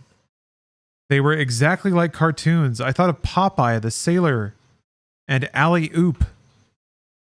I couldn't figure out how Fly had kept from laughing. The big chest seemed even larger compared to the narrow waist. I couldn't help but noticing a detail that Fly would probably miss. The tailoring of their clothes was first rate. They wore a sort of muted orange flight suit with lots of vest pockets. Except for all the pockets, the suits were surprisingly similar in design to standard issue combat suits. Homo sapiens model. Some of the aliens didn't wear clothes at all, or if they did, I couldn't tell. It was reassuring to find these similarities to ourselves in our newfound friends. They even had cute little combat boots, so I couldn't check on how far the gorilla comparison actually went.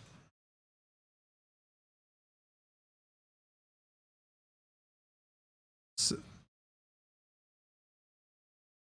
this the voice of Arlene talking? Yes. I'm pretty sure. Jeppo, thank you very much for the sub. I'm confused, y'all. This is just confusing. I don't think there's another word for it. All right. Yeah, we need to get those toes out. We need to see how ape-like those feet are. Let's see those piggies. There was no doubt about these guys being friends. Welcome to you, they said in unison. All that was missing was a reference to the Lollipop Guild. Okay. There were some serious English teachers going on here. What? Oh. There was some serious English teaching going on here. Oh, like sarcastically saying how bad their English is? Okay. I get it. We're just like snipping at the aliens the very first time they talk. All right. Get a load of these fuckers. Can't even speak good English. Fucking aliens. Hey, maybe go back to your dimension. She says after rematerializing a brain in this dimension and eating their eyes that aren't eyes. I don't know. Excuse me. Sorry. Really congested. Very odd. Oh, Christ. Where are we? Okay. Are you brothers? Fly asked before I could. We are of the clave, they said. Can you speak individually? I asked. Yes, they said in unison. I was good. I didn't laugh. While I was working to keep a straight face, Fly took command of the situation. He stood up from the relaxa chair, which seemed to sigh as he departed, and touched one member of the dynamic duo. What's your name? He asked. We are of the Clave! He repeated the procedure with the next one and received the same answer. He followed up. That's your race? Your species? Magilla number 1 looked at Magilla number 2. I think they were deciding which one would speak so we wouldn't suffer through the stereo routine again. One of them answered, The Clave are us! How many? The other took a turn. Going to 1 trillion less, coming from 100 more.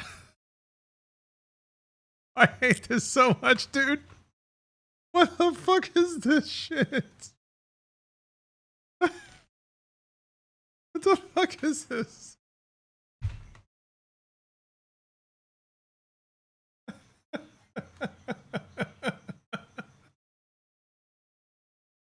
This isn't a Doom book. Oh my god. I can't. It's like every mountain is conquered successively. He's like the king of just like creep out sex stuff, the king of just weird descriptions, and now just the king of what is going on. Setting new bars for misogyny and just nonsensical plot at the same time. Okay, sorry. Let me collect myself. Yeah, this is an official Doom book. This better be canon. It's something. It's not, maybe not canon. It's more like caca. Yeah, someone heard third hand what taking LSD is like. Yeah, it's like the writer's trying to get psychedelic. I was thinking like this is taking like weird Stranger in a Strange Land twists. Like it's getting so far outside. I feel like the author either did a substance or read like psychedelic sci-fi and then was like, "Oh, I could do that." You just roll with it, right?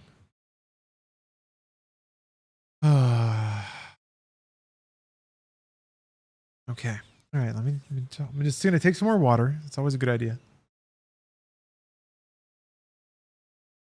Magilla Gorilla. Magilla Gorilla. A general. Okay, going from 1 trillion less, coming from 100 more. A general would like slightly better information. I joined Fly. He was on one side of them, so I took the other, effectively bracketing them. Now we had a menage a quatre. I touched the one nearer to me and asked, "Do you have a name separate from the other?" "Separate?" he asked. Apparently there were some problems with the English lessons. This part of we? Oh wait, sorry. This part of we? Asked mine. I nodded. They put their heads together. They weren't doing any sort of telepathy. These guys were whispering the same sentence. Sounded like a tire going flat.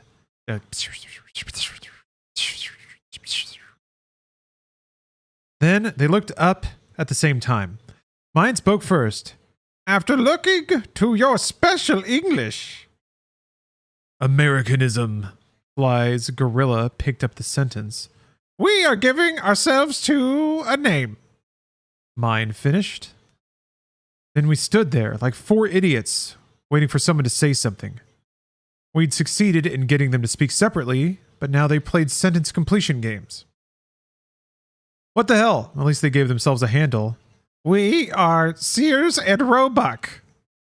We are your friend. We will take the battle to all enemies, and together we fight the Freds."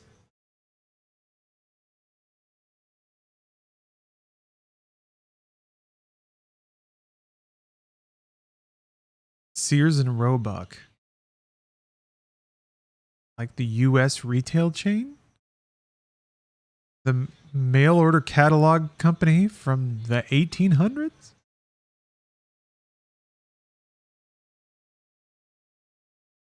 Sears and Roblox.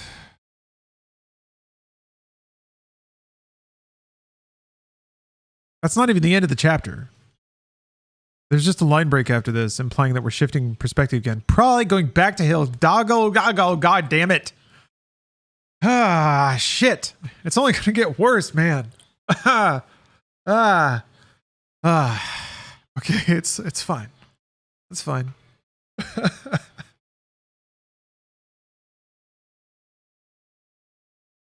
Okay, it's fine. Everything's fine. Oh, no. Oh, it's even worse. Okay. Hidalgo being strangled by his ghost wife. Yeah.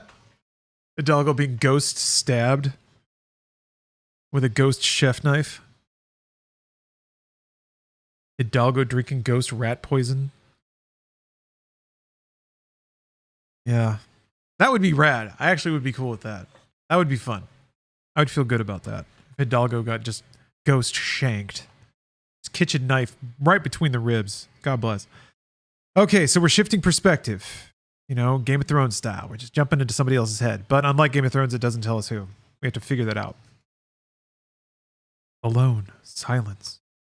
She drifted down deserted streets. In the late afternoon, the temperature dropped quickly. Jill put her windbreaker back on, but she was still cold. She didn't like coffee, but she was glad to have the hot cup in her hand. And she needed the caffeine. Swirling the remains in the styrofoam cup, she looked thoughtfully at the light brown color that came from 2 powdered creams. But it still tasted bitter, just like coffee. At least she had managed to find food in the abandoned grocery store.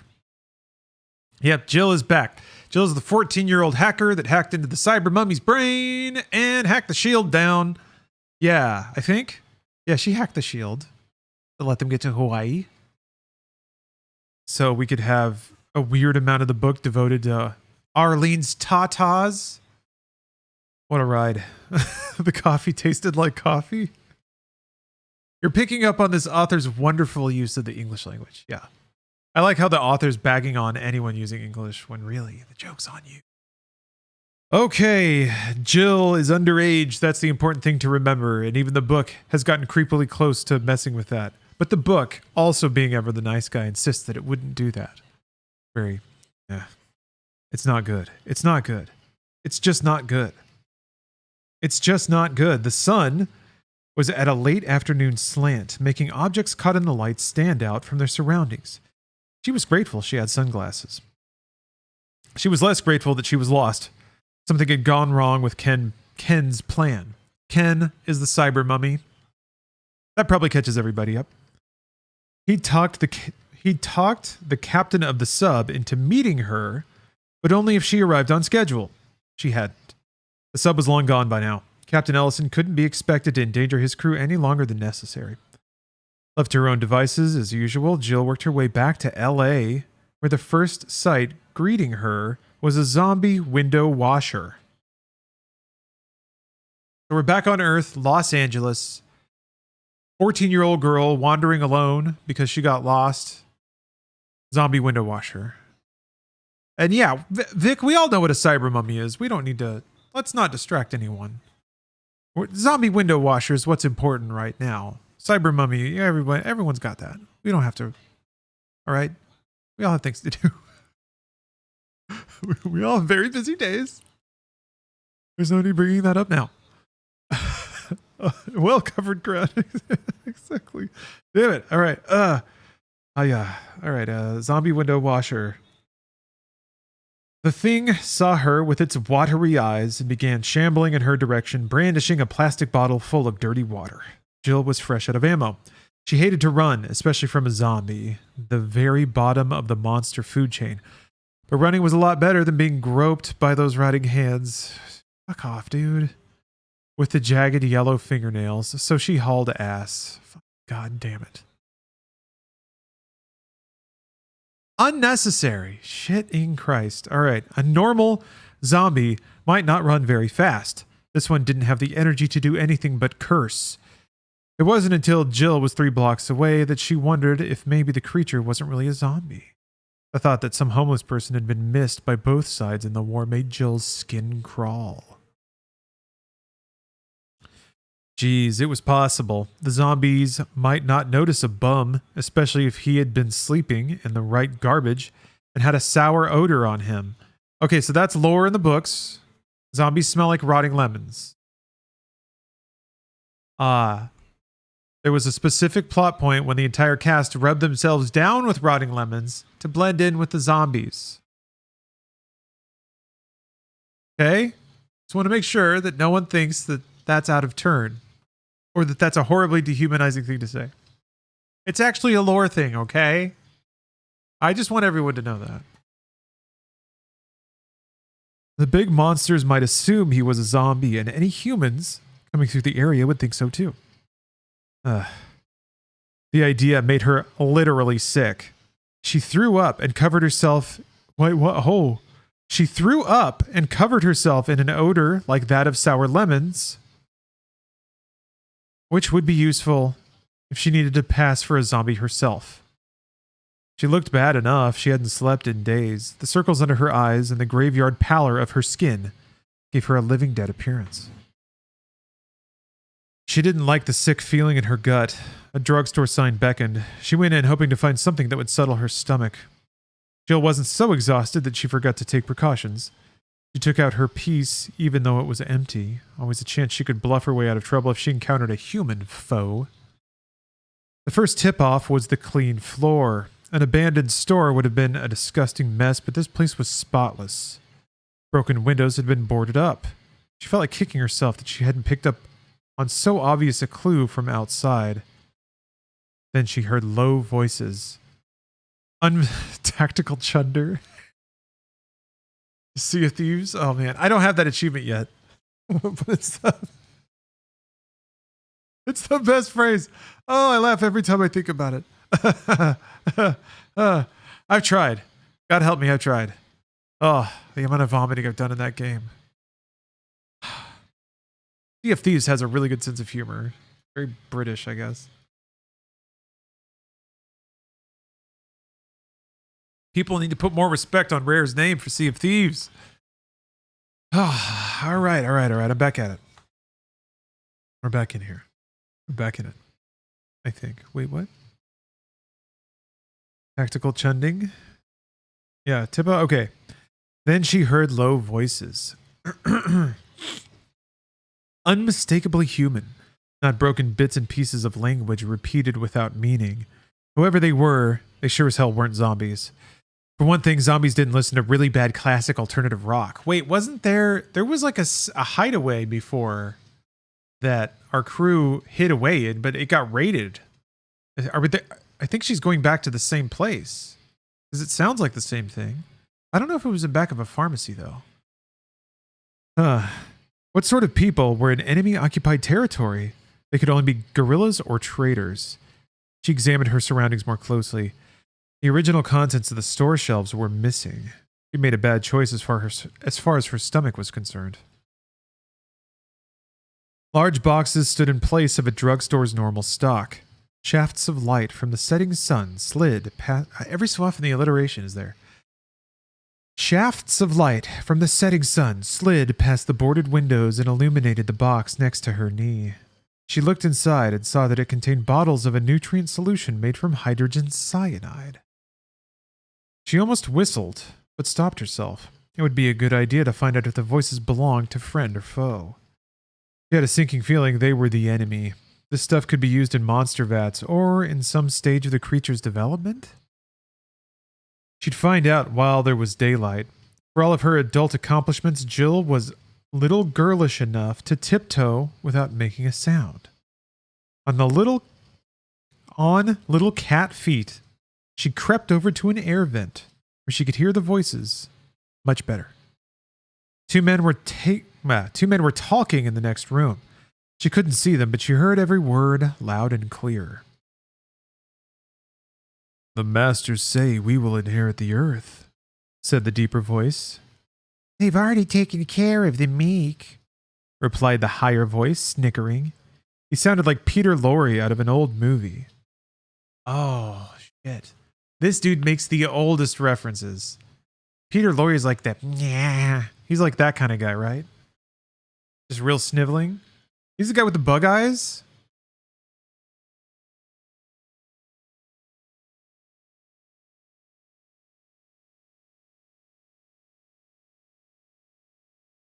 Yeah, the Animaniacs guy. Yeah, he was parodied in Animaniacs. That's probably like the most recent appearance of him or his like caricature.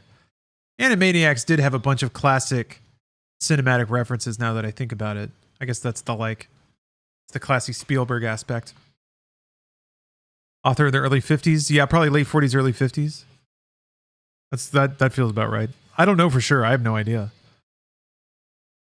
He was parodied in Looney Tunes. Yes. Yep, that's the one. Mm-hmm.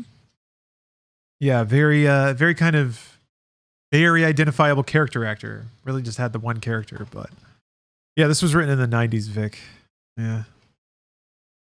Okay, Peter Lorre sounding dweeb. Where is that? Okay. Jill didn't need them to spell it out. These were human traitors, the real McCoy. These dips hadn't crawled out of any vat. She was shocked that these human bad guys couldn't come up with a better name for the Freds than the Masters? Really? I was at the General's briefing, said the deep voice. He told us the resistance is so desperate they've started a propaganda campaign to convince people that the Masters have enemies elsewhere in the universe. Yeah, I heard that too, the other one snickered. The Masters are the only life besides us. They've told us. Except for life they create, of course. That's why we're so important to them. We're the only other intelligent life in the galaxy. Jill had heard enough. They just sit around telling this to each other? This is just the conversations they have. Okay. Jill had heard enough. Fly had often asked what she would do if she got a crack at human traitors. Oh my god. So FYI, Fly was like, would you torture somebody? He was straight up mad dogging this 14-year-old if she would commit war crimes. So Fly's cool. The book's cool.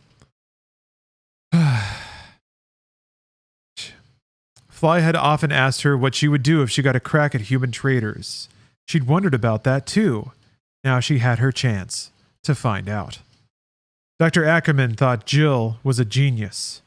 As young as she was, she already knew there was a reality beyond cyberspace, and that reality was just as important when it wasn't virtual. She had many interests, like chemistry, for instance. While Tweedledum and Tweedledee continued stroking each other, Jill checked the contents of the other boxes.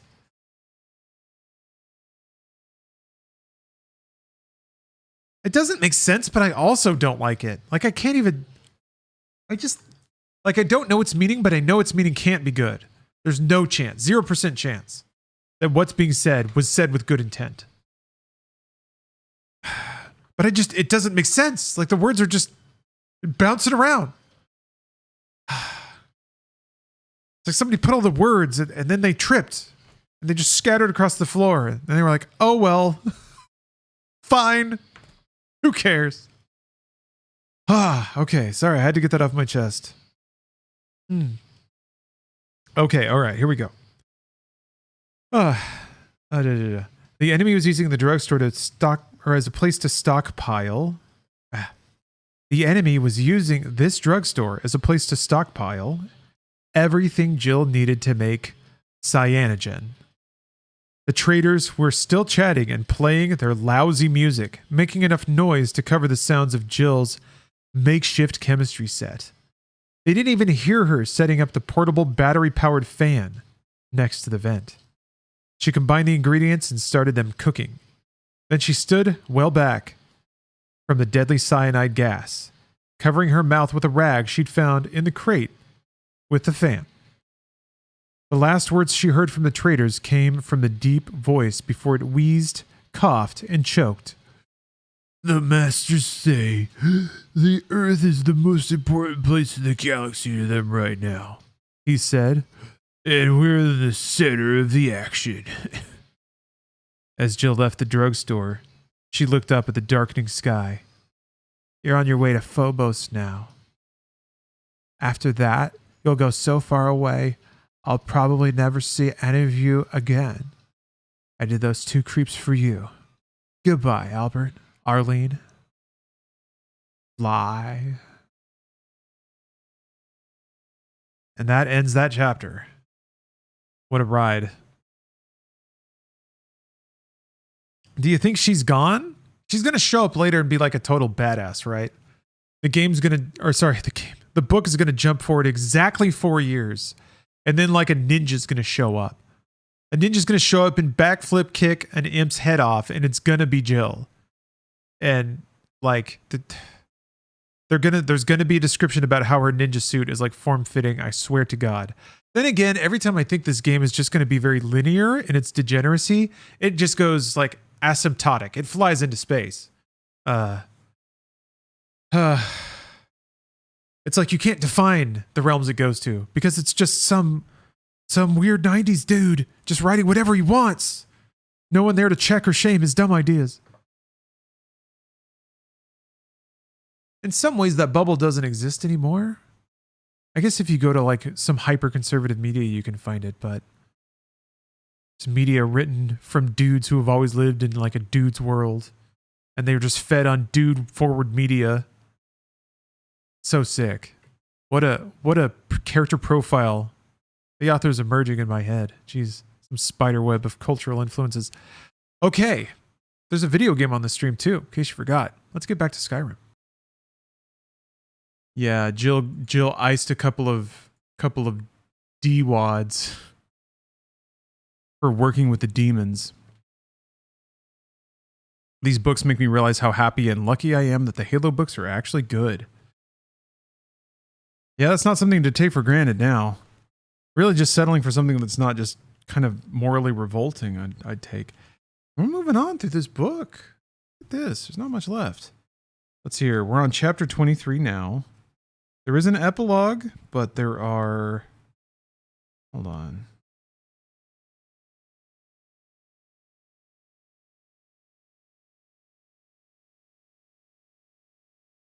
"31 chapters, so closing in on it. Were they actual traders or just people who listened to rock music? They did talk about how they were really excited to serve the demons, or the masters, I guess as they called them. Okay, let's see here. We had just met 2 very jacked with gorilla arms dudes that looked like Hanna-Barbera monkeys, and they called themselves Sears and Roebuck. Phobic Druid, thank you for the sub. Good to see you. All right, I think this opening quote is from Sears and Roebuck. "Earth is not very important." "Come again?" asked Arlene. Sears and Roebuck didn't pick up on her hurt tone. They were simply answering my question with unfailing honesty. Unfailing honesty. I wondered if all the Clave were like this. "They're not passing value judgments, Arlene," I said. "If the facts offend our pride, it's not their fault." Oh my god. He is facts not feelingsing already. "If looks could kill, my best buddy would have fried me." Oh my god. Okay. Take that one again. Let's just take that from the top. "If looks could kill, my best buddy would have fried fly on a stick." "Don't patronize me," she said, which was the furthest thing from my mind. I was surprised, that's all. Why would the Freds produce a ton of damned monsters and flood our solar system with them if Earth is not important? "Don't ask me, Arlene. Ask them." We turned to Sears and Roebuck. They said nothing, so Arlene carefully repeated her diatribe for them. Boy, did they have an answer. "Earth is skirmish zoned. They don't care to go to Okay, right. Hold on. This is going to really break my brain. Holy moly. I need more mental faculties for this than I have at the moment. Okay, all right, here we go. Earth is skirmish zoned. They don't care, go to humans. Galaxy is setting for whole game. You'd call galactic diplomacy by other means. No war goes to Earth. Your space is too small. Earth is move in game. All are having you here because you matter. All parts matter to the clave. Whole game matters to the... He used a word to denote the Freds. There was no English equivalent, and a Clavian word slipped in. To human ears, it was noise. Is it only the Clave who fight the Freds? Asked Darlene. Sears and Roebuck understood well enough when we spoke of the enemy. For whatever alien reason, they didn't call them Freds. I hoped I could persuade them to start using all our words, if only so I wouldn't have to listen to a sound that put my teeth on edge. In answering Arlene, they used another nails on the blackboard sound to describe the larger group of aliens of which the Clave formed only a small part. All here are opposed to... It's just like random symbols in the dialogue. So that's how I'm going to make up for it. Oh,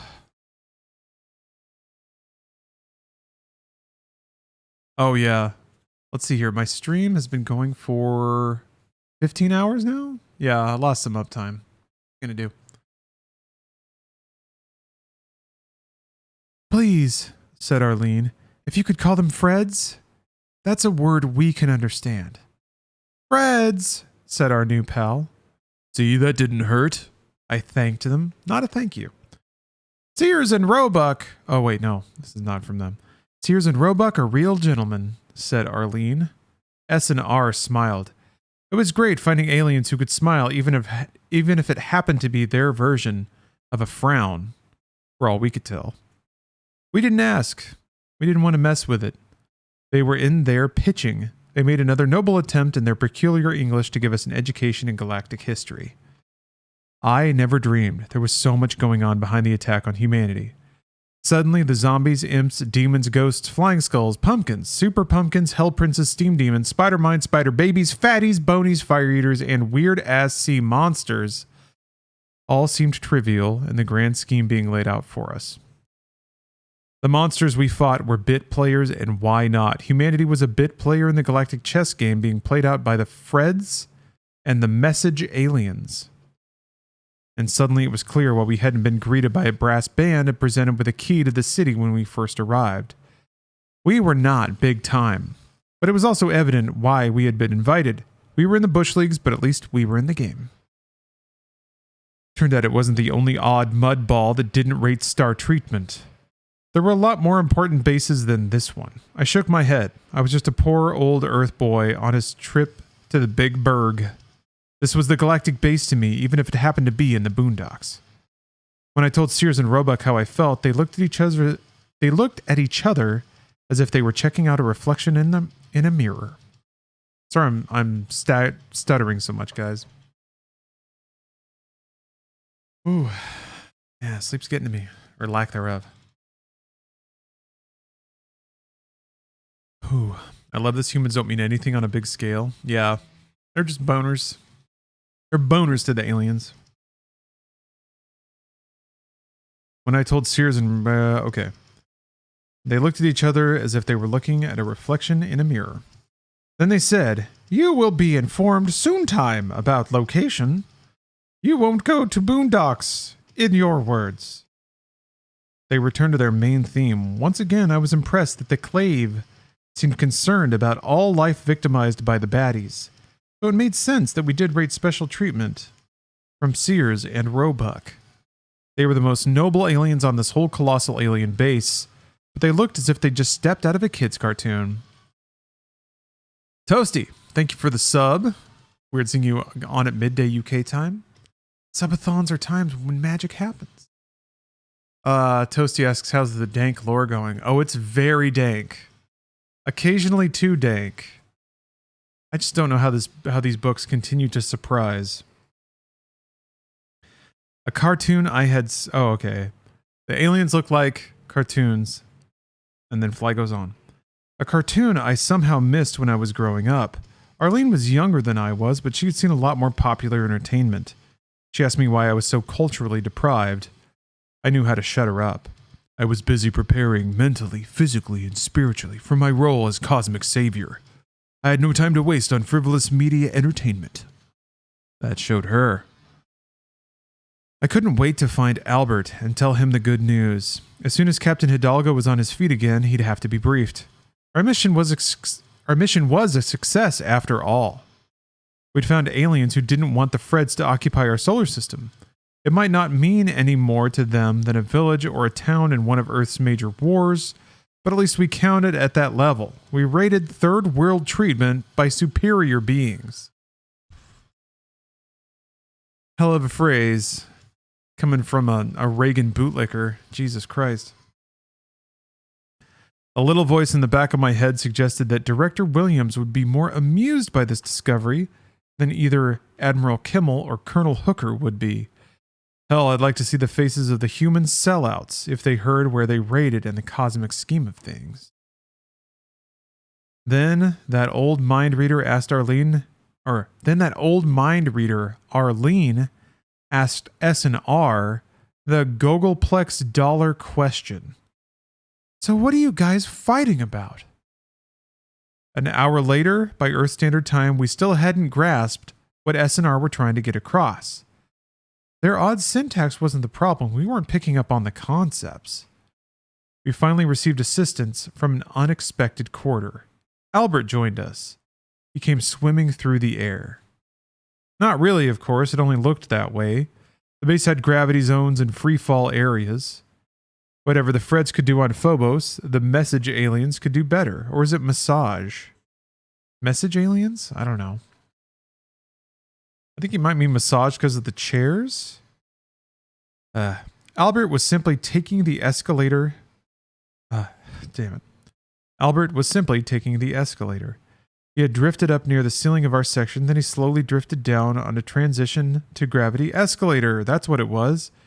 He moved his arms and legs as if he were doing the breaststroke, grinning at us the whole time. I hoped he was over his sulk or pout or whatever it was. I didn't buy the meditation bit. He seemed eager to rejoin his buds, and he'd picked a good moment to meet Sears and Roebuck. The moment Albert touched down, he took out a little purple ball and squeezed it. A duplicate of Albert appeared. I'd seen those toys before. We thought we had virtual reality on the old mud ball. The doppelganger matched Albert's movements perfectly. "What's this about?" I asked. "Trust me," he said. "I'll tell you later." For the rest of the time he was with us, his three-dimensional image aped his movements from a few feet away. Arlene shrugged. So what if Albert was playing games to deal with his boredom? He made the introductions. "Sears and Roebuck, I'd like you to meet another member of our team." The Magilla gorilla faces grinned more widely than I thought possible. Looked as if their heads were in danger of splitting open. "We encountered these unit in times going before," they said. Well, I'd be dipped in a substance they recycled very effectively here at the alien base.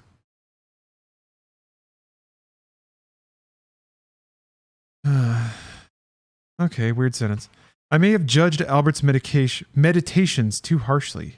He waved at S&R, and both of them waved back. "We're discoursing the wordage, but not reaching home plate," said S&R.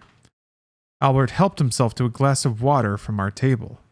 "You must have asked them for background," he said. Arlene playfully pulled at Albert's sleeve. He seemed very comfortable in the shimmering robes he'd selected. The designs looked slightly oriental to me. "Have you talked to them before?" "Yes." "Do you understand what the war is about?" Oh no, it's Arlene. "Do you understand what the war is about?" she asked. Albert sat in one of the chairs we'd vacated. Near as I can make it out, they're having a religious war. SNR had mentioned diplomacy. It would have been nice if that word had registered on Arlene. She snorted when Albert read or said the R word. I'd expect that from you, she said with disdain. Arlene, I jumped in. It's all right, Fly. Oh, it's all right, Fly. Albert jumped right back. I can understand why Arlene would react this way.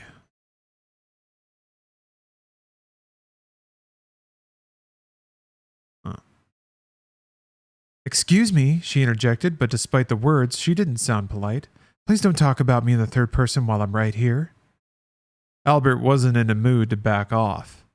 We've been doing that with Sears and Roebuck, and they're right here.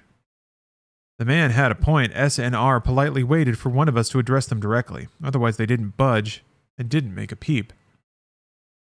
Albert regarded Arlene with a strong, steady gaze I'd never noticed from him before. I definitely needed to rethink my views on meditation. Arlene, he began softly, it might not be possible for us to understand why these advanced beings are in conflict. They have such an advanced technology and powers that they can't possibly need territory or each other's resources. The war is some sort of galactic chess game. It may not be possible for us to grasp the root reasons for the war. I think the best we can hope is to make a good analogy.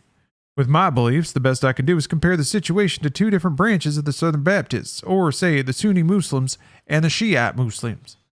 From the inside, there is a huge chasm. From the outside, the distinctions may seem insignificant.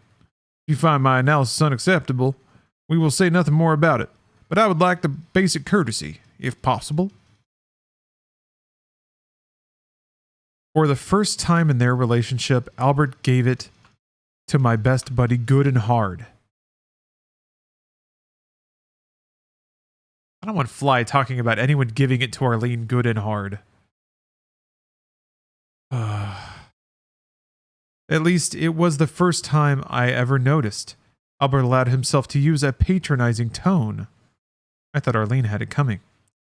Apparently, so did she. I'm sorry, Albert, she said. Your explanation helps. You know how impatient I am, but that's no excuse to be rude. Thank you, he said. This time it seemed like a good time. This seemed like a good time to pick up the ball and run with it. Sears and Roebuck, I addressed them. Yes, they replied. Did any of the conversation we just had help clarify the problem? Unless you weren't listening, that is. We weren't trying to have a private conversation right in front of you. Private? Well, you know what I mean, private. I mean, you have such a large English vocabulary, however you picked it up. Free basing, they said. We all did a big collective, huh? So they tried again.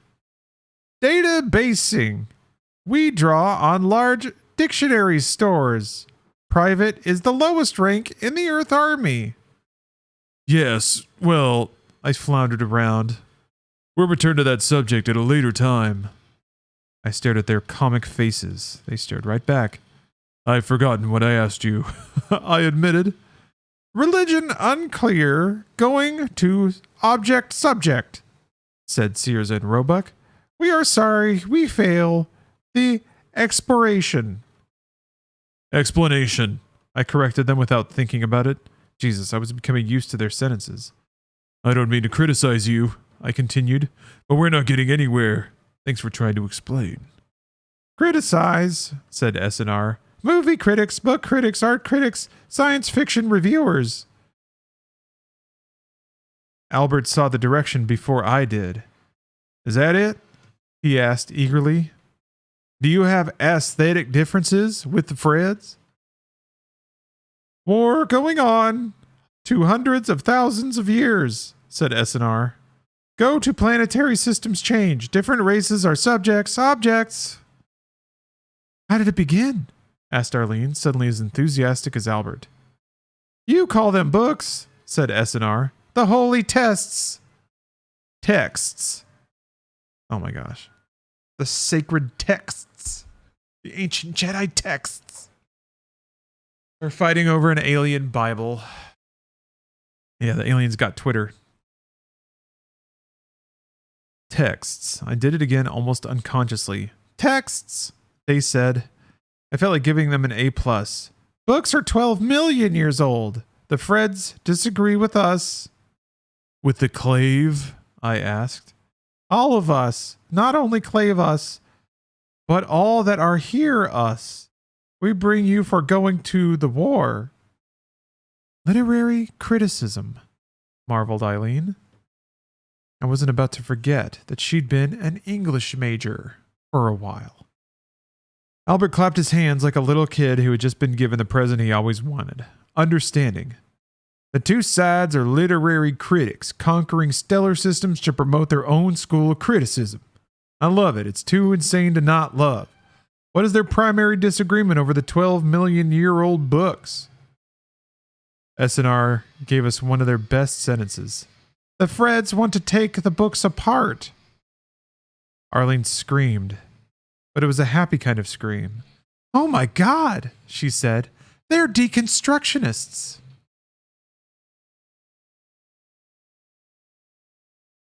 And guess what? That ends chapter 23. We now know what the entire story is about. The demons. I guess the demons are just entropy.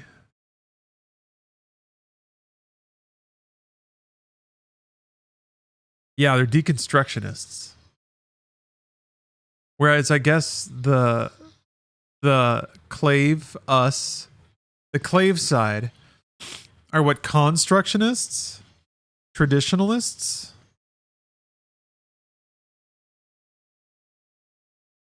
I don't know if they're going to make it that fundamental. Or just like anarchists? Who knows? What a journey this is. Good Lord. Okay. Playing Skyrim is a good reason to skip school. Stay in school, kids, but also play video games. Find a way to balance the two.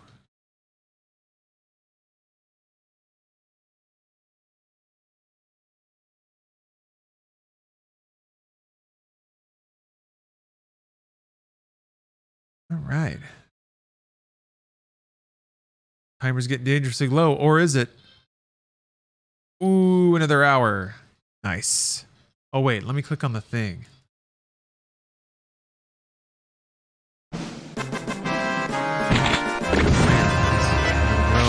Oh, I got it pretty synced up that time. Stupid. All right.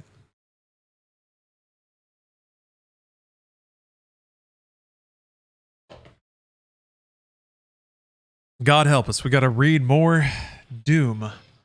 Book 3, Infernal Sky. Masterful directing. Thank you. Thank you. I've had some practice. Chapter 24. You'll have to fill me in on what that means, Fly whispered in my ear. I was still reeling from the implications of what I'd blurted out.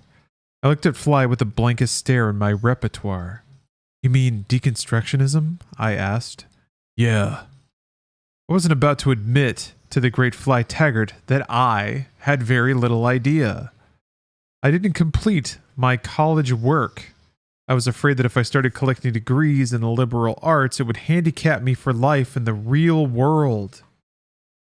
But I'd picked up a few buzzwords. Time to bluff my way through.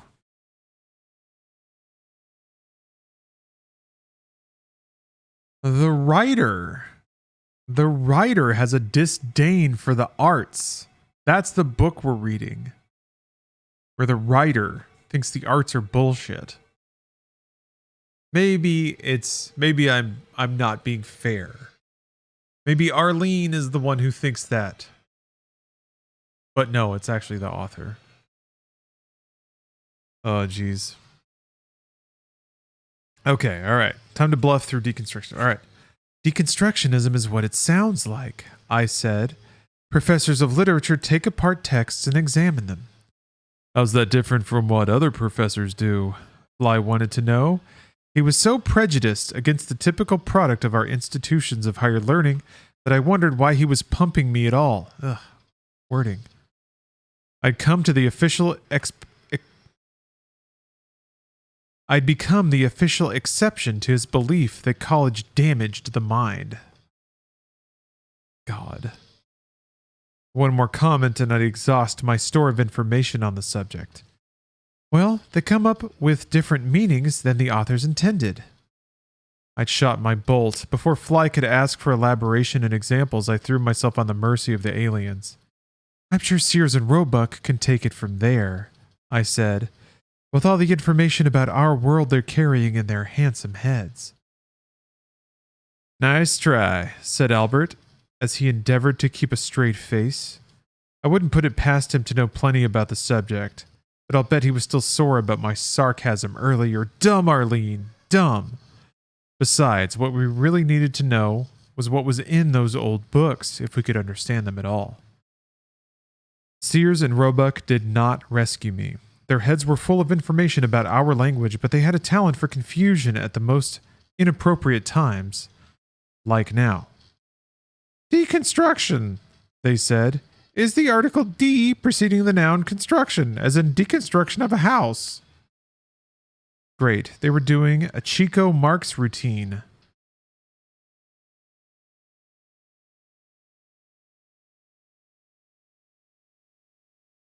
What?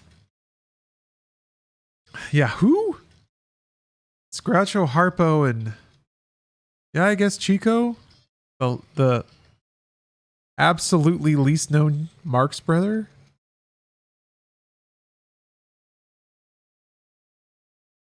All right.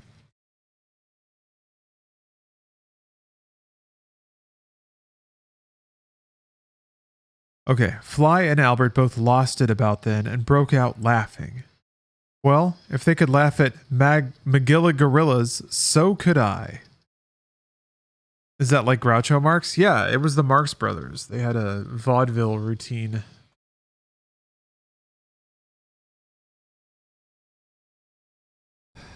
Okay. Our alien buds didn't join in, but I don't think they were offended. They didn't understand our humor. Not surprising, really. Humor is the last part of a culture to be internalized by an outsider. If even then.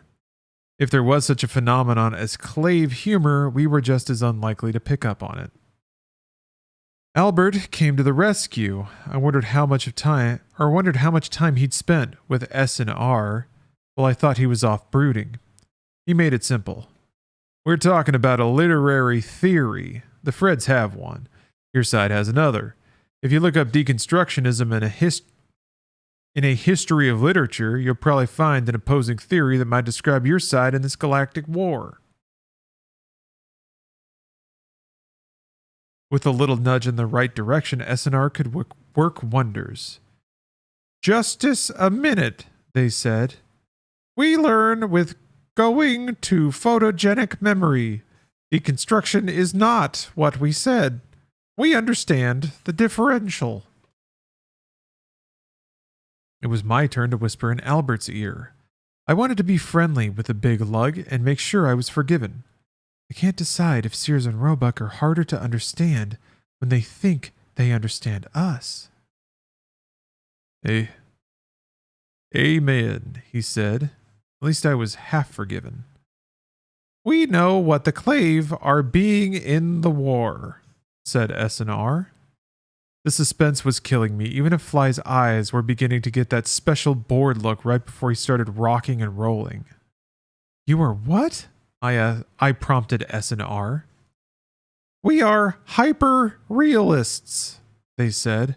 We leave books together.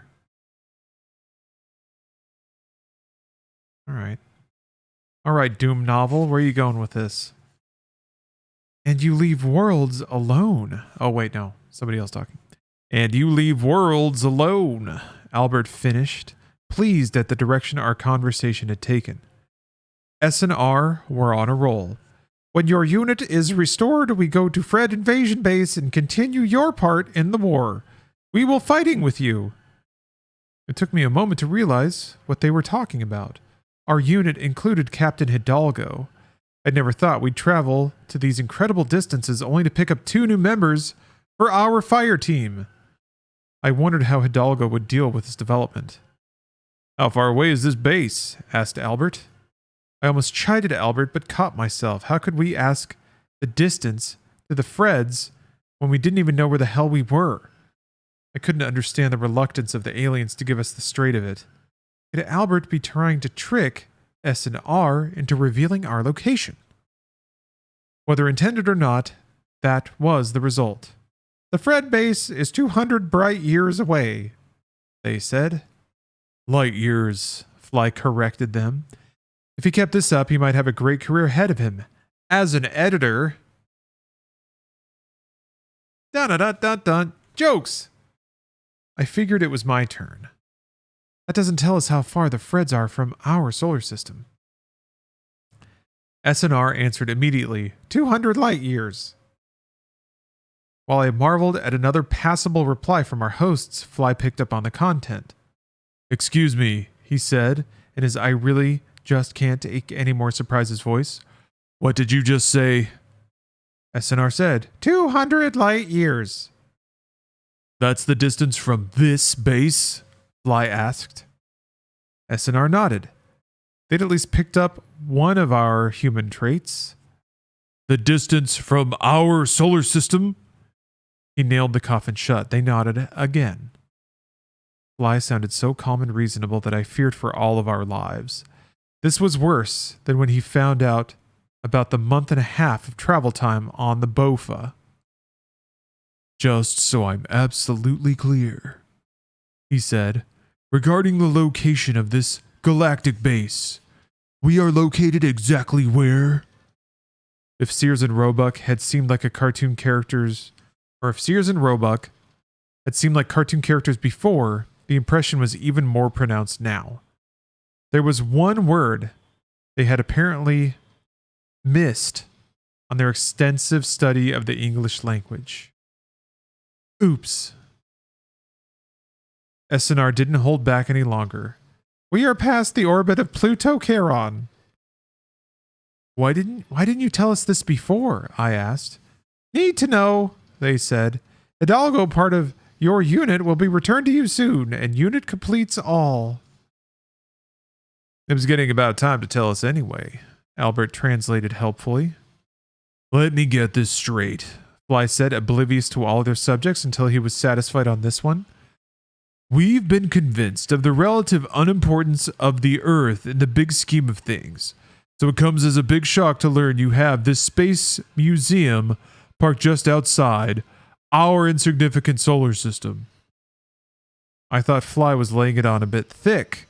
I would have told him to take a stress pill and calm down, if we had any stress pills, but SNR didn't seem clued in to human frustration. When Fly calmed down, SNR attempted to explain.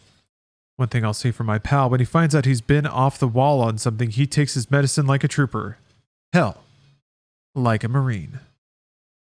Naturally, we'd all believed we'd travel many light years to get to this base. Nope. Wrong about that. We thought it was a strong possibility that we'd been in transit for many years, Earth Standard Time. Nope. Wrong again. Several other assumptions were shot down in flames as well. I remembered the director saying there was no way to pinpoint the location of the secret base, and I recalled Jill teasing him about that. How desperately Warren Williams wanted to unlock the secrets of the stars. The poor man would probably be as disappointed as Fly to learn that there is no such thing as faster than light travel. Many people have never imagined otherwise, but most of them would not imagine a galactic war with a myriad of alien races either. Up to this moment, on the gigantic galactic base, which happened to be parked in our own backyard, I would have thought a galactic war must prove the existence of FTL. I'd grown up reading all of the great science fiction writers, E. Doc Smith and his inertialess drive, John W. Campbell Jr. and a dozen clever ways to get around Einstein's speed limit, Arthur C. Clarke with a bag of tricks the others had missed. The discovery of a galactic war without faster-than-light travel blew my mind more completely than the spider mind carcass Fly and I had plastered all over Deimos. Lot of name dropping there. a little late in the book to start trying to curry cred. SNR had finally succeeded. SNR finally succeeded in explaining the reality to us. Fly wasn't even all that much of a science fiction fan, and he took the news really hard. Must have been all those Star Trek shows that not even he could have missed seeing. Huh? I don't understand that. Or maybe it was just his romantic sense of adventure. We felt as if we'd traveled across the universe and then find out we're next door to the old neighborhood. Albert didn't seem bothered at all. There were no articles of faith about FTL outside of science fiction convention. It was hard work extracting facts from SNR, but they were ready and willing if we were, what? These sentences always change. They keep changing meaning. Reality was like this. First of all, there is no such thing as hyperspace. Hyper kids like gel, yes. Space, no. Everything happens at relativistic velocities. When we went through the gate on Phobos, the trip took us almost 7.5 hours by Earth Standard Time, traveling just under light speed as beams of coherent, self-focusing information. The galactic chess game stretched out over millennia. We hadn't asked yet, but I was ready to bet the farm that some of these suckers lived a freaking long time. It almost had to be that way, otherwise how could individuals maintain interest in their blood-drenched games? It had taken the Freds more than 200 of our years to reach Earth in the beginning. That was my idea of long-range planning. This was my idea of an implacable foe. These guys got off by critiquing 12-million-year-old books and fighting over which important commentator correctly interpreted them. Geez, I wondered how many alien races had been exterminated because of a bad review. At times, the struggle had erupted into full-scale warfare. It didn't make Fly, Albert, or me feel any better to learn that now was a relatively calm period, with only occasional brush wars among the borders. God, my nose. Excuse me.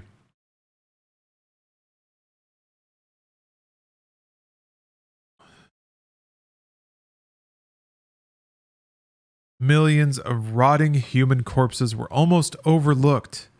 The monsters sent by the Freds to either end or enslave mankind, or just one more move in the lit crit game.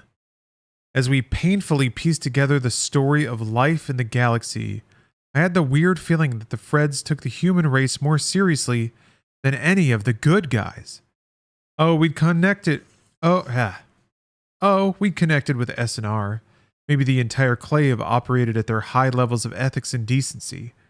But even so, the best we could expect from our allies was a chance to be Marines again. The Freds had sent hundreds, thousands,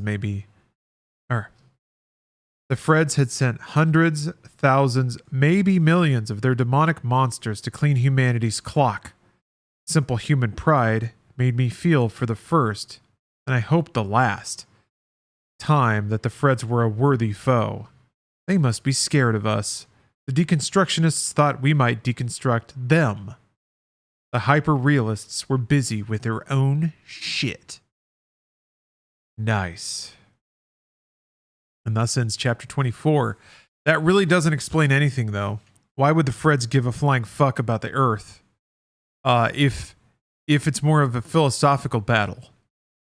If they're fighting for victory in a culture war, the Earth is not even part of that culture. It has nothing to do with it. Maybe we'll figure it out. I'm sure the author will address that topic in grand detail to a satisfying end. I've never been more confident of anything. You inspired me to get back to my God of War playthrough? All right. So I've been playing through it nearly all day while having your subathon on the side. Can't last any longer though, so best of luck. Hope you have a great rest of your stream. Nice. That game rules hard. I'm gonna start devoting some long streams to that too. Getting through it, the hardest difficulty. It's such a fun journey. Okay, break time, bathroom time. I'll be right back, and we'll be back with more Skyrim. See you soon.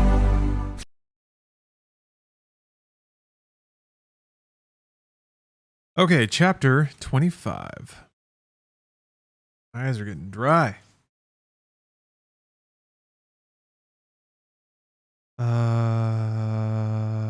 Okay, I think I get who's saying this.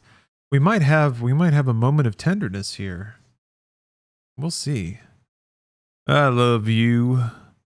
Arlene touched my face and said, "You didn't have to do this." I thought I'd never get her alone. Then Fly obliged me by wandering off with Sears and Roebuck. They were still trying to explain to him why we exist in a sublight Einsteinian universe. Arlene was too depressed to want to hear the details just now. Besides, I could turn off my Albert projector right now. It was disconcerting to watch myself. I wasn't all that vain, and I didn't want to watch myself all the time. Of course, I had a very good reason for bringing the device. I'd spent time with S&R first and picked up a lot about their peculiarities. I could tell Arlene and Fly about that later. Shop talk, business, the mission. Meanwhile, something more important concerned me, my opportunity to be alone with Arlene. Hubba hubba. Our little spat was forgotten as she held up her gold ring. I think I saw the hint of a tear in a corner of her eye. The ring was attached to a necklace. "How did you manage this?" she asked. The original ring had vanished along with everything else when we went through the gate. "Sears and Roebuck," I said. "We couldn't ask for better guardian angels." She nodded in acknowledgement. "How much time did you spend with them before Fly and I met them?" "Enough." She cackled. "You don't like giving away the details of your surprise." "Yeah, you can figure it out. Sears and Roebuck have more tricks up their sleeves than only synthesizing food for us.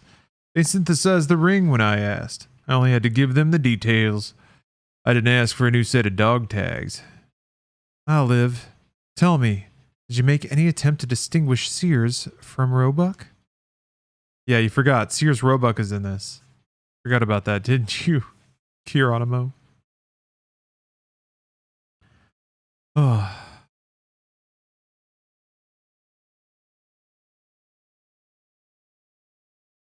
Didn't seem worth the trouble when it comes to distinguishing them. "I know what you mean. Did you ask them to keep the ring a secret until you could surprise me?" "No, once they made the ring, they gave it to me. Now it was my business. Besides, I'm not sure they'd be very good at keeping secrets. They don't seem to have a privacy concept." Anonymous, thanks for gifting a sub. "I was wondering about that. I don't think they understand our concept of individuality either.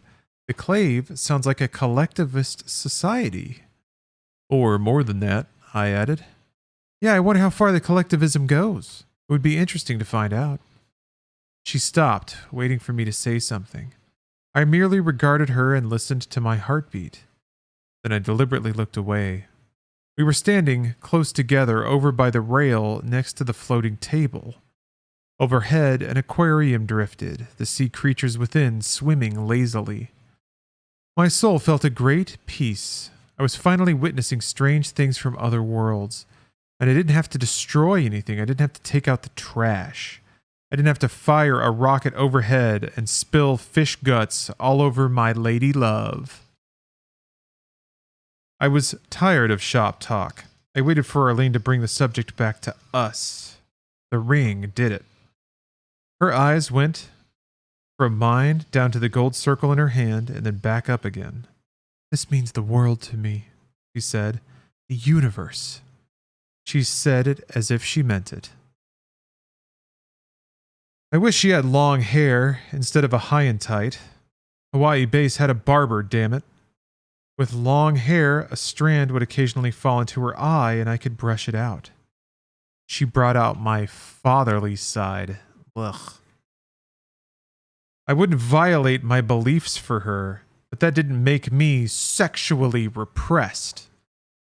Okay, here we go. Here we go. It was a bit too much to expect the entire book to not be horny, right? Whenever appropriate, I intended to remind her of my proposal. She didn't make it easy. Fly kept saying she was the bravest man he knew. The comparisons to a man were most appropriate. She had the morality of a typical modern man. My problem, her problem. What?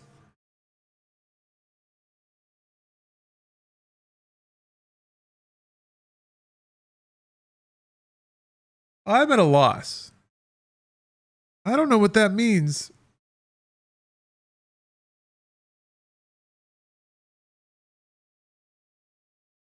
She has the morality of a modern man, and that's a problem for both of them?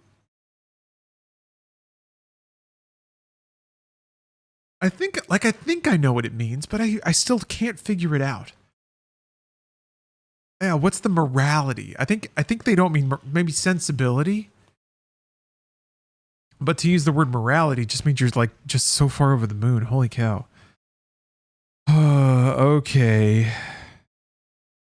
My problem, her problem. Albert, she said huskily. Have you reconsidered my offer? Arlene, have you reconsidered my proposal? She started to respond, but left her mouth open in mid-response. She looked cute that way. Then she got the words out. You used the P word. Sure did. Who would marry us? Captain Hidalgo is the captain of our ship. The medbot says he's recovering. I can just imagine how he'd react if we asked him to tie the knot. I disagreed. The captain has grown a lot on this mission. He's a better man. His horizons have expanded. Be hard not to change out here, she joked. I didn't laugh. There were times to be serious, and this was one of them. Arlene, will you marry me? I could tell she was disappointed in me. We were playing a game where I wasn't supposed to be so direct. It was okay for her to suggest any number of lewd acts, and that was acceptable. There was one rule, actually. I wasn't supposed to use the P word. She wasn't Fly's tough guy this time. Not when she used my least favorite line of the modern women. It wouldn't be fair to you. I don't think there's been a woman since time began who believed that particular sentiment. Ooh. I don't believe in fair. I believe in promises. You're a woman of your word. Your honor. You honor your commitments. We both know that. You're afraid to make a commitment you doubt you can keep. Then why do you keep asking me? I shrugged. We belong together. I feel it in my bones. She sighed. We can't plan for the future. I took her by the hand, and she made a fist over the ring. Arlene, marriage isn't about planning for the future. It's a promise that can last 5 minutes or 50 years.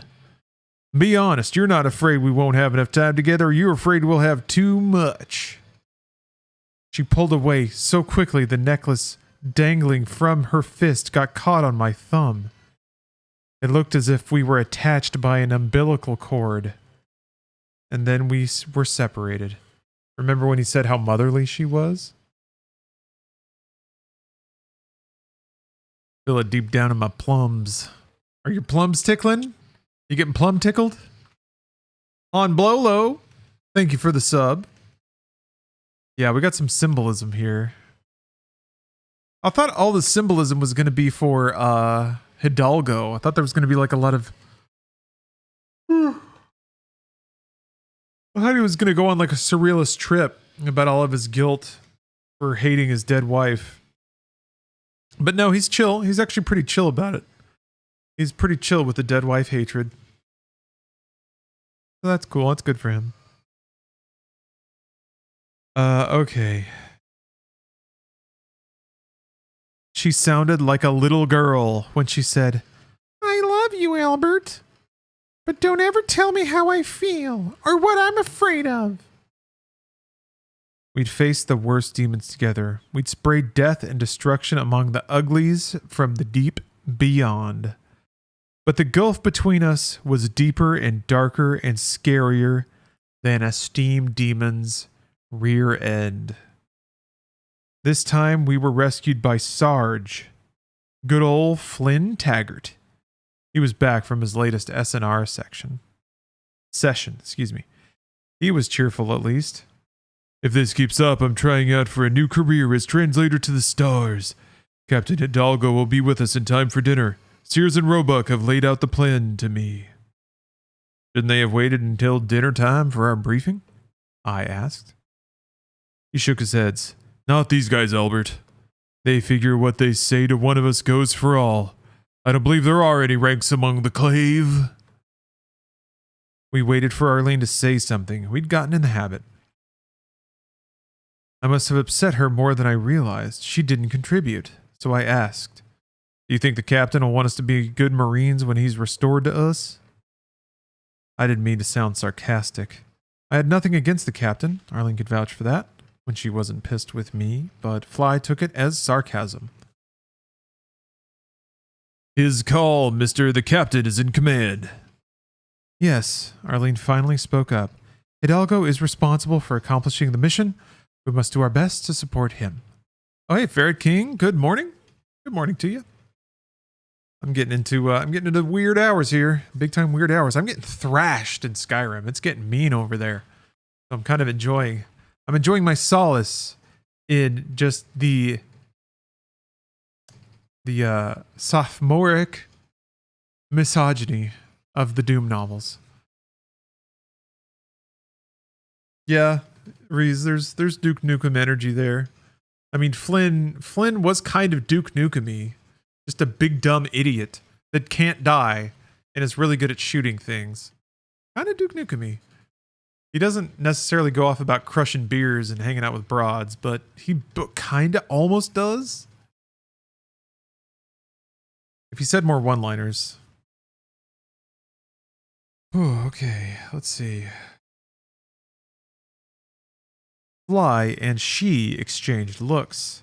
There was a bond between them that nothing could ever weaken, including marriage.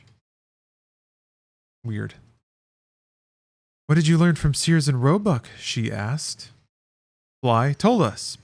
We would accompany S&R on a little junket to the Fred base. The mission objective was some kind of super science weapon capable of initiating a resonant feedback that would wipe out all the computer systems of the bad guys. Sounded good to me, but there was a hitch. The enemy base was 20 light years away, and it had been hammered into all of us that Star Trek was wishful thinking. There were only slow boats to China. The journey would take 20 years, and then it would take another 20 years for the feedback virus to be transmitted to all the Fred computers. The virus could only be installed on the system at the base. I wish Jill had joined us. Or I wish we had Jill with us. Funny that. Funny that.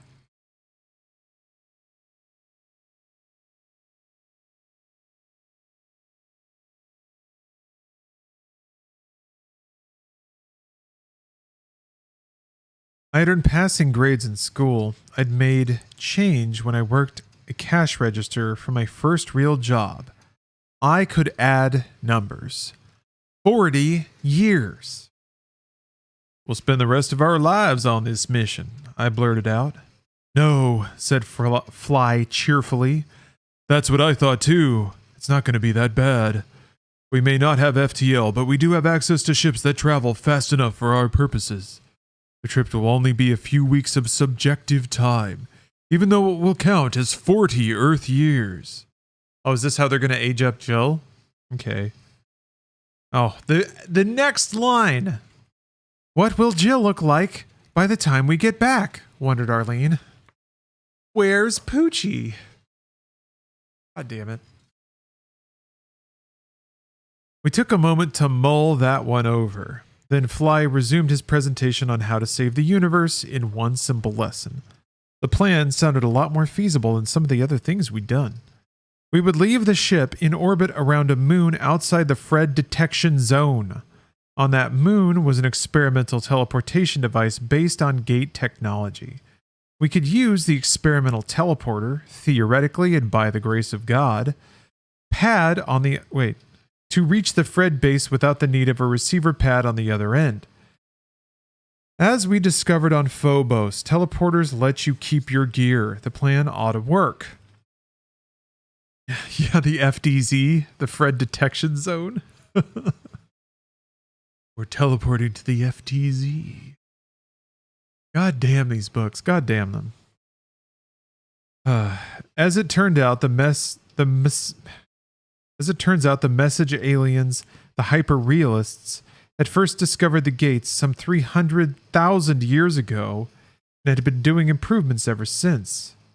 Yes, discovered. No one knew who originally invented the gates. The estimates for the oldest ones were the kind of numbers that give me a headache. There was an astronomer on TV who used to talk about billions and billions of years. So what if this mode of travel had a few bugs in it? So did the American transportation system. The best Earth had ever known. Yeah, the American transportation system. America transport number one. God bless America.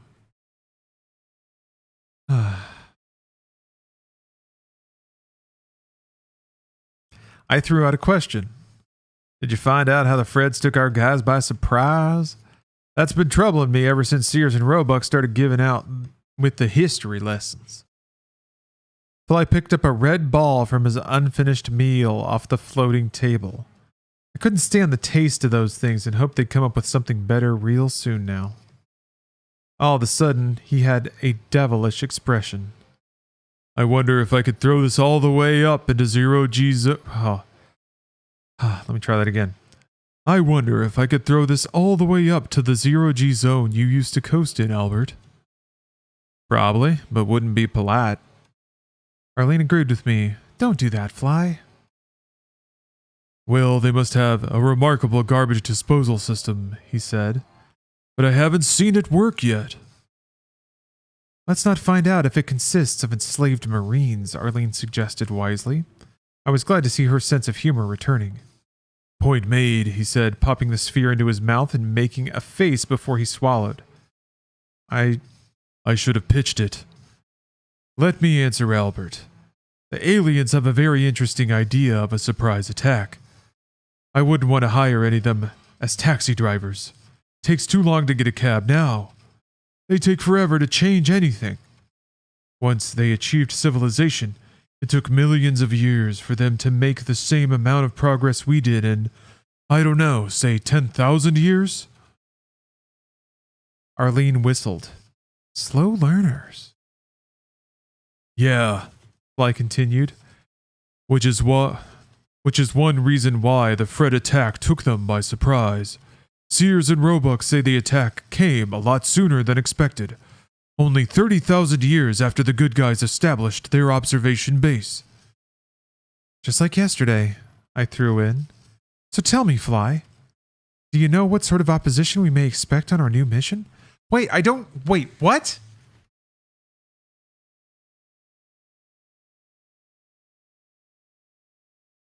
That doesn't make sense.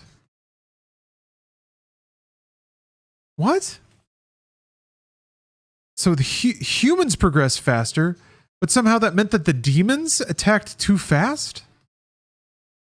The demons are the slow ones. How did they attack before anyone was expecting? Unless the Searses and Roebucks are the slow ones. Hold on. Let me take this one again. Let me take it from the top. Also,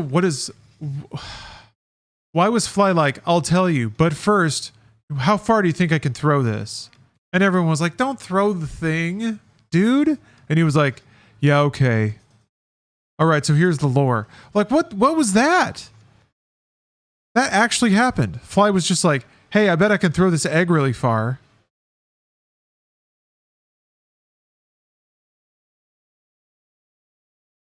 Okay. Okay, let me answer Albert. These aliens have a very interesting idea of a surprise attack. I wouldn't want to hire any of them as taxi cab drivers. Takes too long to get a cab now. They take forever to change anything. Once they achieved civilization, it took millions of years for them to make the same amount of progress we did in, I don't know, say 10,000 years. Okay. These aliens have a very interesting idea of a surprise attack. Okay, so it's the aliens who were slow. They established a forward base, and then the demons attacked. They had 30,000 years to catch it, but they're so slow, they just not with it. They're like the Ents, I guess. Sears and Roebuck say the attack came a lot sooner than expected, only 30,000 years after the good guys established their observation base. Okay. Okay. Just like yesterday, I threw in. So tell me, Fly, you know what sort of opposition we may expect on our new mission? Oh, that's Albert. That's Albert talking. Whatever, just pretend that was Albert. Yes, Albert. After describing to Sears and Roebuck some of our adventures, like how we took down the spider mind on the train, they said one thing.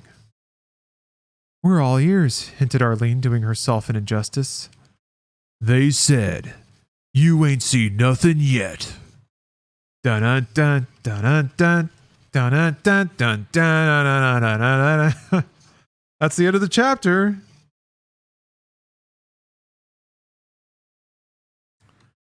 Getting there. Getting there. You ain't seen nothing yet, baby. It's not Doom Guy at all. I mean, Doom Guy doesn't talk in Doom. Duke Nukem was very mouthy.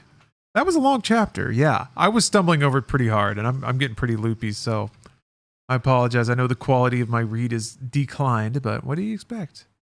I've been up for 22 hours. March not. Maybe more like 21. All right, bathroom break. And then, God help me, more Skyrim, where I rack up an incredible debt to Steve and Able Gamers. It's stealing my money. Okay, I'll be back.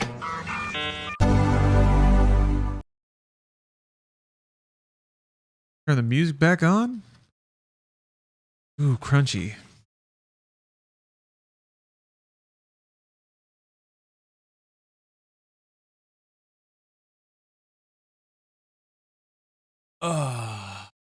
Okay. Chapter 26. We've just had the promise of the mega coolest aliens ever. You ain't seen nothing yet. Chapter 26. I opened my eyes to a terrifying sight. A pulsing pole loomed over me, its mad eye blinking. There was a whirring sound, and I tasted copper in my mouth, and then something darted on the edge of my peripheral vision. It seemed to be circling, waiting to pounce. Then the pole thing moved out of the way so the flying thing could attack. I tried to move, but my limbs were immobile. I tried to shout for help, but my throat was frozen. Which character are we? We don't know. This is something this book keeps doing. I think at this point it might be intentional. Let's see here. My throat was frozen right before the airborne object smashed into my face. I saw a face on a blue ball. A friendly face, a blue sphere. It was another of the blue spheres that had saved my life before. Okay, so I think we're Hidalgo. Now it was happening again. If this kept up, I'd think it was about taking some vitamins. I wasn't used to being an invalid. The blue engulfed me, and I felt like $1,000,000 again.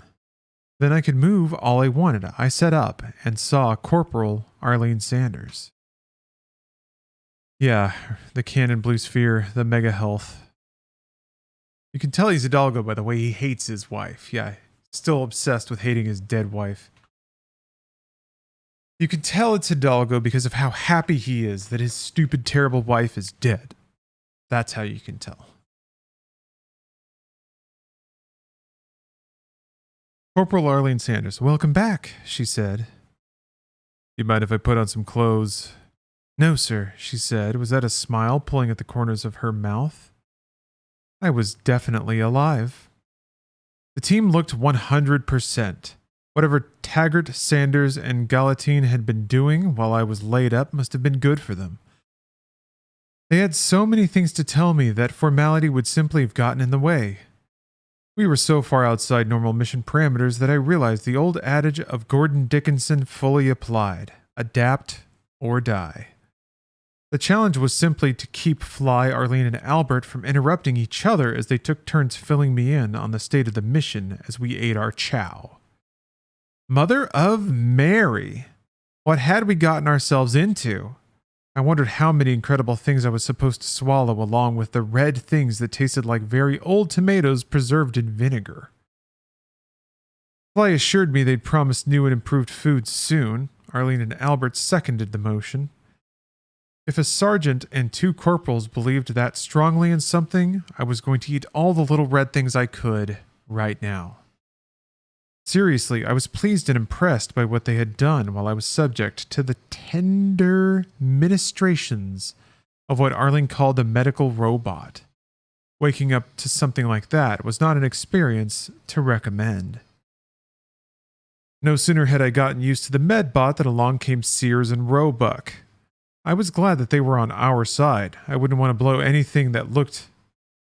I wouldn't want to blow away anything that looked the way they did.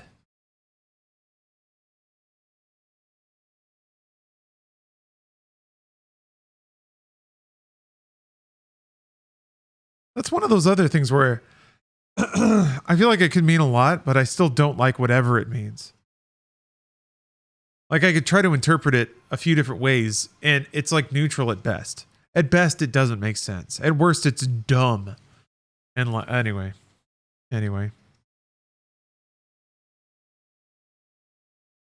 We are glad your unit is complete, they told us. I'd never had more unusual dinner companions. They ate little pyramids made out of some gelatinous substance. The pyramids were the exact same color blue as the spheres that kept saving my life. Arlene warned me not to eat any food that wasn't human approved. She needn't have worried. Being fire team leader didn't mean I had to commit suicide. I wanted to hang around for the mission with our new alien allies. The medbot wouldn't leave my side until it was convinced my recovery was complete. While we munched, it volunteered some information. For samples of Homo sapiens, all of you are recommended for upcoming missions of a military nature. Well, we should hope so, I said. You are dopamine types. Huh? It is a neurotransmitter strongly linked to seeking out adventure. You have many exon repetitions of the dopamine receptor gene, the genetic link to the D4 receptor. Wait a minute, injected Albert. Are you saying we are chemically programmed to want to kick demonic butt? Yes, said the medbot. Arlene clapped her hands. This isn't one of those pussy robots that says things like, it does not compute. This one's got English down. She called it she didn't call it a pussy robot. There's no other robot in the entire series of the books that she could possibly be comparing it to. What does she mean? She has imagined a pussy robot that talks like straw manning robots.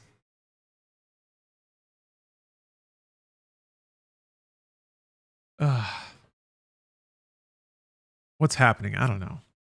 I'd be a pussy robot. So I did see a device. It's like a switch, except it's just got a big kind of fleshlight in the middle, but it's got grips that have like video game controls on them. And then there's a clip on top for your phone. So that's cool. The future is here, gamers. Go look it up. I don't remember what it's called, but go look it up.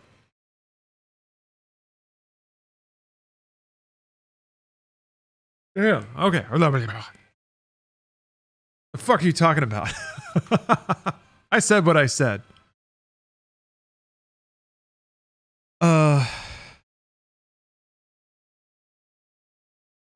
Okay. This one's got English down. And that's without even going to college, sneered Fly. That's a cheap shot, Arlene threw back. What do you mean? Why do you do that? Asked the medbot. Do what? Asked Arlene. Call me a robot. I'm not a toaster. I'm not a VCR. I'm not a ship's guidance computer. Arlene raised an eyebrow and asked, What are you then? Organic tissues, carbon-based life, the same as you. What's your name? I asked the barber pole. Its answer did not translate into English. I tried my hand at diplomacy. Would you mind if we continue to call you, Medbot? No, that's a fine name. Please don't call me a robot. Sears and Roebuck got us back on track. Okay, well, hey, someone in this game standing up for their identity. Game. I keep calling it a game. If I get tired enough, everything becomes a video game.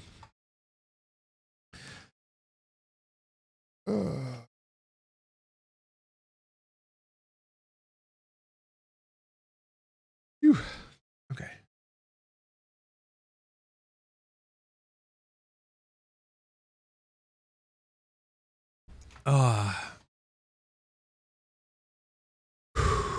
Medbot.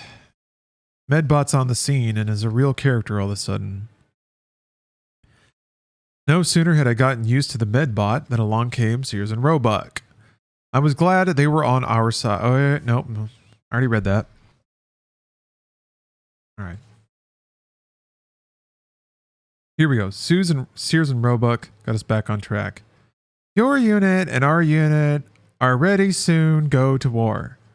Their English might need work, but the meaning was clear. We shouldn't quarrel among ourselves, even if we are the type to seek out thrills and variety. Sears and Roebuck looked at each other. They sure as hell appeared to be one character looking himself over in the mirror. They reached some kind of decision and left the table saying, We are going to elsewhere. We are returning to here. While they were absent, an alien who could have passed for a dolphin on roller skates with one arm snaking out of his head scooted over with another course of the dinner. The stuff looked almost like Earth food.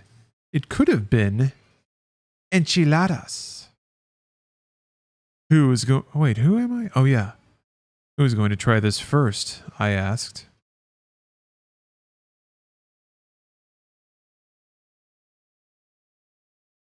Rank has its privileges, said Fly, the wise guy. A Mexican standoff. Arlene played hero and took the first bite. I wish we had a camera to take her picture. That's horrible, she said, doing things with her face that could have made her pass for one of the aliens. I'll try it, said Albert, proving there really was a love between the two. It's not like they could keep it a secret. He proved himself a credit to his faith. His face didn't change at all, but the words sounded as if they were being pushed through a very fine strainer. That is awful, but familiar somehow. Yes, Arlene agreed. I can almost place it. This is not what I had in mind, Fly complained before he even tried it. The mess was supposed to improve.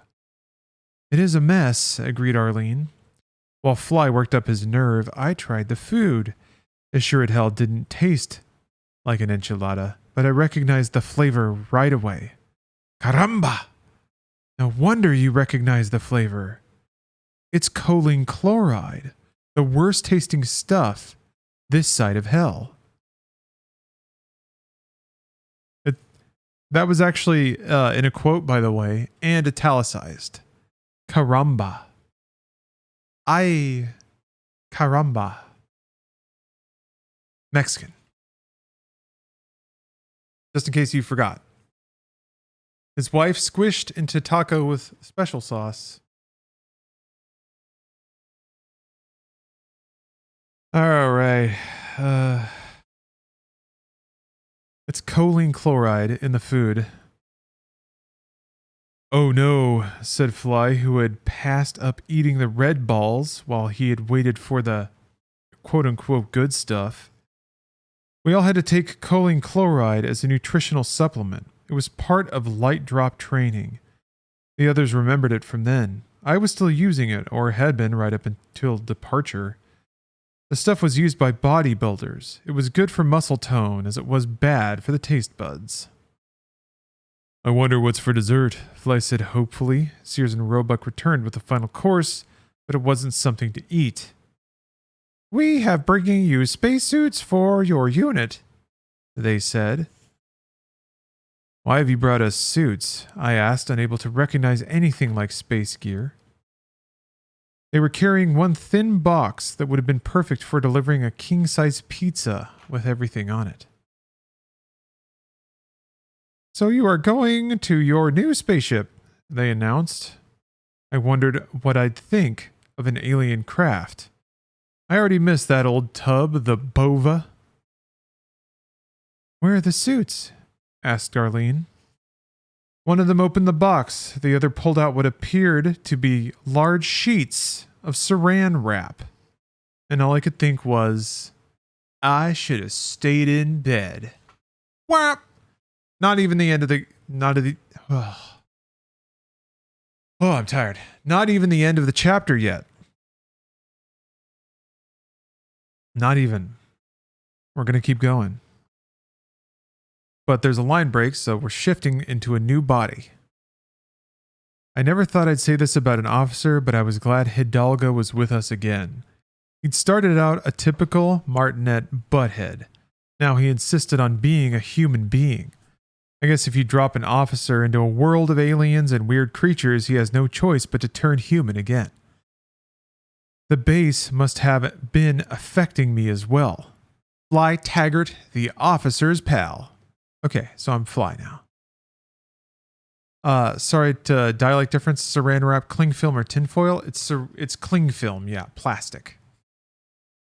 I'm legitimately afraid that when you finally go into a deep sleep after this, you're going to have nightmares about this book. I'm going to have nightmares about being trapped with like chauvinistic dickwads inside of like a kind of like mossy, dank torture dungeon with a hatch that won't open. That's going to be it. There's going to be like misogynists prowling around saying that like Reagan was the best president. And I'll be like, huh, huh, huh. And one of them will have a key.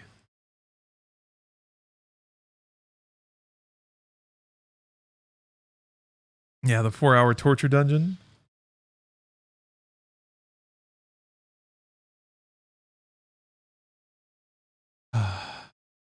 Yeah, Saran is a brand. Yeah, it's clear plastic cling wrap.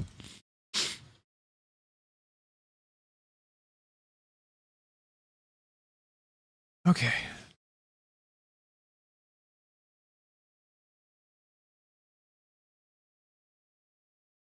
Okay. Ever since we traveled over the rainbow, I'd stopped worrying about Arlene's attitude towards Hidalgo. I wondered what I would do if the guy turned out to be another Weems. Despite my complaining, I didn't think I could just stand by and let Arlene space a fellow Marine. Didn't seem right somehow, even to an officer. I wasn't sure the end of civilization as we knew it meant open season on fragging officers. Anyway, it was ancient history now. We were a team, in every sense of the word. When SNR presented us with the high-tech spacesuits, it was a test for Hidalgo's command abilities. He'd been laid up for most of the tour of wonders, but he knew we weren't crazy when we briefed him. All of us had a moment of thinking SNR were playing a joke on us. Hidalgo was in command. He had to decide that we were going all the way with our alien buds. We'd moved into a realm where ignorance could be fatal. The captain made the decision that counted, the same one we'd reached in our hearts and in our minds. Albert had the right word, faith. We put our faith in the twin Magella gorillas.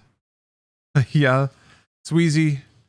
Not doing Skyrim just at the moment. I'm in between chapters of reading from the Doom novel. a dramatic reading of the Doom novel as part of this 24-hour stream, benefiting able gamers. I've racked up a pretty hefty bar tab for able gamers, which I'm proud of, but I'm concerned. Proud, concerned. But fine literature is what we're concerned about now. Of course, we could rationalize anything. It wasn't until we were outside the base that I really believed the suits worked. We zipped up the damned things like sandwich bags that I prayed wouldn't turn into body bags. Inside the airlock, we felt ridiculous. Oh, Otter, I think I'm up to 75 or 6 deaths? Yeah, 70s. It's up there. I ran up. I was on a tear, dude. So much. Inside the airlock, we felt ridiculous. The transparent material draped around us like bad Halloween costumes. Only 2 parts of the suit were distinguishable from the saran wrap. The helmet was like a hood hanging off the whole body of the material. The belt was like a solid piece of plastic, and that was it. "Where's the air supply?" asked Arlene. SNR said it was in the belt.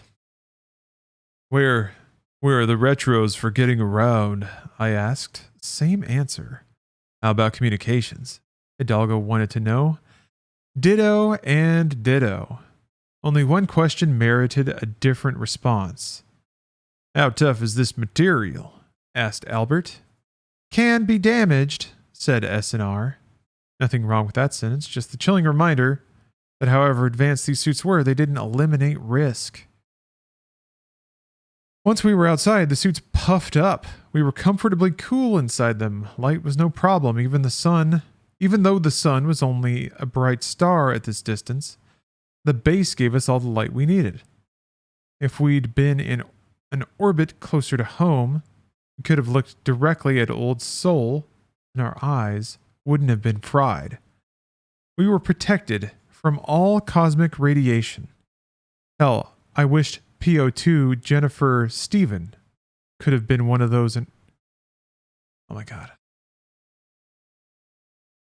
Hell, I wished PO2 Jennifer Steven could have one of these in her locker.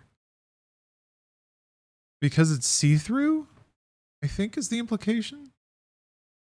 I think that's what they.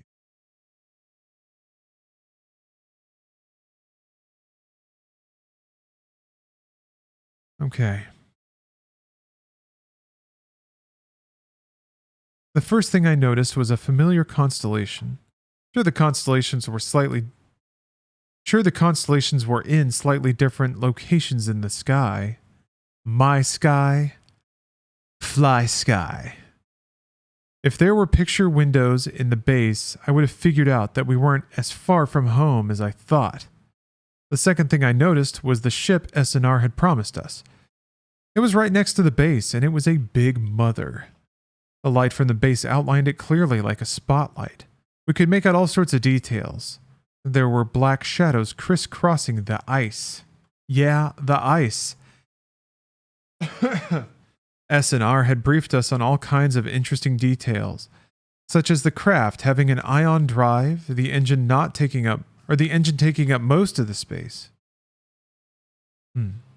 Details such as the craft having an ion drive, the engine taking up most of the space. They neglected to mention that the entire ship was encased in a gigantic block of ice.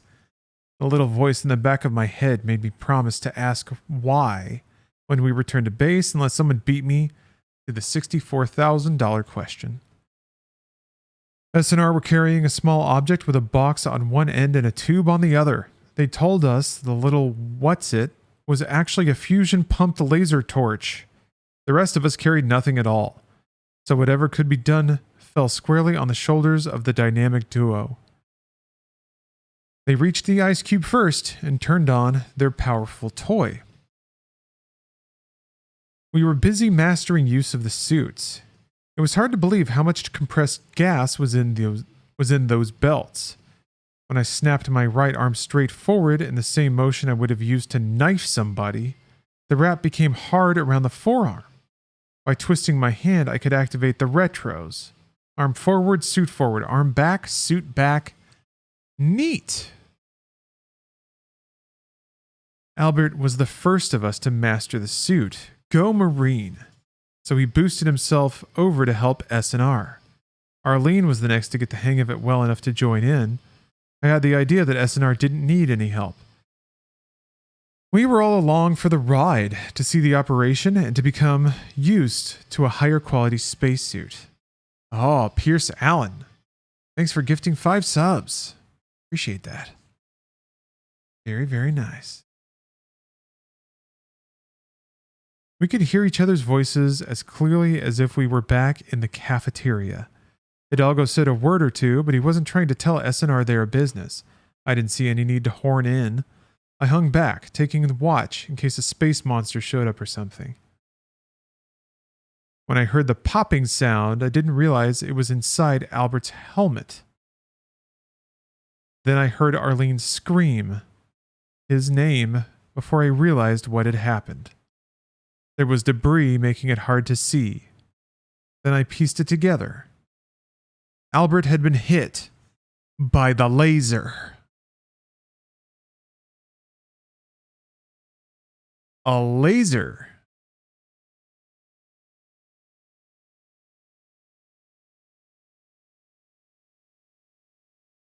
Wait, someone got hit by a laser? Yeah. What laser? The laser.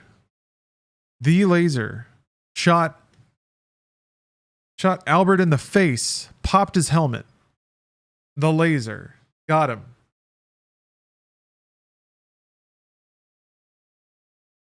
Not one of those pussy lasers. This laser speaks good.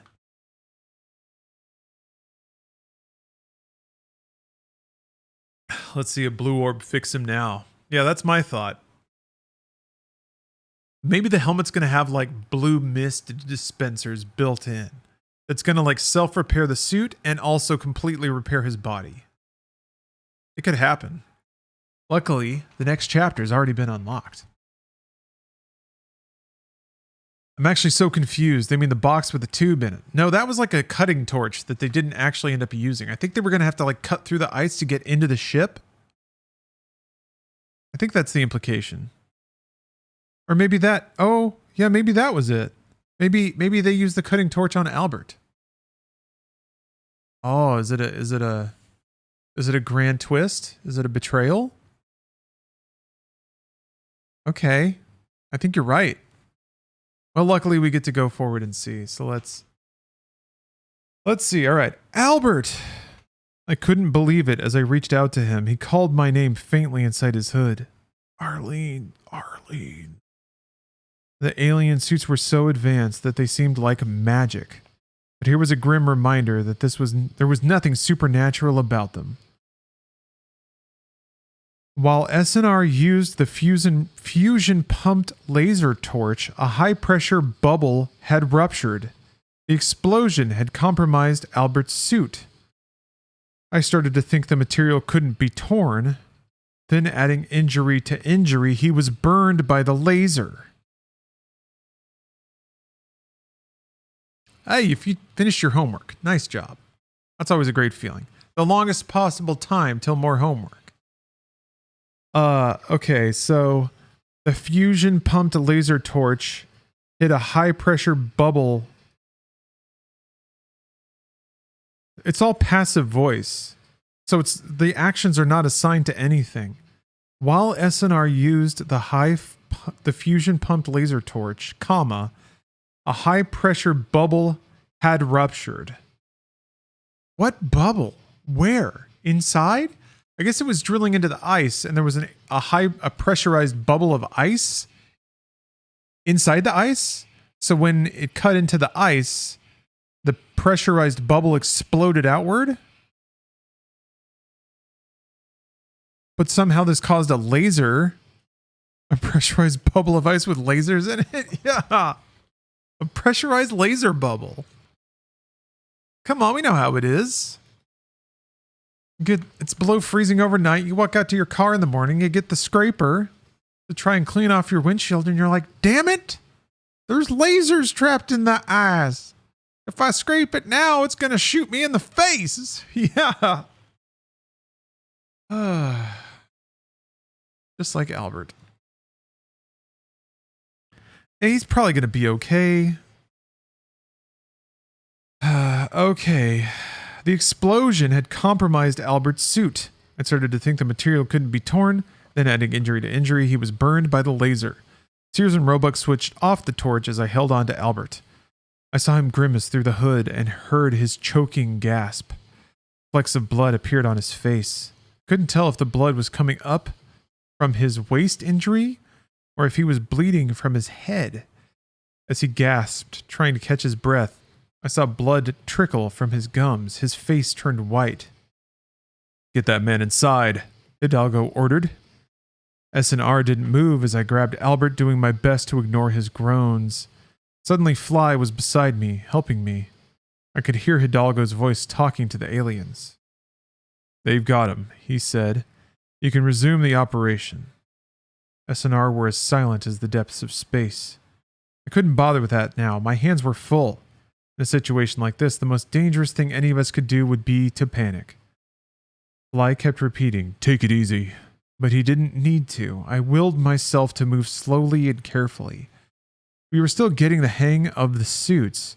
There might be features that would surprise us and spell Albert's death while we spun around trying to figure out which way was up. We coasted towards the open lock as if we had all the time in the universe. The lock was a port in the storm. Momentum could be a monster or a friend, so we didn't hurry despite the irrational child deep inside me demanding instant gratification. Weird terminology to put on this situation. Saving your lover's life is instant gratification?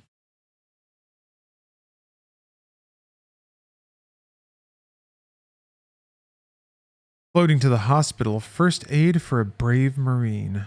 We wouldn't let Albert die. Wonder what they would do with corpses in the alien base. Did they jettison them? Did they recycle them? No, I wouldn't let myself think that way. Albert had helped me mow down zombies, smash spider mines, blow away steam demons, kick bony butt, excuse me, mind fad, thanks for the sub. Kick bony butt and eat pumpkin pie. No frickin' way was it gonna end now. All we had to do was race against time and pay attention to the laws of physics. We didn't even have to run and duck, fire and fall back, or even take turns on watch.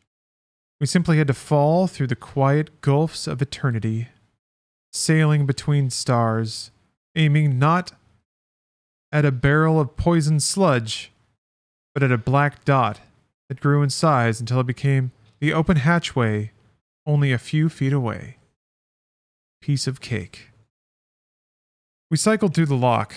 I was so worried about Albert that I barely noticed that his suit had already repaired itself.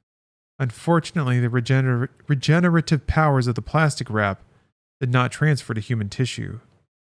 "The blue spheres," said Fly as we stripped off our hoods. "Yes, oh my god, you're brilliant. We've got to contact the medbot right away."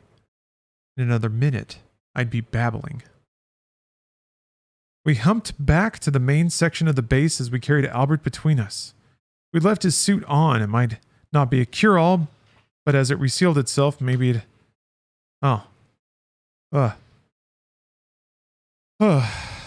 It might not be a cure-all, but as it resealed itself, it helped stop the bleeding. Medbot found us. Its voice had always been pleasant. Now it was music to my ears. "Sears and Roebuck sent a message. Part of your unit has been damaged." I slowed down, caught my breath, tried to be coherent. "We need your help. We need one of those, the blue spheres that help sick people.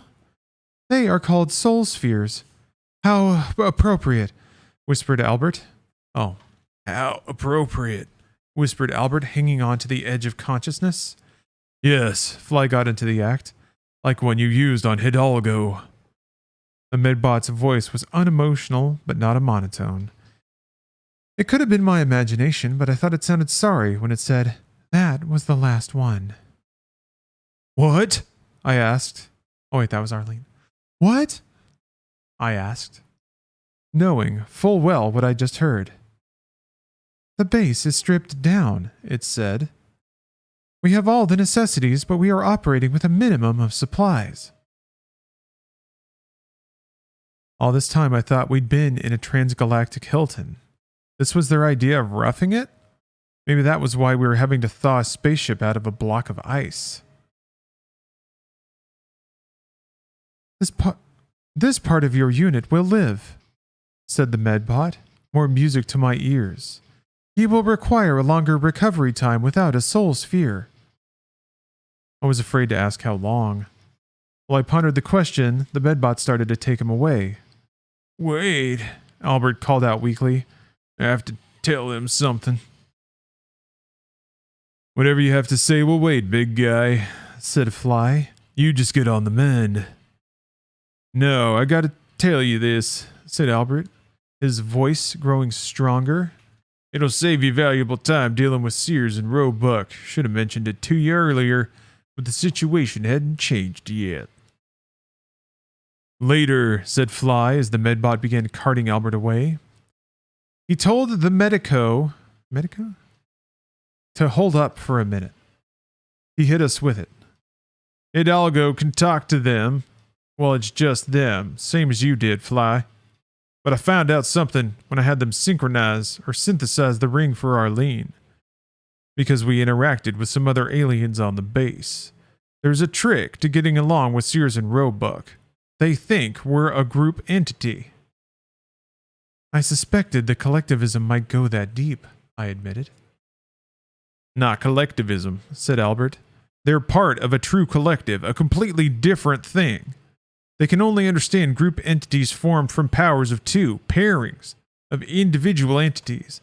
They really can't understand three people operating as a unit. So that was why Albert brought the hollow picture of himself when he joined our session with SNR. But surely they must have realized it was some kind of virtual reality trick, or maybe SNR just perversely refused to deal with unacceptable combinations. A cultural thing. You require medical attention, said the medbot. It sounded testy. Considering the absence of blue spheres, we weren't going to hold up Albert's surgery any longer. The barber pole hurried away, pulling Albert along on a pad. So here you are, said Captain Hidalgo, coming over to us. I thought he continued the mission. Whatever. He was accompanied by S&R. I hope Corporal Gallatin recovers, he said, watching the receding forms. They did miracles with me, so I'm sure he'll be all right. This seemed like a good time to test Albert's theory. Fly, that old mind reader, started the ball rolling. Sears and Roebuck, would you mind telling us why your ship is encased in ice? S&R became agitated. They did the looking at each other bit, but they started shaking their heads. They weren't in unison with each other. Finally, they tried communicating with the three of us. Fly and Arlene. The ship was put into icing as part of ice comet going from cometary halo, so avoiding detection. Then they started all over. Fly and Esteban. The ship was put into icing as part of ice comet going from cometary halo, so avoiding detection. Then, Arlene and Esteban, the ship was...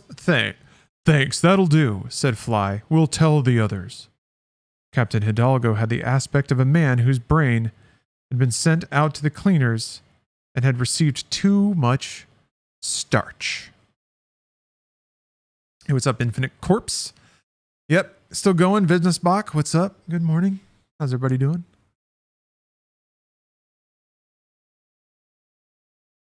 The sun is coming up over here. I am getting really loopy. I'm going to have to get some more caffeine pretty soon here. Maybe something to eat. But first, I want to finish this chapter. All right, line break. Going somewhere else. Arlene took it like a man. She should have been happy. Captain Hidalgo had made an intelligent command decision. I would have to be left behind. Wait, what the fuck? Who's talking? Arlene took it like a man, so it's not Arlene. She should have been happy. Captain Hidalgo had made an intelligent command decision. So I guess I'm fly? I would have to be left behind. I'd live. I'd be fine and oh no, sorry. Okay. We're Albert. I'd be fine in several months by Earth Standard Time. The mission couldn't afford to wait for my recovery. Hidalgo had needed only a few days to heal. He was the CO, I was baggage. And while I grew old, Arlene would stay young. Maybe that was as it should be. As it should be? No. Maybe that was as it should be. Okay, so we got an interstellar situation going on here. For all her guts and strength, she made me think of a vulnerable child. I'd always wanted to be a patriarch, and now it looked as if I'd at least look like one by the time I saw her again. If I saw her again. I could have predicted it before she said it. You're the man I want to marry. You're my man. I believed the latter. I had faith that she believed the former, so long as they were only words. As she stood by my bed and we held hands, I performed the simple calculation in my head. I'd be 67 years old when she returned. I love you, Arlene. That's not what I want to hear you say. I squeezed her hand and told her, I know you really love me, Arlene. That doesn't change what you are, a hell of a Marine who will do her duty no matter what. The others were waiting to say their farewells. Call them in, I said. No, not until we've settled something. Probably just as well that we weren't planning nuptials. This woman wasn't obedient. Oh, here we go. She crawled right on the bed with me. I guess you could call it a bed, even though it was a lot better than most. Sort of an overbed or super bed. Arlene, I tried to get her attention. Just because I'm laid up doesn't mean the rules have changed. What was that about? Laid? She asked, smiling wickedly. Arlene? Albert? You're not gonna ask me to make love again, are you? You will make love only to your wife, he breathed into my ear. That's right. All right. I'd been through so much lately that I no longer trusted my hearing. My eardrums still ached from my outdoor adventures. Arlene, what did you just say? I said, yes, you big dope. I'm accepting your proposal of marriage. I wanted to shout, yippee, and dance a jig. Couldn't do that, so I settled for crushing her in my arms and kissing her. This was no brother-sister kiss. There's two kinds of kisses, and it wasn't that kind. While we caught our breath, my brain started firing on all cylinders again. But what about the mission? I asked. She put her head on my chest, and I ran my hand over her red carpet. Ew. He means hair. He means head hair. He means that. Ew, though. Jesus. Then she lifted up her face and drilled me with the most beautiful emerald green eyes in the galaxy. I'm still going, she said, but we'll have time for the honeymoon. How long? I dared ask. 6 days, she said softly. Captain Hidalgo says we'll have 6 days. We can count on it. He'll be marrying us. I kissed her again. You won't wear the silly G-string and pasties, will you? I asked. How could I? That stuff's back on the bova. She nibbled my ear. Ugh. Alex Manio, thank you for the sub. Ugh, Galaxy Drill. I don't want to think about it. We got ear nibbling, though. But Sears and Roebuck can synthesize anything, I protested. Her lips fluttered over my eyelids and came to rest on my left cheek. They can't synthesize everything. Her voice was muffled against my skin. Well, I would sort of like you. Natural, you know. I confessed, emphasizing my point by licking her all-natural neck. I'll be the girl next door, my wife to be promised. Need I ask if you've picked a best man? We both laughed. It's not as if we'd give Fly Taggart any choice. I considered the merits of asking Sears and Roebuck to whip up a tuxedo for the ultimate Marine. There was something about SNR's name that inspired the idea. Oh my god. Oh my god. That's the end of that chapter.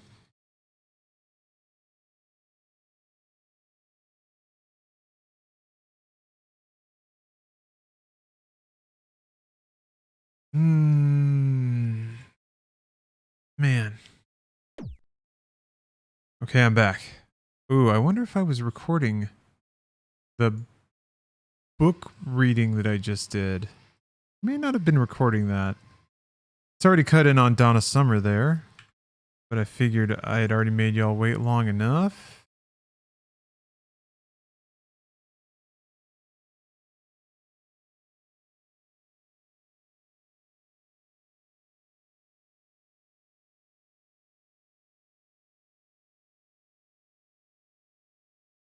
You're gonna want that recording. I mean, I upload them to YouTube, and it'd be weird if I just missed a chapter. Gotta have the complete archives, the complete texts. Okay, so there was one more chapter that had been unlocked.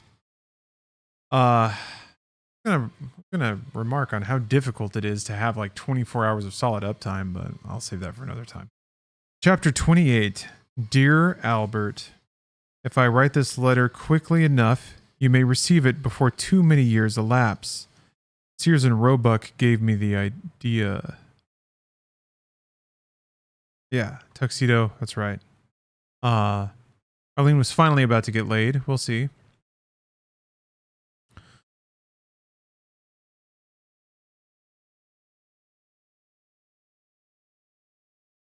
Let's see here. The same technology that makes gate travel possible, not to mention this incredible spaceship, allows me to use the sublight post office. The laser messages don't move much faster than the ship at max, but remember how fast the ship is moving. If we'd been crazy enough to send a message ahead of us to the Fred base so that they could roll out the red carpet, we would have arrived about a half hour after they received the message. Okay.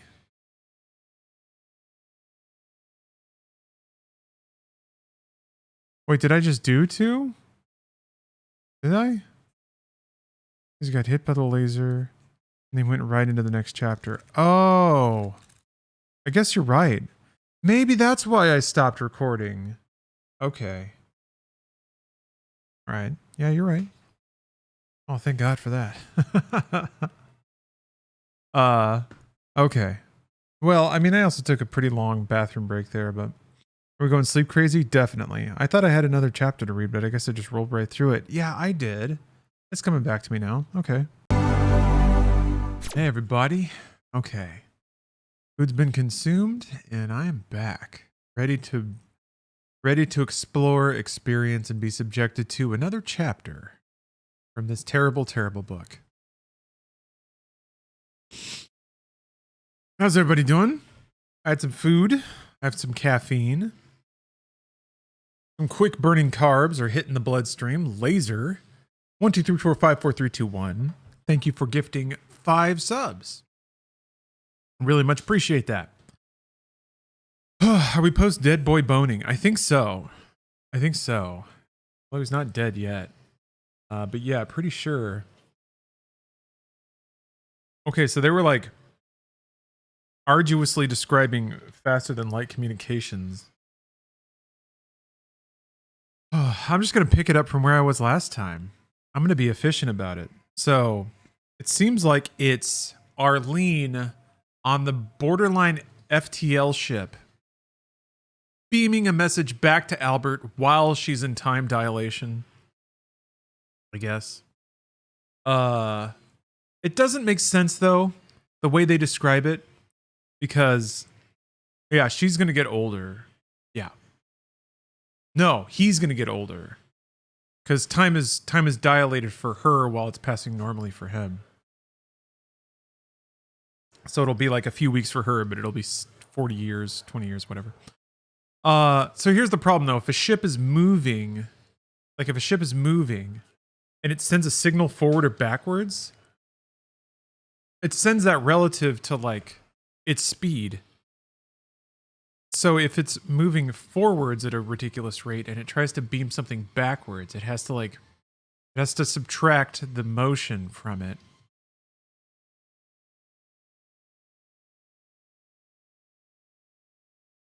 Albert said he was going to be older? Yeah. Yes.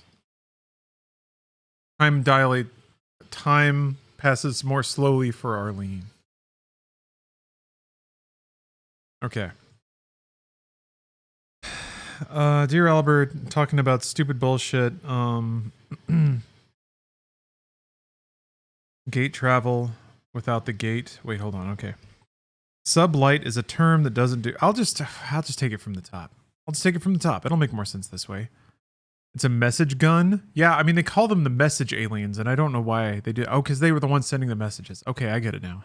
All right, dear Albert, chapter 28. Dear Albert, if I write this letter quickly enough, you may receive it before too many years elapse. Sears and Roebuck gave me the idea. The same technology that makes gate travel possible, not to mention this incredible spaceship, allows me to use the sublight post office. The laser messages don't move much faster than the ship at max, but remember how fast the ship is moving. If we'd been crazy enough to send a message ahead of us to the Fred base so that they could roll out the red carpet, we would have arrived about half an hour before they received the message.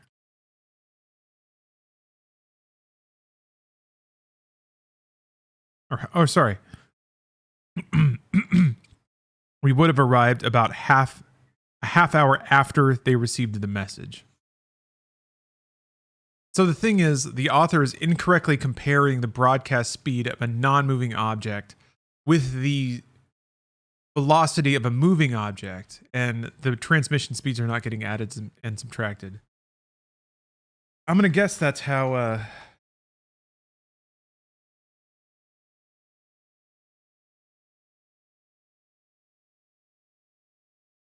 Like, it really just depends if it can travel faster than light, if the communication can, or if it can travel light speed. I think what they mean to say is that communications are happening at light speed, but the ship is traveling at just sub-light speed. So they can, like, shoot a message home because they can just barely overcome their forward velocity. But if that's the case, then if they shoot a message forward, it would get there, like, twice as fast. Because they're already going nearly light speed, and if they can shoot something at light speed... Well, I guess if it's actually purely at light speed, if that's the cap. But if it can go faster than light, then that's another story.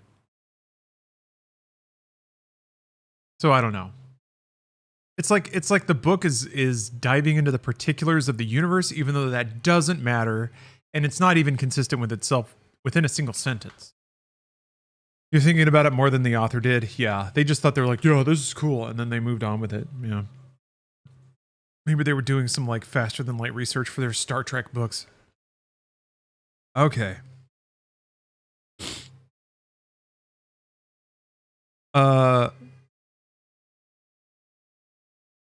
Sublight is a term that doesn't do these speeds justice. Traveling an inch an hour is under the speed of light. Both the Freds and our guys can travel right up to that speed. SNR's ship will reach a maximum speed of 99.99967 miles per hour relative to the Earth.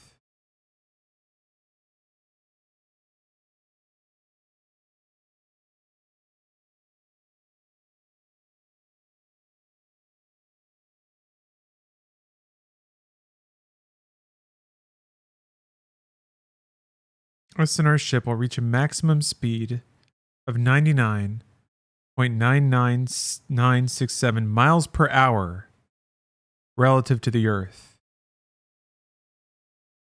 Isn't that incredible? Gate travel without the gate. So that's not fast. Are they saying that it's dilating space then? It's traveling at 99 miles per hour relative to Earth, but somehow it's compressing space so that the journey only takes a few weeks? It's compressing time and space? Yeah, Riza, maybe 99.999% the speed of light. I thought that's what they were going for. But then they said miles per hour relative to Earth. Like there's a whole other phrase specifically to designate it not being percentage of the speed of light. Whatever. I wish you could have seen the ship from the outside when we finished melting off the ice. I swear it looked just like a cigar. Sometimes it's just a cigar. Well, I didn't pick up on my reference to Frank R. Paul, the science fiction artist from the 1930s who created a lot of stogie spaceships. That style went out of fashion in the 1950s when the flying saucer craze started.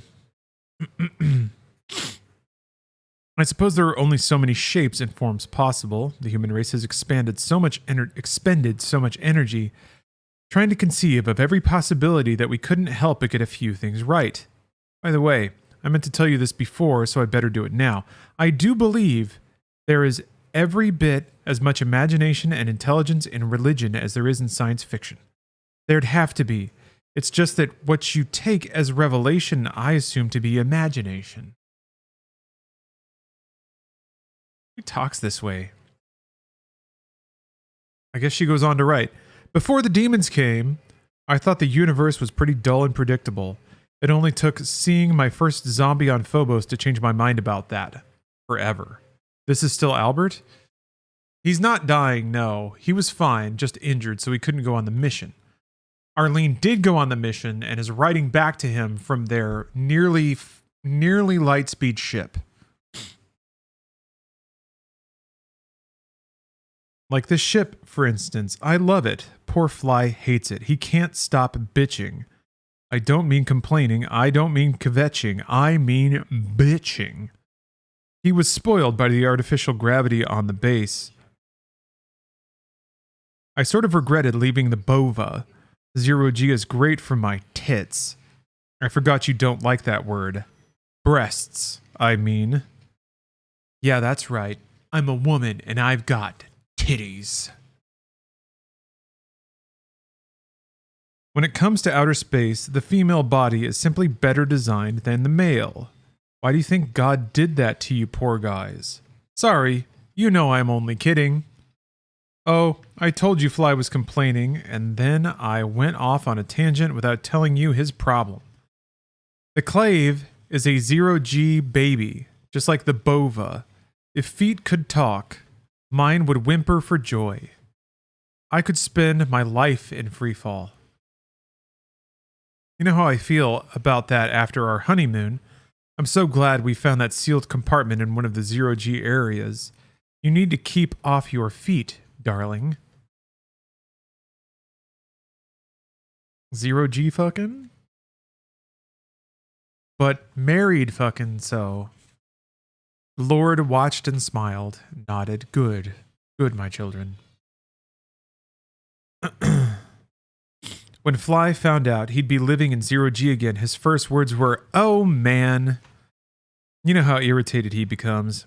Even so, Hidalgo convinced him that the ship is brilliantly designed. It's 2 kilometers long. Well, you already know that. We could see this was no dinghy when it was in the ice. It has a central corridor connecting all the engine pods. There are no real compartments. Sears and Roebuck don't believe in piracy. The Clave would be Ayn Rand's nightmare. Or it's Ayn Rand, right? Of course the author would name drop Ayn Rand. So good. Tits and Rand right in a row. God bless. Anyway, there is no provision for spinning or any other artificial gravity. There is a very good reason for this. SNR told us there can be no gravity generators on their ship like the ones they have on the base. It's flat out impossible. Boob straps. Pull yourself up by your tit straps. Jesus. The gravity maker where you are makes use... Oh. The gravity maker where you are makes use of existing properties of matter. They say it's impossible for a ship accelerating to near light speed to use one of the devices. Mass increases, you know, as far as physical measurements are concerned in our local area. The Clave ship is increasing sufficient gravity on its own. In other words, if they use the gravity accelerator, or if they use the gravity generator, it would be impossible to accelerate to the necessary speed. So thanks to the laws of physics, my feet and breasts win, while Fly's stomach loses. Yeah. Don't I write wonderful love letters, darling? Would you enjoy hearing some more technical stuff, or would you rather devour every word of my wildest fantasy? Well, I don't want to add to your frustration, so I'll tell you more about the Fly ride. The chairs, yes, we have chairs, can be put in any position within the ship. They'll be on the ceiling when we decelerate. Fly keeps saying they're not as comfortable as what we had on the base. You see, I wasn't kidding about our big tough Marine being spoiled.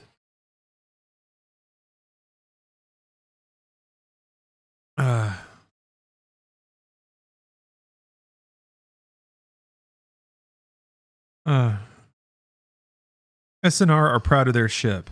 Until now, I didn't realize they were capable of pride. Unless I'm losing my mind, they're easier to understand when they're bragging about their ship. I may be imagining their pride, but I'd make book that the Clave have no concept of sentimentality any more than they do of privacy. Clave do not give ship names. I suggested they call this one the Kropotkin, after my favorite collectivist, a left-wing communitarian anarchist. A quick aside, did you know that SNR come from a planet with a heavier gravity than Earth? Imagine the backaches they must have under 1.5 gravity. No wonder they like a zero-G ship. Back to the subject of the ship, here are a few more specs. It takes 3 to 4 Earth standard days for us to accelerate to the max, then 3 to 4 more days to bring the sucker to a full stop. When SNR said the ship moves relativistically, I asked if the Clave were more like cousins or brothers and sisters. They didn't get the joke, but Hidalgo howled with laughter. We've learned a lot of things that would interest you, beloved. First, here's something that had been bothering Fly all along. Why did the Freds attack Earth in the first place? Good, we finally got there. Okay. What was their motivation? The most they can extract from human survivors is slave labor, and slaves are expensive to maintain. It's more economical to use machines. Fly and the captain and I wrestled over these problems before we laid them out to Sears and Roebuck. There are no natural resources that can't be obtained elsewhere and more easily, I would think. SNR told us how their side figured out that the Freds were eventually going after Earth. They did this by analyzing the Fred pattern of play up until that point. Of course, such an analysis wouldn't indicate why Earth was chosen as a target in the first place. During the tens of thousands of years when the good guys were in orbit around Earth watching and observing, they did their best to comprehend the attraction of what Fly calls the old mud ball. Hidalgo suggested there might have been a Fred observatory on Earth for... All right, I'll just toss that sentence away and try again in a second.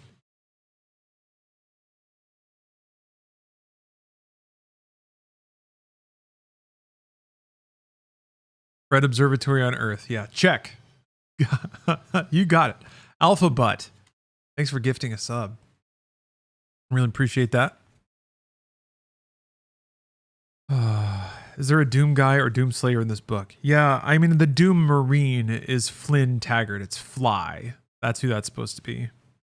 He's not very Doom guy, though. He's kind of a dweeb. Okay, where was I?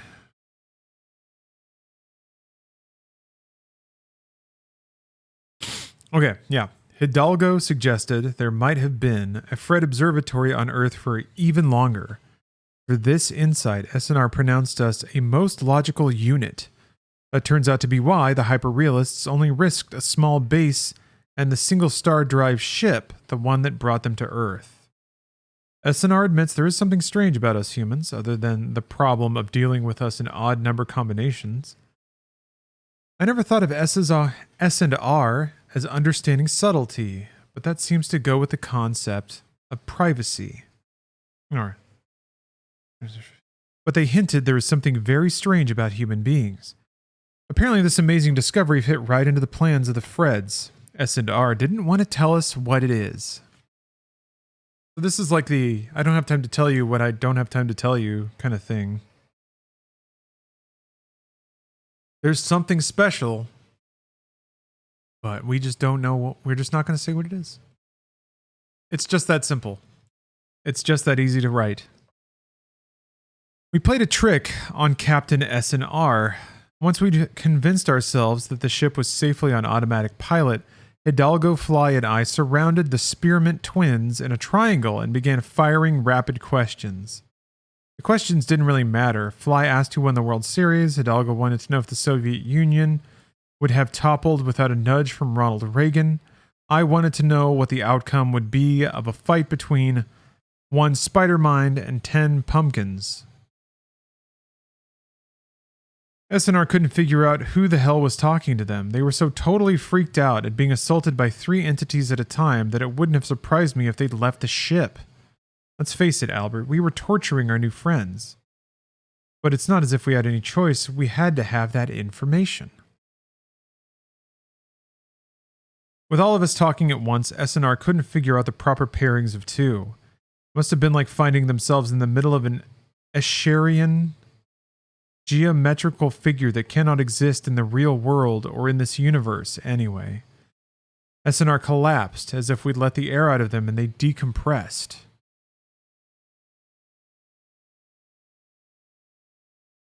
Fly and Hidalgo started a swearing contest.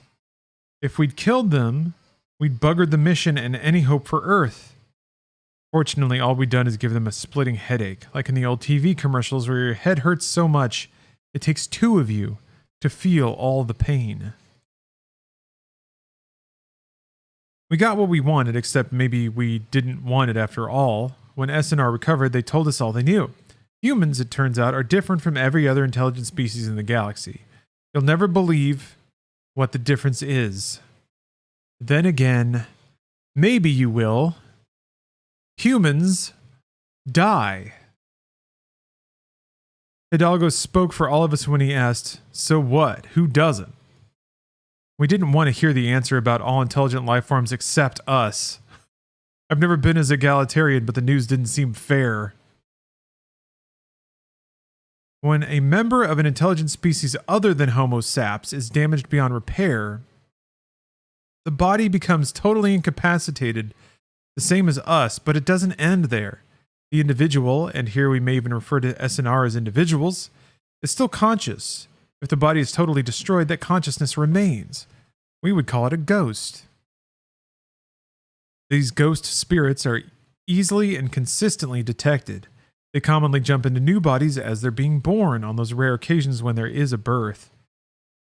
As soon as the physical components mature sufficiently to allow communication, they indicate who they were in the previous incarnation, then they can pick up where they left off. When I learned this, I naturally thought of our many arguments in the time we've known each other. Maybe we aren't as far apart as we think. My maternalism has run into a brick wall of the spirit. Your general faith may be stronger with this knowledge, but the details must disturb anyone with orthodox convictions. I never did ask you if you were bothered by the nearest English translation of the name of the life-saving entity's soul spheres. Yeah, that's what I thought was going to happen. I thought they were going to use another soul sphere, and then the robot was going to casually drop that like each soul sphere costs like 10,000 lives or something. And then they would have like a momentary crisis about it and then completely forget it and move on and continue to use them. That would have been cool, huh? Yeah, that's new Doom logic. I guess so. I mean, they're kind of going to the same spot. Even though SNR weren't deliberately holding anything back from us, it was difficult to piece together everything as I'm writing you. Sometimes it seems as if they're starting to master our language, but then it comes out the fractured sentence. But then out come the fractured sentences again. The ghost spirit consciousness is freed only when the body is totally annihilated. Naturally, Fly asked them what they meant by totally. Neither Hidalgo nor I desired to learn that particular fact. We were still reeling from the discovery that our mortality was unique to humankind. Fly acted as if he was in the market for an alien body and wanted to check out the mileage. SNR answered that total annihilation occurred when less than 8% of the original body mass was chemically dispersed.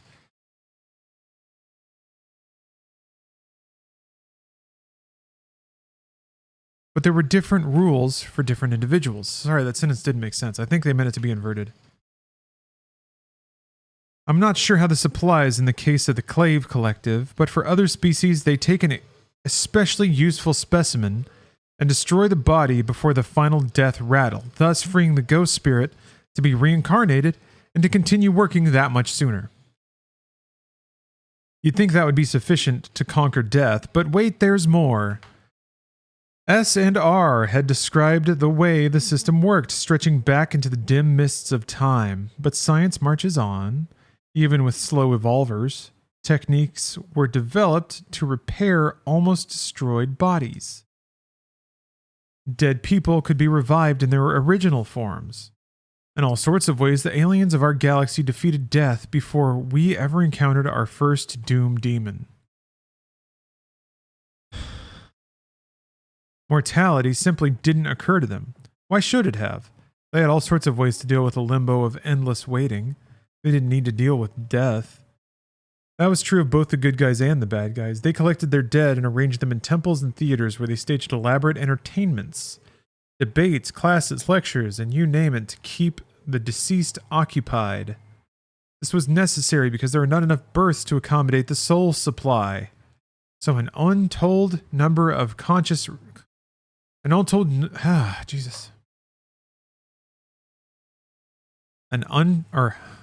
So untold number of consciousnesses remain in a death trance until a body becomes available.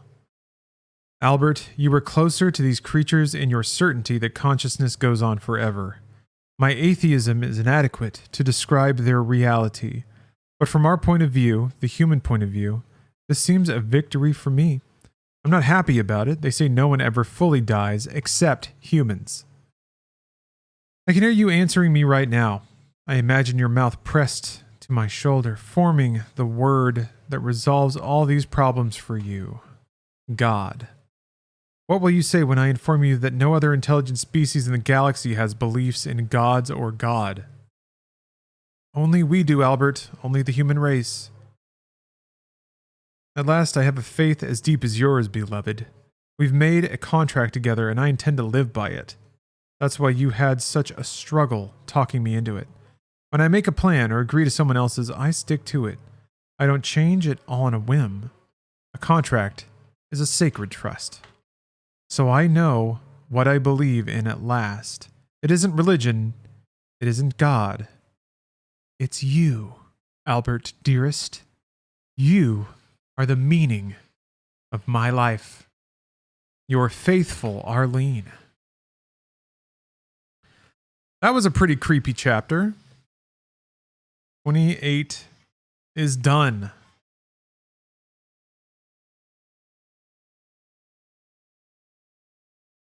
What a ride. What a feeling. Oh. I just don't know what to think anymore. Let's get back to Skyrim, huh? Imagine getting that letter. Yeah, just eyes widening more and more. Actually, I'm going to take a quick restroom break. I'll be right back. Let me clean up the screen here. Skied your last rim. Indeed I have. Thanks again to everybody for your outstanding generosity. Definitely will always appreciate that. Okay. And let's take a ride. One last ride for the final lore. This is kind of nice too because the sun's coming up, making it easier to read. That's another thing that's a little difficult as it gets a little dark in here. All right. Chapter 29. It was my fault. Good old Fly Taggart can't leave well enough alone. The mission was proceeding without a hitch. So what if I was pissed about being in 0G again? Arlene was in her natural element. Hidalgo was doing all right.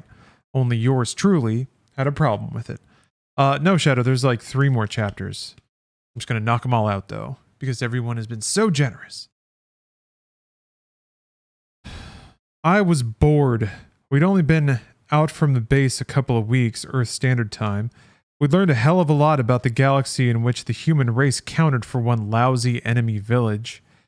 Talk about waking up and smelling the coffee. Finding out you're a member in good standing of the most ignorant, intelligent species in the universe is depressing. At least it was to me. So we were poured onto an alien spacecraft where we were about to be as useful as Girl Scouts at the Battle of the Bulge. While SNR upshipped us to Fredland, there wasn't much for us to do except sit back and twiddle our thumbs. I shouldn't squawk. Geez, Arlene finally bedded down with the man of her dreams and then she ships out with the rest of us. My best buddy had a few quirks of her own, though. If she and Albert weren't going to be separated this way, I could imagine her putting off the moment of truth indefinitely. As it turns out, she never hesitated for a moment about following orders. Hidalgo had won her respect, but even if he hadn't, she would have come along for the good of the mission. I know Arlene Sanders. I mean, Arlene Gallatin. Gallatin? God. I'll never forget Arlene ordering me to take care of her. So what else is new? The stupidest thing a soldier can do is wish away the tedium. He may receive a face full of terror. Trouble with me is I've never been a soldier. I am a warrior. Which means I don't relish long periods of enforced idleness, especially if I'm floating around like an olive in the devil's martini. No, Arlene's still alive. They're just on a spaceship. Flying away. Sears and Roebuck tried to find work for us. Trouble was that the shipboard routine was more automated here than it was on the Bova. Of course, that's like saying there's less for an Apache warrior to do on an aircraft carrier than in a canoe. Aboard the Bova, the Navy was in charge. Here, the high technology was so high that no one needed to be in charge, except SNR. I don't know why I thought it could have been otherwise. Stupid human pride is not a monopoly of the Marine Corps, no matter what the pukeheads and the other services have to say. Oh yeah, we are getting boosted. That's a hot boost. Thanks for the boost, everybody. Thanks for all the subs. Thank you again. Oh, Elder Triton. Thank you for the sub. Appreciate it. Yeah, Pop-Tart, there's been some very confusing chapters. I'm still processing it myself. There was one useful task. Someone had to prepare the program for insertion and figure out what we were going to do when we lifted the 8-week, 40-year siege and returned. One guess who was the least qualified member of the crew for that job. Not that I couldn't have stumbled through it, and my bud would have been the first to admit that Jill was more qualified than Hidalgo or her. How I would have loved to pass that information on to my favorite teenager. I became so desperate that I hunted around for something to do. We had plenty of the special spacesuits, but no need to go outside. I hinted to the captain that maybe one of us should take a look-see topside, but they saw right through me, as easy as looking through one of the suits. They did at least show me the weapons that we'd be using at the Fred base. Ray guns. Honest to God, ray guns. They required no maintenance whatsoever. At least on the Bova, there were books. I had found a copy of The Camp of All Saints. I didn't have a memory like Albert's, but I remember the passage about how civilization is what you defend behind the gun, and that which is against civilization is in front of the gun. That's a good Marine credo. I'd thought about that while we were on the hyper-realist base. It was strange having no weapons the entire time we were there, but nothing was attacking us. The subject never came up, except with Albert, and he said there's no gun control when the mind is the only weapon. When we'd first arrived at that base, Albert may have thought he'd entered heaven. Before we left, Arlene did her best to convince him that he really had. Ew. Sex. I was going to miss Albert. I'm going to miss Albert and his face with a normal amount of holes in it.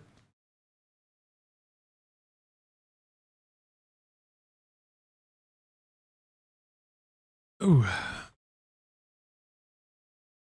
Arlene showed me a copy of the letter she lasered her man. She crammed an awful lot in there. She is endlessly fascinated by SNR and their ship. I'm still depressed. I wish faster than light were possible. How is this hitting fly so hard? It's like it's not even worth fighting demons if you can't do warp speed. What is his deal? Whether we succeed or fail in upcoming missions, I have the sinking feeling we'll never see our own civilization again. If that's how it comes down, then the Freds and their demonic hordes will have succeeded in ending my civilization for me. What, like he was going to do it?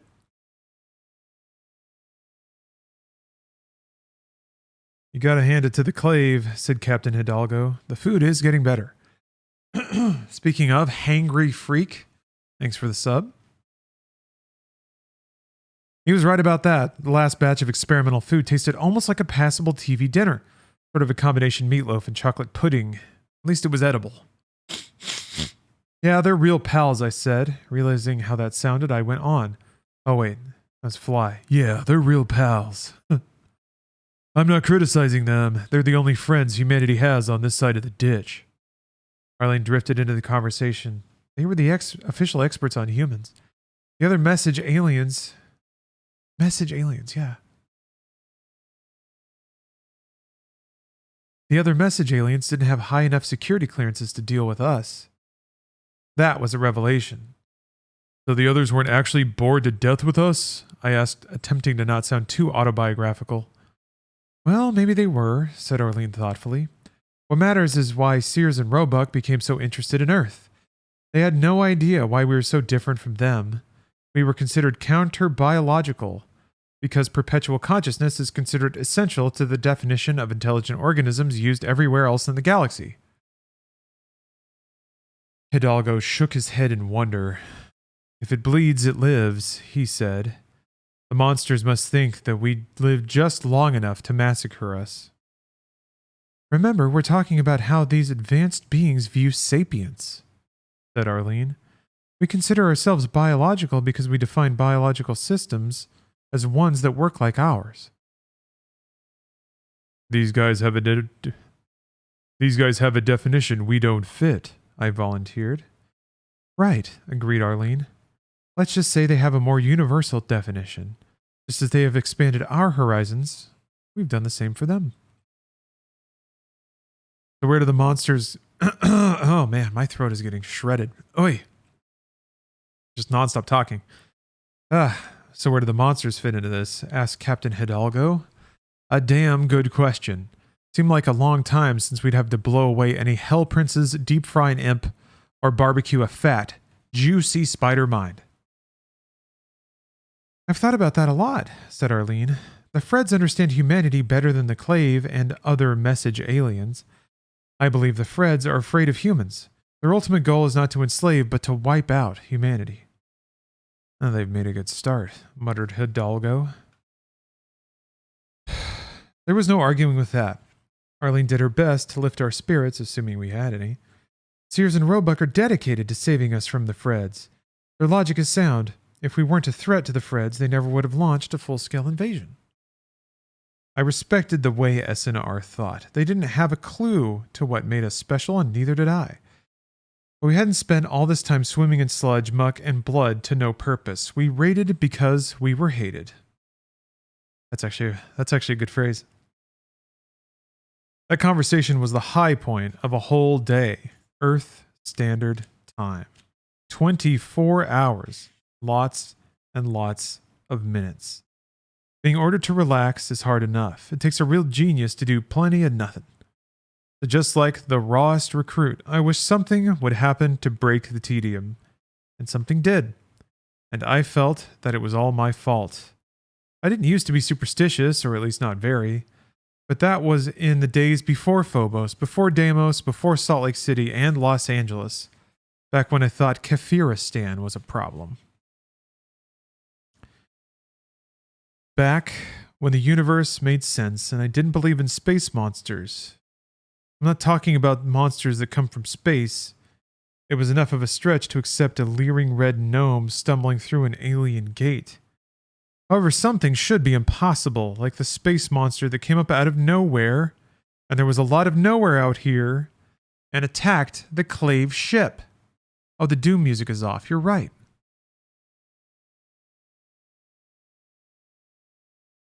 Cool.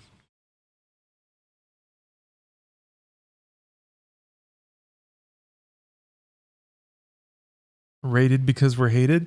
So in the book, it was actually R-A-T-E-D, but raid, which rated? I feel like that could be misinterpreted. I don't think it would ever. Like,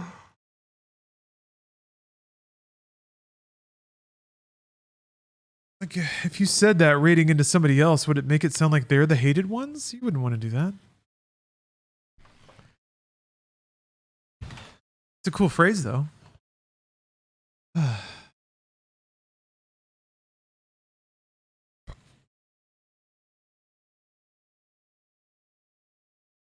Can I lower the music a smidge? So it gets quieter when I talk. Is that the concern? It should be pretty audible when I'm speaking. Yeah, I'm very sleepy right now.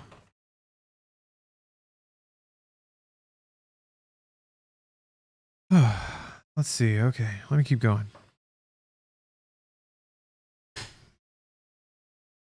The power of sidechain compression. Okay, at first I thought SNR were projecting an entertainment program. The three-dimensional object darting over our heads looked like a refugee from a Japanese monster movie. I'd never been into those when I was a kid, but when Arlene and I were going to the movies together, she dragged me off to a whole day of Godzilla and Gamera movies sponsored by Wonder Magazine. She'd picked up free tickets because she was a subscriber. I didn't care for any of the films, but the images were too ridiculous to forget. Naturally, I assumed, always a bad idea, that the thing on display, courtesy of SNR, was the same kidney. It even looked like a kidney, but it had a shell and several tentacles and heads stuck out of it at odd angles. At least it didn't have wings. Wings would have been really stupid. What's up, Schneebs? Bile nozzle, screamed Sears and Roebuck. I didn't know they could scream. They were so freaked that their stubby little legs started a running motion, even though it made no difference in 0G. I suddenly realized how fast these suckers could move at the bottom of a gravity well. Here their legs only looked funny, like hummingbird wings, as they became a blur. These guys were definitely upset. Yeah, he really meant kidney. Yeah. Bile nozzle? Echoed Arlene. Closest in English, they answered, more calmly now that they were past the initial shock. Their legs slowed down too. I didn't think I'd ever be bored again. Not only were SNR aware of this flying space organ, they had a name for it. Just like in those Japanese movies where the kids automatically know the name of every oversized sea urchin that has designs on Tokyo. The ship is attracting to bait, said SNR. Inertial energy turns into heating. God help me, I understood them perfectly. From outside, the ship must look like a star, I said. Unless we decelerate. Oh, Hidalgo said that. Unless we decelerate. Hidalgo reminded himself as much as the rest of us. So that monster is chasing a small star, said Arlene. What does it eat? Anything, said SNR. Not only carbon, other chemistries. But only from the inside. We must go away. We are already burning fuel now. There isn't any way we can fight this creature? Hidalgo asked, his voice icy. SNR had one of their periodic attacks of schizophrenia. One head nodded while the other shook. That didn't mean they intended the same meaning by those motions we did, but it sure fit the situation like a glove. No time for going to escape maneuvers, they said. Bile nozzle already matching velocipedes. Velocities, I shouted. I couldn't stop correcting these guys, but I understood the problem. This ship was not a Millennium Falcon we could use in a dogfight or a monster fight. The ship used inertial dampers to get rid of the incredible amounts of energy we were using. At 100,000 gravities acceleration, SNR didn't want to make a trivial error that would turn us all into smears of jelly. All that I understood, Bile nozzle was beyond me. Just outside the ship, and whether we sped up or slowed down, the thing was going to stick us like blood on a combat boot. Or the thing was going to stick to us like blood on a combat boot. There we go. How will it attack? Asked Hidalgo. Becomes one unit, said SNR. That could probably mean the thing split up into two. Inside ship part. Okay.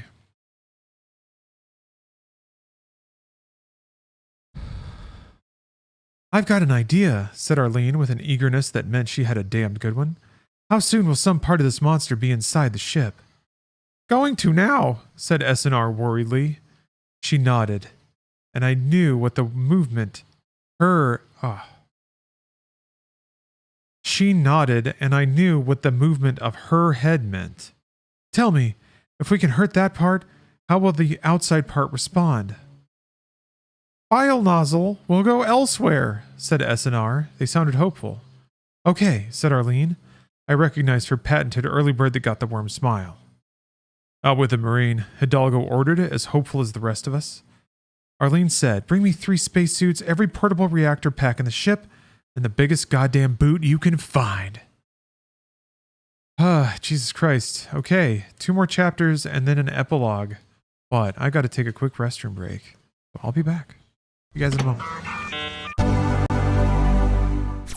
Alright, back. Foolie's Hour. Thank you very much for the sub. Very much appreciate that. Alright, let's power through. It's what Fly would want us to do.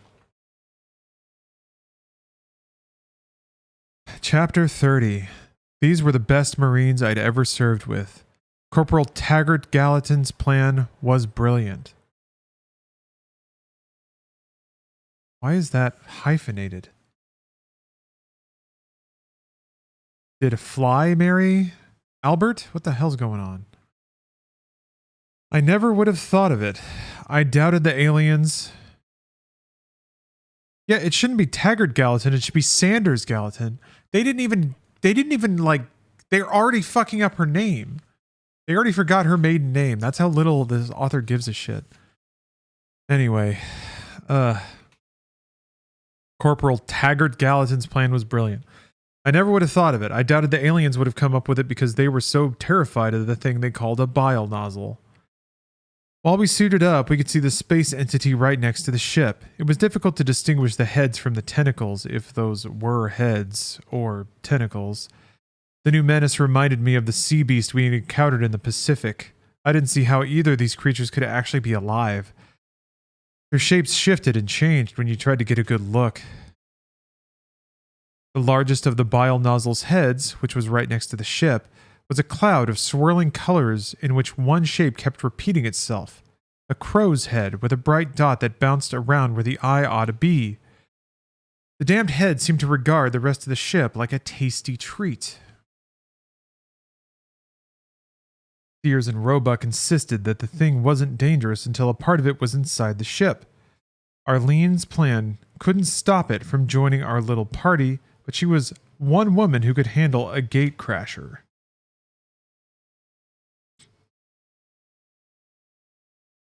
SNR insisted on coming with us. They didn't act as if they were the captain and we were under their command. Cooperation was more natural to them than command. A few years ago, I thought Earth was the only inhabited planet. Now that I'd had my eyes open to the new possibilities, I didn't expect everyone in the universe to follow my military code. Only a martinet butthead would expect that. The Marines could handle this assignment, but SNR were probably afraid to remain inside. I couldn't blame them because right before we cycled through the airlock, some damned thing materialized only a few feet away. Hurry! Hurry! Go to outside! Urged SNR. Fortunately, the monster hadn't finished forming itself yet. When it became completely solid, we'd be the first items on its menu. According to SNR, the monster liked to start with carbon-based life forms as an appetizer, then it would go to work on the ship itself.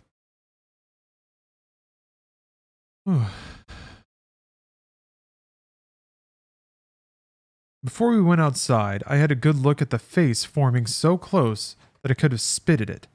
Steam demons were handsome compared to it. Hell princes would have been its first choice for a blind date. The most hideous imp could have passed as Mr. America by comparison.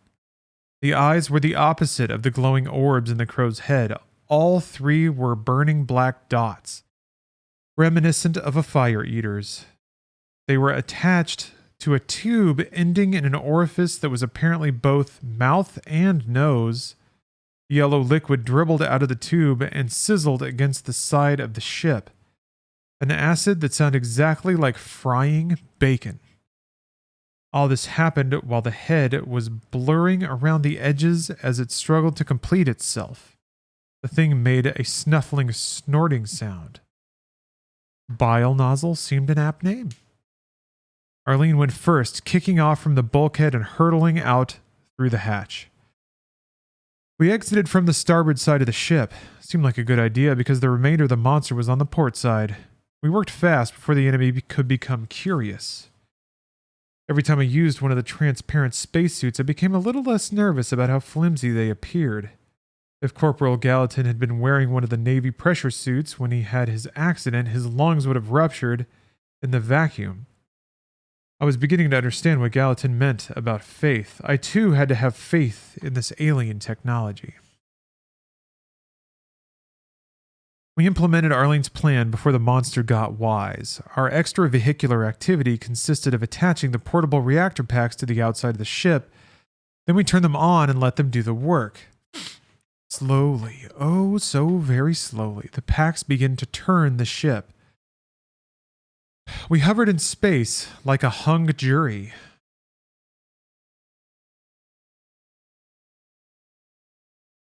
I don't get that. I don't get why a hung jury would hang in space. We were counting on one thing, that a creature which spent its entire existence in a weightless condition would have no familiarity with gravity. If our ship had been spinning, it probably would have left us alone. If Arlene's theory proved correct, the bile nozzle would experience something brand new. The withdrawal of an invitation. A subtle hint that he or she should go elsewhere or to go... a subtle hint that he should go elsewhere or go to elsewhere, as SNR would have said. Ooh. What's the current stream time remaining? However long it takes me to finish this book. That's what I'm going for now. We were patched into the ship through our suits before the monster realized there was a problem.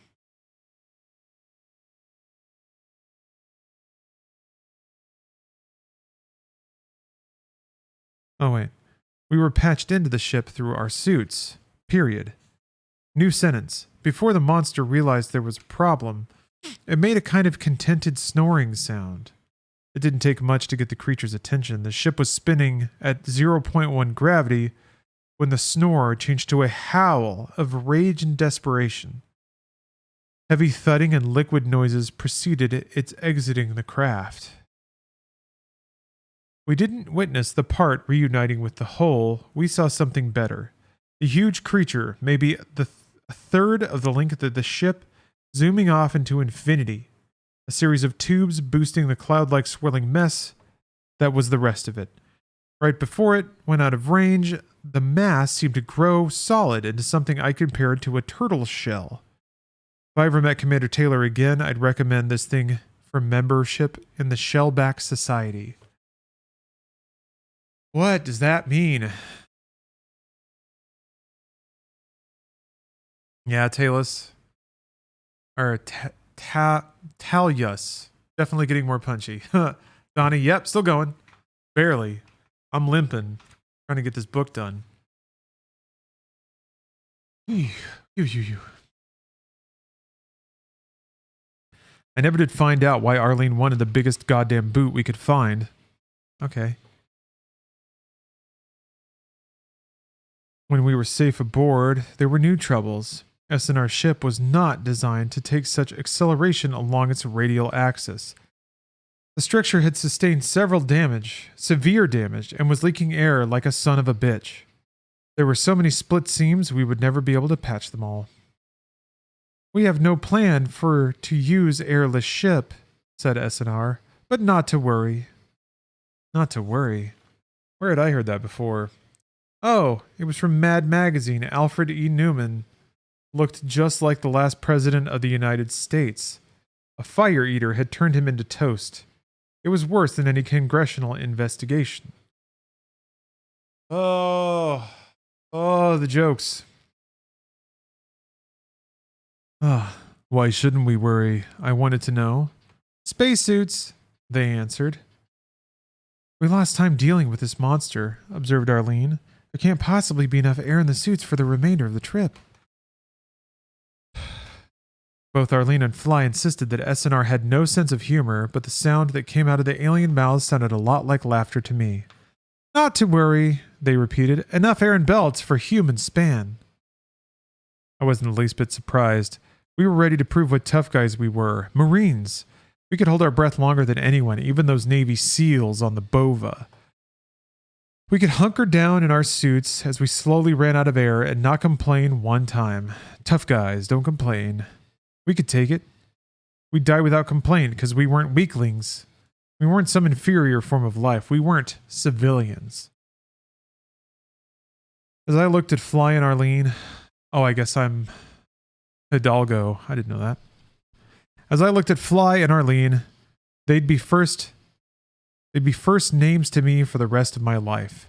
I wondered if they felt the way I did. I never met a sane Marine. I'm not sure there is such a breed. That's why my wife divorced me. Damned civilian. Arlene shot off one of her clever remarks. A sufficiently advanced technology greatly reduces the number of cliffhangers. What? What? The number of cliffhangers?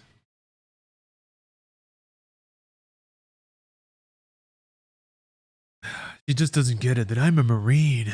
I'll always be a Marine. Oh, whatever. So we come to this. We were a charity case in the custody of superior beings. We could kid ourselves all we wanted. We were not as good as the aliens who ruled the galaxy. It was our good fortune to become pets to one side in a galactic war. The other side saw us as a nuisance. Fly spoke for all humanity when he demanded to know more about that other side. No more surprises, he told SNR. You should have warned us about the creatures like that bile nozzle thing. Did the Feds send it? Or the Freds send it? Not coming from the Fred, they assured him. Just another creature who's received the Lord's precious gift of life. Fly sneered. Well, it doesn't matter now that we've kicked its butt. Fill us in on the Freds. What are they like? SNR hadn't fought the Freds all this time without picking up a bit of knowledge. Our alien allies weren't idiots. I was the idiot for not having requested this information myself. I feared that I was beginning to lose it. When the Devils first appeared on Phobos and Deimos, it was a surprise to Fox Company. There was no briefing for Fly and Arlene. There was only survival. Before my fire team set foot on Phobos, I had pumped our fearless heroes for everything they remembered about Phobos and Deimos. S and R were the duo to pump now.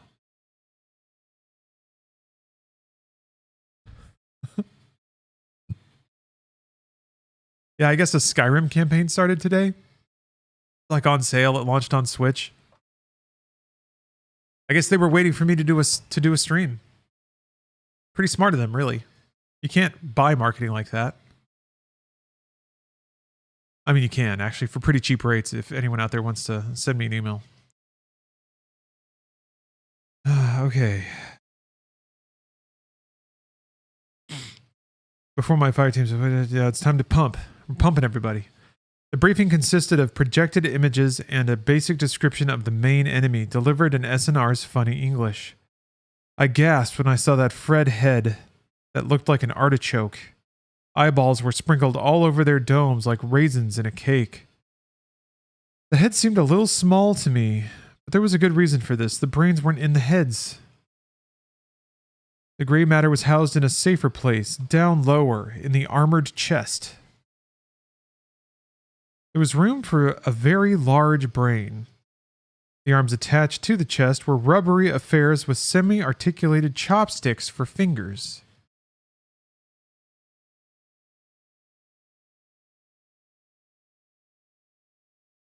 All right, sure. Avoid them sticking into you, said SNR. The fingers? Oh, no, wait. Hidalgo. The fingers, I prompted. The image showed us just what those fingers could do. Contained in tough but flexible skin sacs, the chopsticks were hard and sharp. With a flick of its rubbery arms, a Fred could make any or all of its fingers opposable. Moving on down the torso, we came to a waist so narrow that I didn't see how it could support the weight it carried. There were two thick legs, each ending in a foot that was very much like a human foot, except that it included one feature of a bird's claw, a toe in black, protruding from the otherwise human-looking foot. That's really weird. Canister Cop. Thanks for gifting 5 subs. Oh, thank you. And I'm starting to have to like take deep breaths. Okay, here. Okay. We're going to keep going.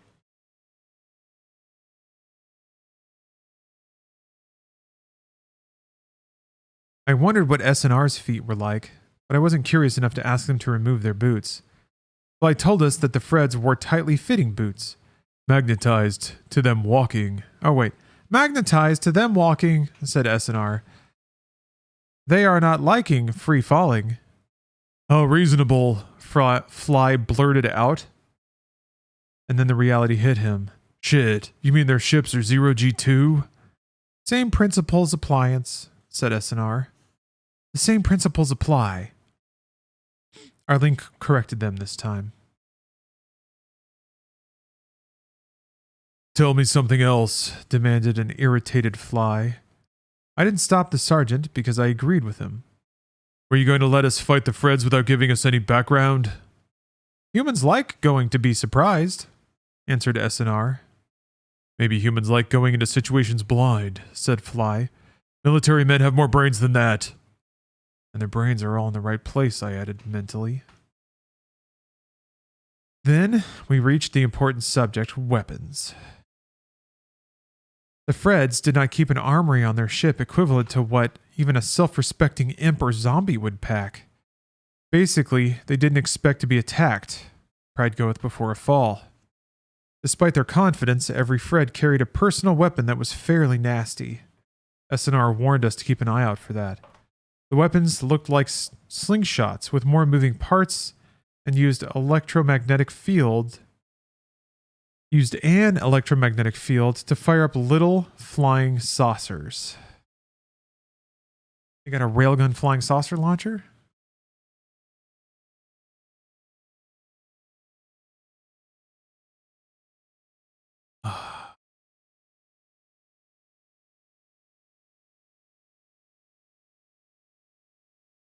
SNR summed up.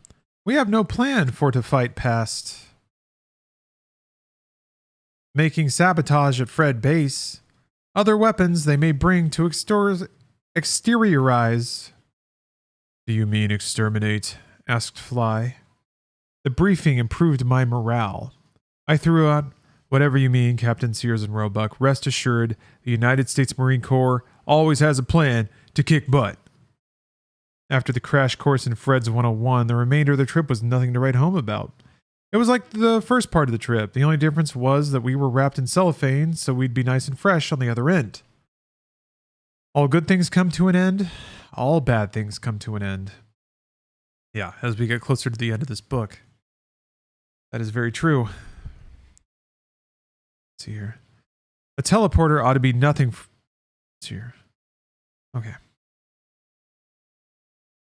A teleporter ought to be nothing for you after your gate problem, Arlene said, trying to cheer me up.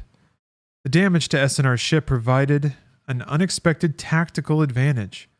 We might never return to the message alien base, but now we had a nice decoy to distract the Freds while we used the teleporter. SNR sent the remains of their ship straight at a Fred defense satellite. We hated to see it go. It was a good ship. Disembarking from a ship had never been easier. There were no damage to the airlocks. We were already suited up and ready to go to teleport hunting, all in a day's work. I would have said that if you'd seen one transmatter device, you'd seen them all. That wasn't true. This one didn't have a stone arch built over it with lots of weird crap carved into it, though. I might have used my experience with the gate on Phobos as an excuse for being superstitious, but there was no point. Much of what we'd seen since leaving our solar system made no sense according to our physics, so there was nothing for us to do but have faith in the engineering that worked. None of the amazing alien technology had let me down yet, except for one small gate glitch. I waited my turn and took a deep breath, and then I stepped forward to meet my destiny. So wait, this is undefended? The gate? Well, wait. Oh, that's right. They're going to the gate to teleport into the base because they don't have the ship anymore. But they didn't even really talk about where the gate was or how they got to it. They just kind of like floated out of the ship and were at a gate. All right, who cares? Chapter 31, technically the final chapter. I'd never heard a hairy bag of protoplasm call out my name before. Fly! Looking down, I noticed something glistening on the floor near my boot.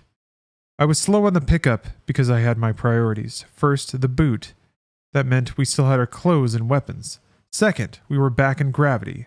So what if my back hurt and my arches complained? Gravity. Sweet gravity.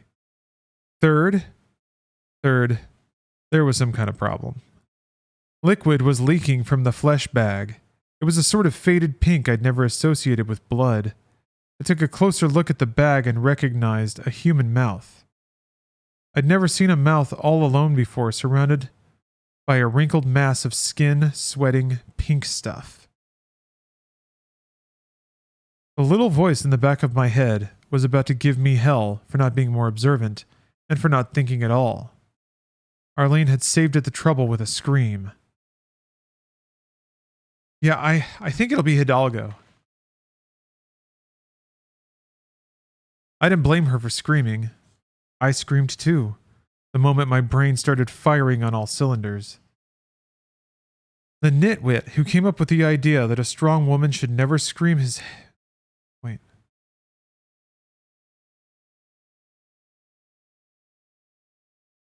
Let me see if I can read this. The nitwit who came up with the idea that a strong woman should never scream had his head so far up his ass that daylight was a myth to him. SNR didn't understand what had happened. They had asked...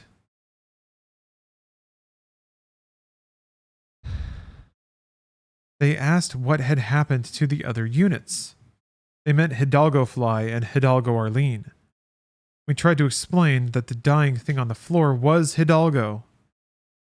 There you go. SNR would always have problems with the idea of death. Arlene and I were more acquainted with that idea, even as the blob of protoplasm begged us to finish it.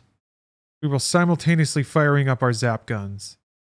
The two beams of heat crossed each other, carving the blob into smaller pieces that didn't talk.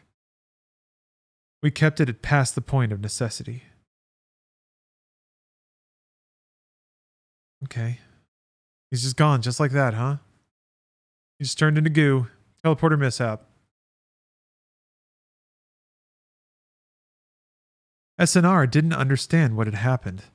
They asked what had happened to the other units. They meant Hidalgo Fly. Oh wait, no, we're still there, yeah. So they zapped him. Why did you send new unit away? Asked S&R. The Clave mind found what had happened intriguing. They may have thought Hidalgo had been transformed into something closer to them, a duality of some kind. I don't know. I didn't care. The officer, the man Arlene had once considered spacing out an airlock, had proved himself one of Earth's best. He had been the leader of our fire team. We owed him what we had just done for him. Funny thing, he'd fought his quota of monsters. A steam demon had taken his wife. He'd kicked butt with hell princes and spiders. On Phobos, he was a bud, helping take down the imps and flying skulls and the super pumpkin.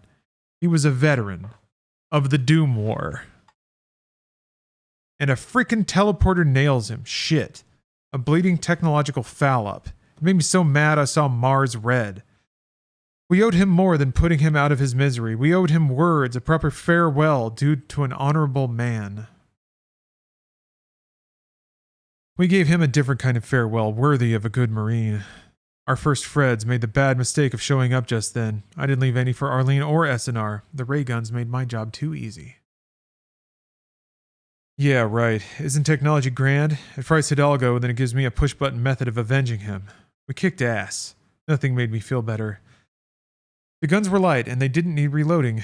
S&R mentioned that they'd need recharging eventually, but that they were good for 1,000 kills per charge. I'm going to try my best to use it up. A few Freds fired off a few saucers. Their aim was not up to Marine Corps standards. S&R aimed at the Fred's chest to get the brain right away. When I realized the aliens could feel pain, I started aiming for the artichoke heads and the arms and legs. Oh, Arlene reminded me that we had a mission to perform. That didn't help. I'd been inactive too long, bottled up too much. Now it was payback time. We came across two Freds making love. I recognized the process from S&R's lesson. Their normal height was 6 feet.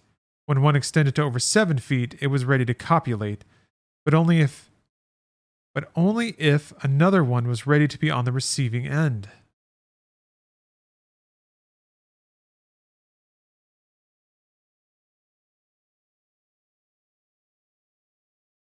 Oh, God. Gonna talk about demon fucking. Okay.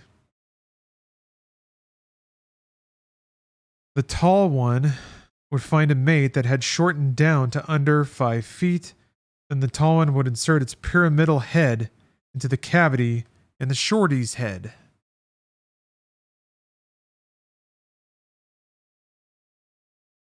They shared genetic information that way. The male turned bright red and the female turned rich purple.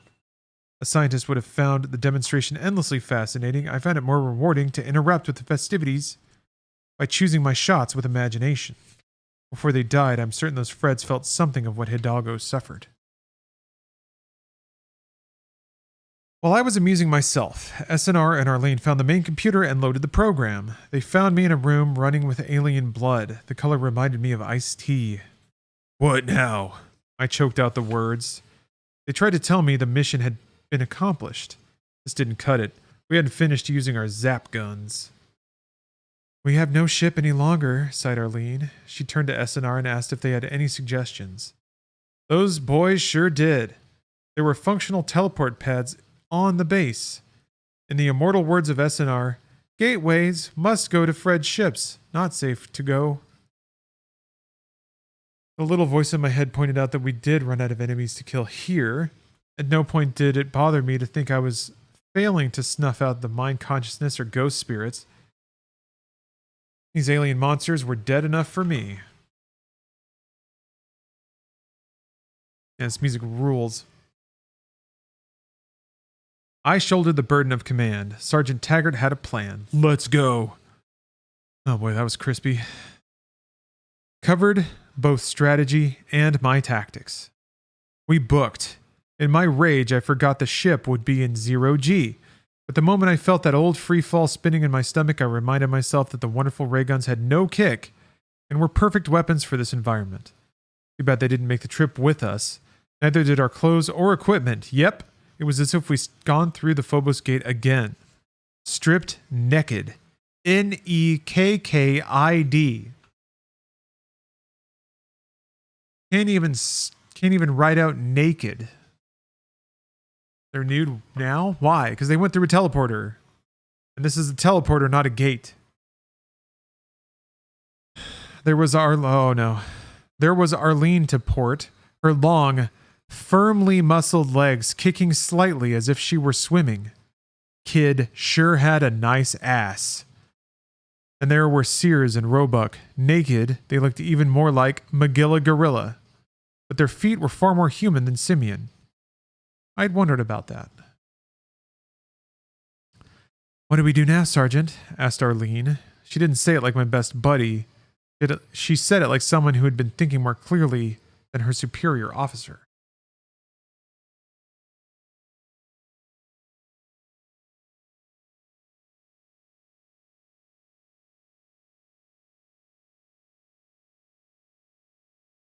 Okay. SNR came to my rescue. We had no choice but to be remaining baseless.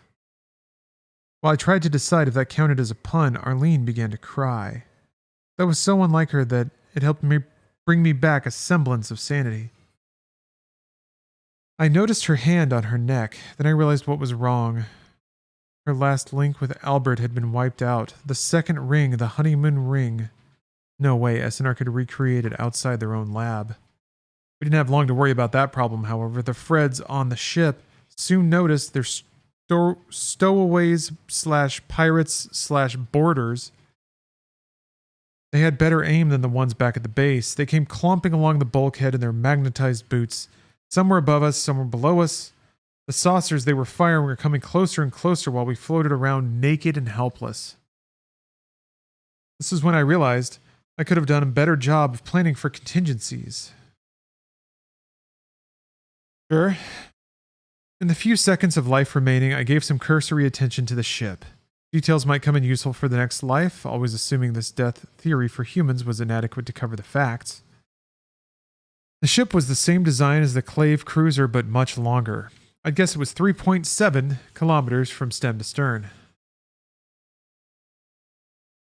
The Fred spaceship had to be the largest cigar in the universe. While we ducked little flying saucers, I quickly reviewed what I'd learned and deduced from SNR's briefing.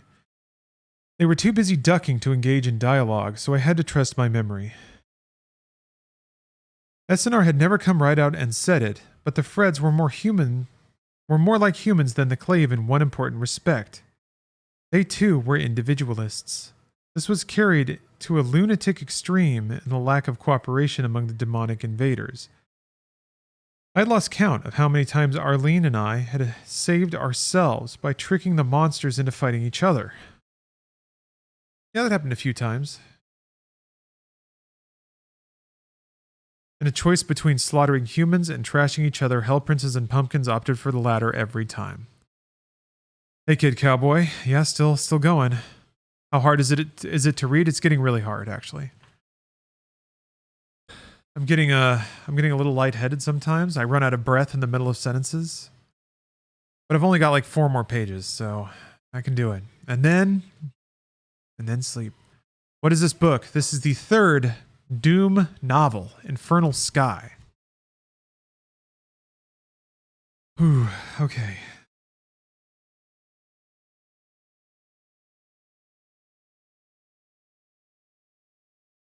Okay, yeah. I'd lost count of how many times Arlene and I had saved ourselves by tricking the monsters into fighting each other. In a choice between slaughtering humans and trashing each other, Hell Princes and Pumpkins opted for the latter every time. So if it had worked 100 times before, why not try for 101? Hand-to-head combat, I shouted. I don't think they're that much stronger than we are. I was certain that none of us in the ship were as strong as S&R. Maybe we can grab one of their guns, suggested Arlene. No, Fred guns can be used for going to kill by you, said SNR. It took a moment for the meaning to sink in, namely, that the weapons could be activated only by a Fred. I set the example. Much as I hated Zero-G, I'd spent so much time in it lately that I developed a knack for turning it to my advantage. A new form of martial arts could be developed in freefall.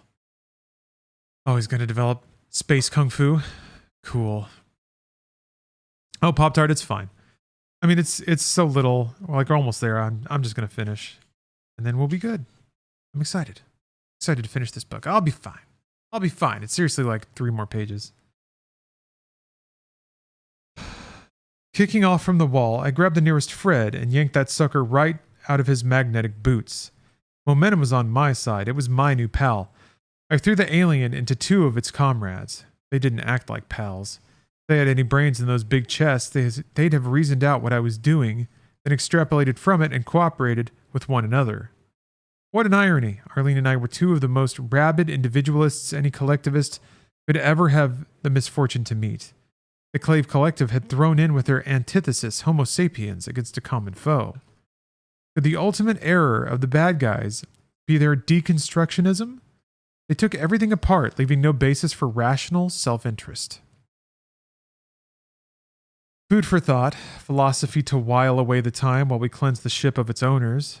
S&R were using a different fighting technique. They were mainly crushing their opponents and ripping out whole portions of the chest area. Arlene and I were succeeding in making the Freds fight amongst themselves.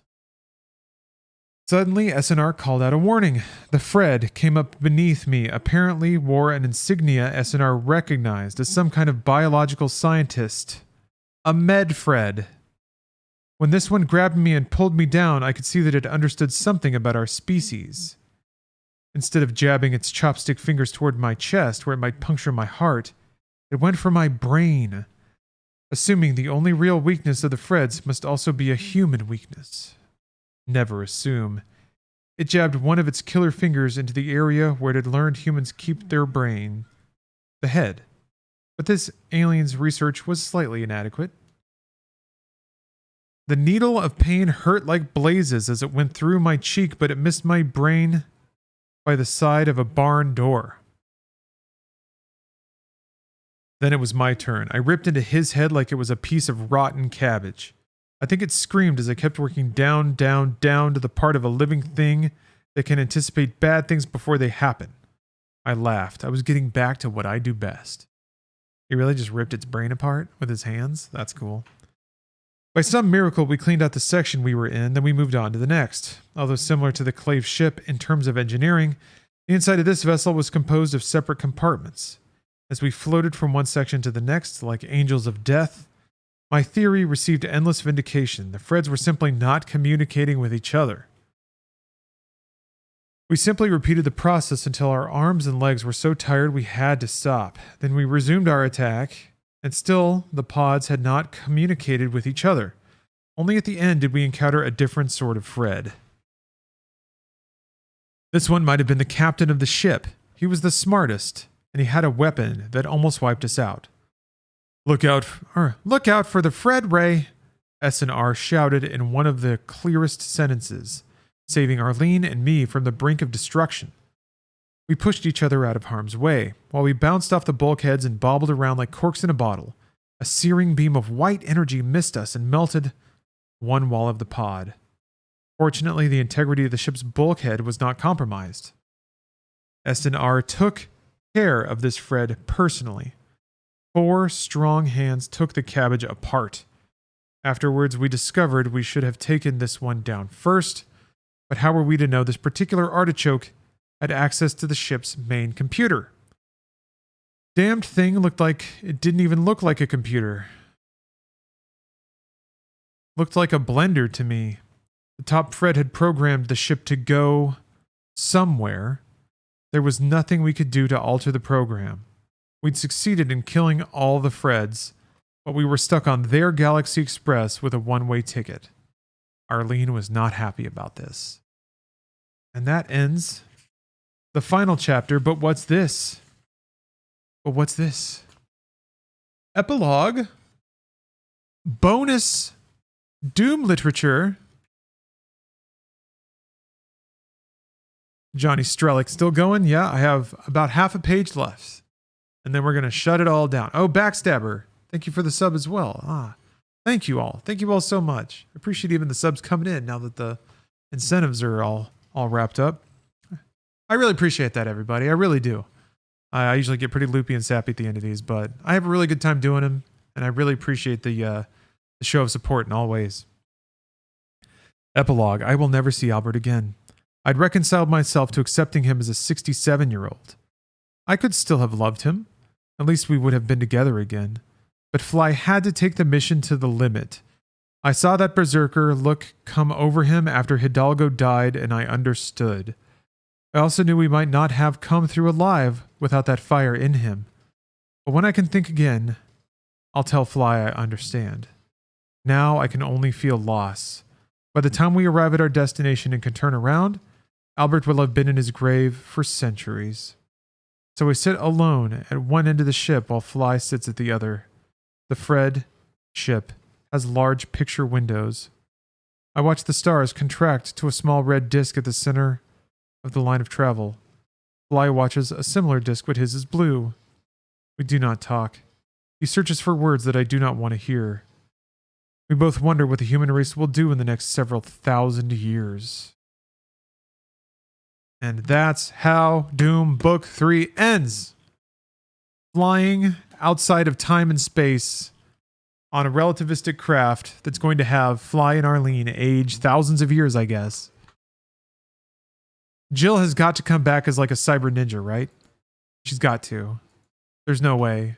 They're like, the author is so one-dimensional and is like setting up like a badass prodigy character archetype. I don't know. Team Man-Fred. You Team Fred? You're the Team Fred? You want demons to win? You're a traitor? You work with demons? Team Manfred, thank you very much for gifting 5 subs. Can I post a link to the author's website? Sure. Go for it. Oh. Deep breath. Thank you all very much for watching the stream. I had a fantastic time. Yeah, my uptime actually is going to end up being about 24. Well, wait a minute. I think I went live around 11:30. So yeah, maybe about 22 hours. Yeah. But got through the rest of Doom Book 3. Had a good time in Skyrim. That's a good subathon. Skyrim put the screws to me a little bit, but that's okay. I asked for it. I had a good time. And raised a lot of great money for able gamers. I want to plug them one last time. Here, I'll just link them in chat. If you want to know what some of your sub money went to today, maybe check out the website. Just feel good about it. You know, you're allowed to do that. You gave me money, I give it on. I'm doing it for you. I'm doing the decision for you. I could buy a house, another house. I could buy an 8th house. No. I'm called on for a higher purpose. So thank you all very much. Just so you know, Skyrim is on GOG now. Yeah, they actually sent out a message. I got an email at 12:01 a.m. saying Skyrim's on GOG. Cool. Just in time to not do this stream with it. Whew. Okay. Have a great rest of your day. Have a great rest of your week, everybody. I should be back streaming probably on Friday. Lego Star Wars is next up in the Star Wars prequel-thon. But I might just take it easy too. Who knows? I hope you take it easy too. And I hope to catch you next time. Stay gaming, everybody.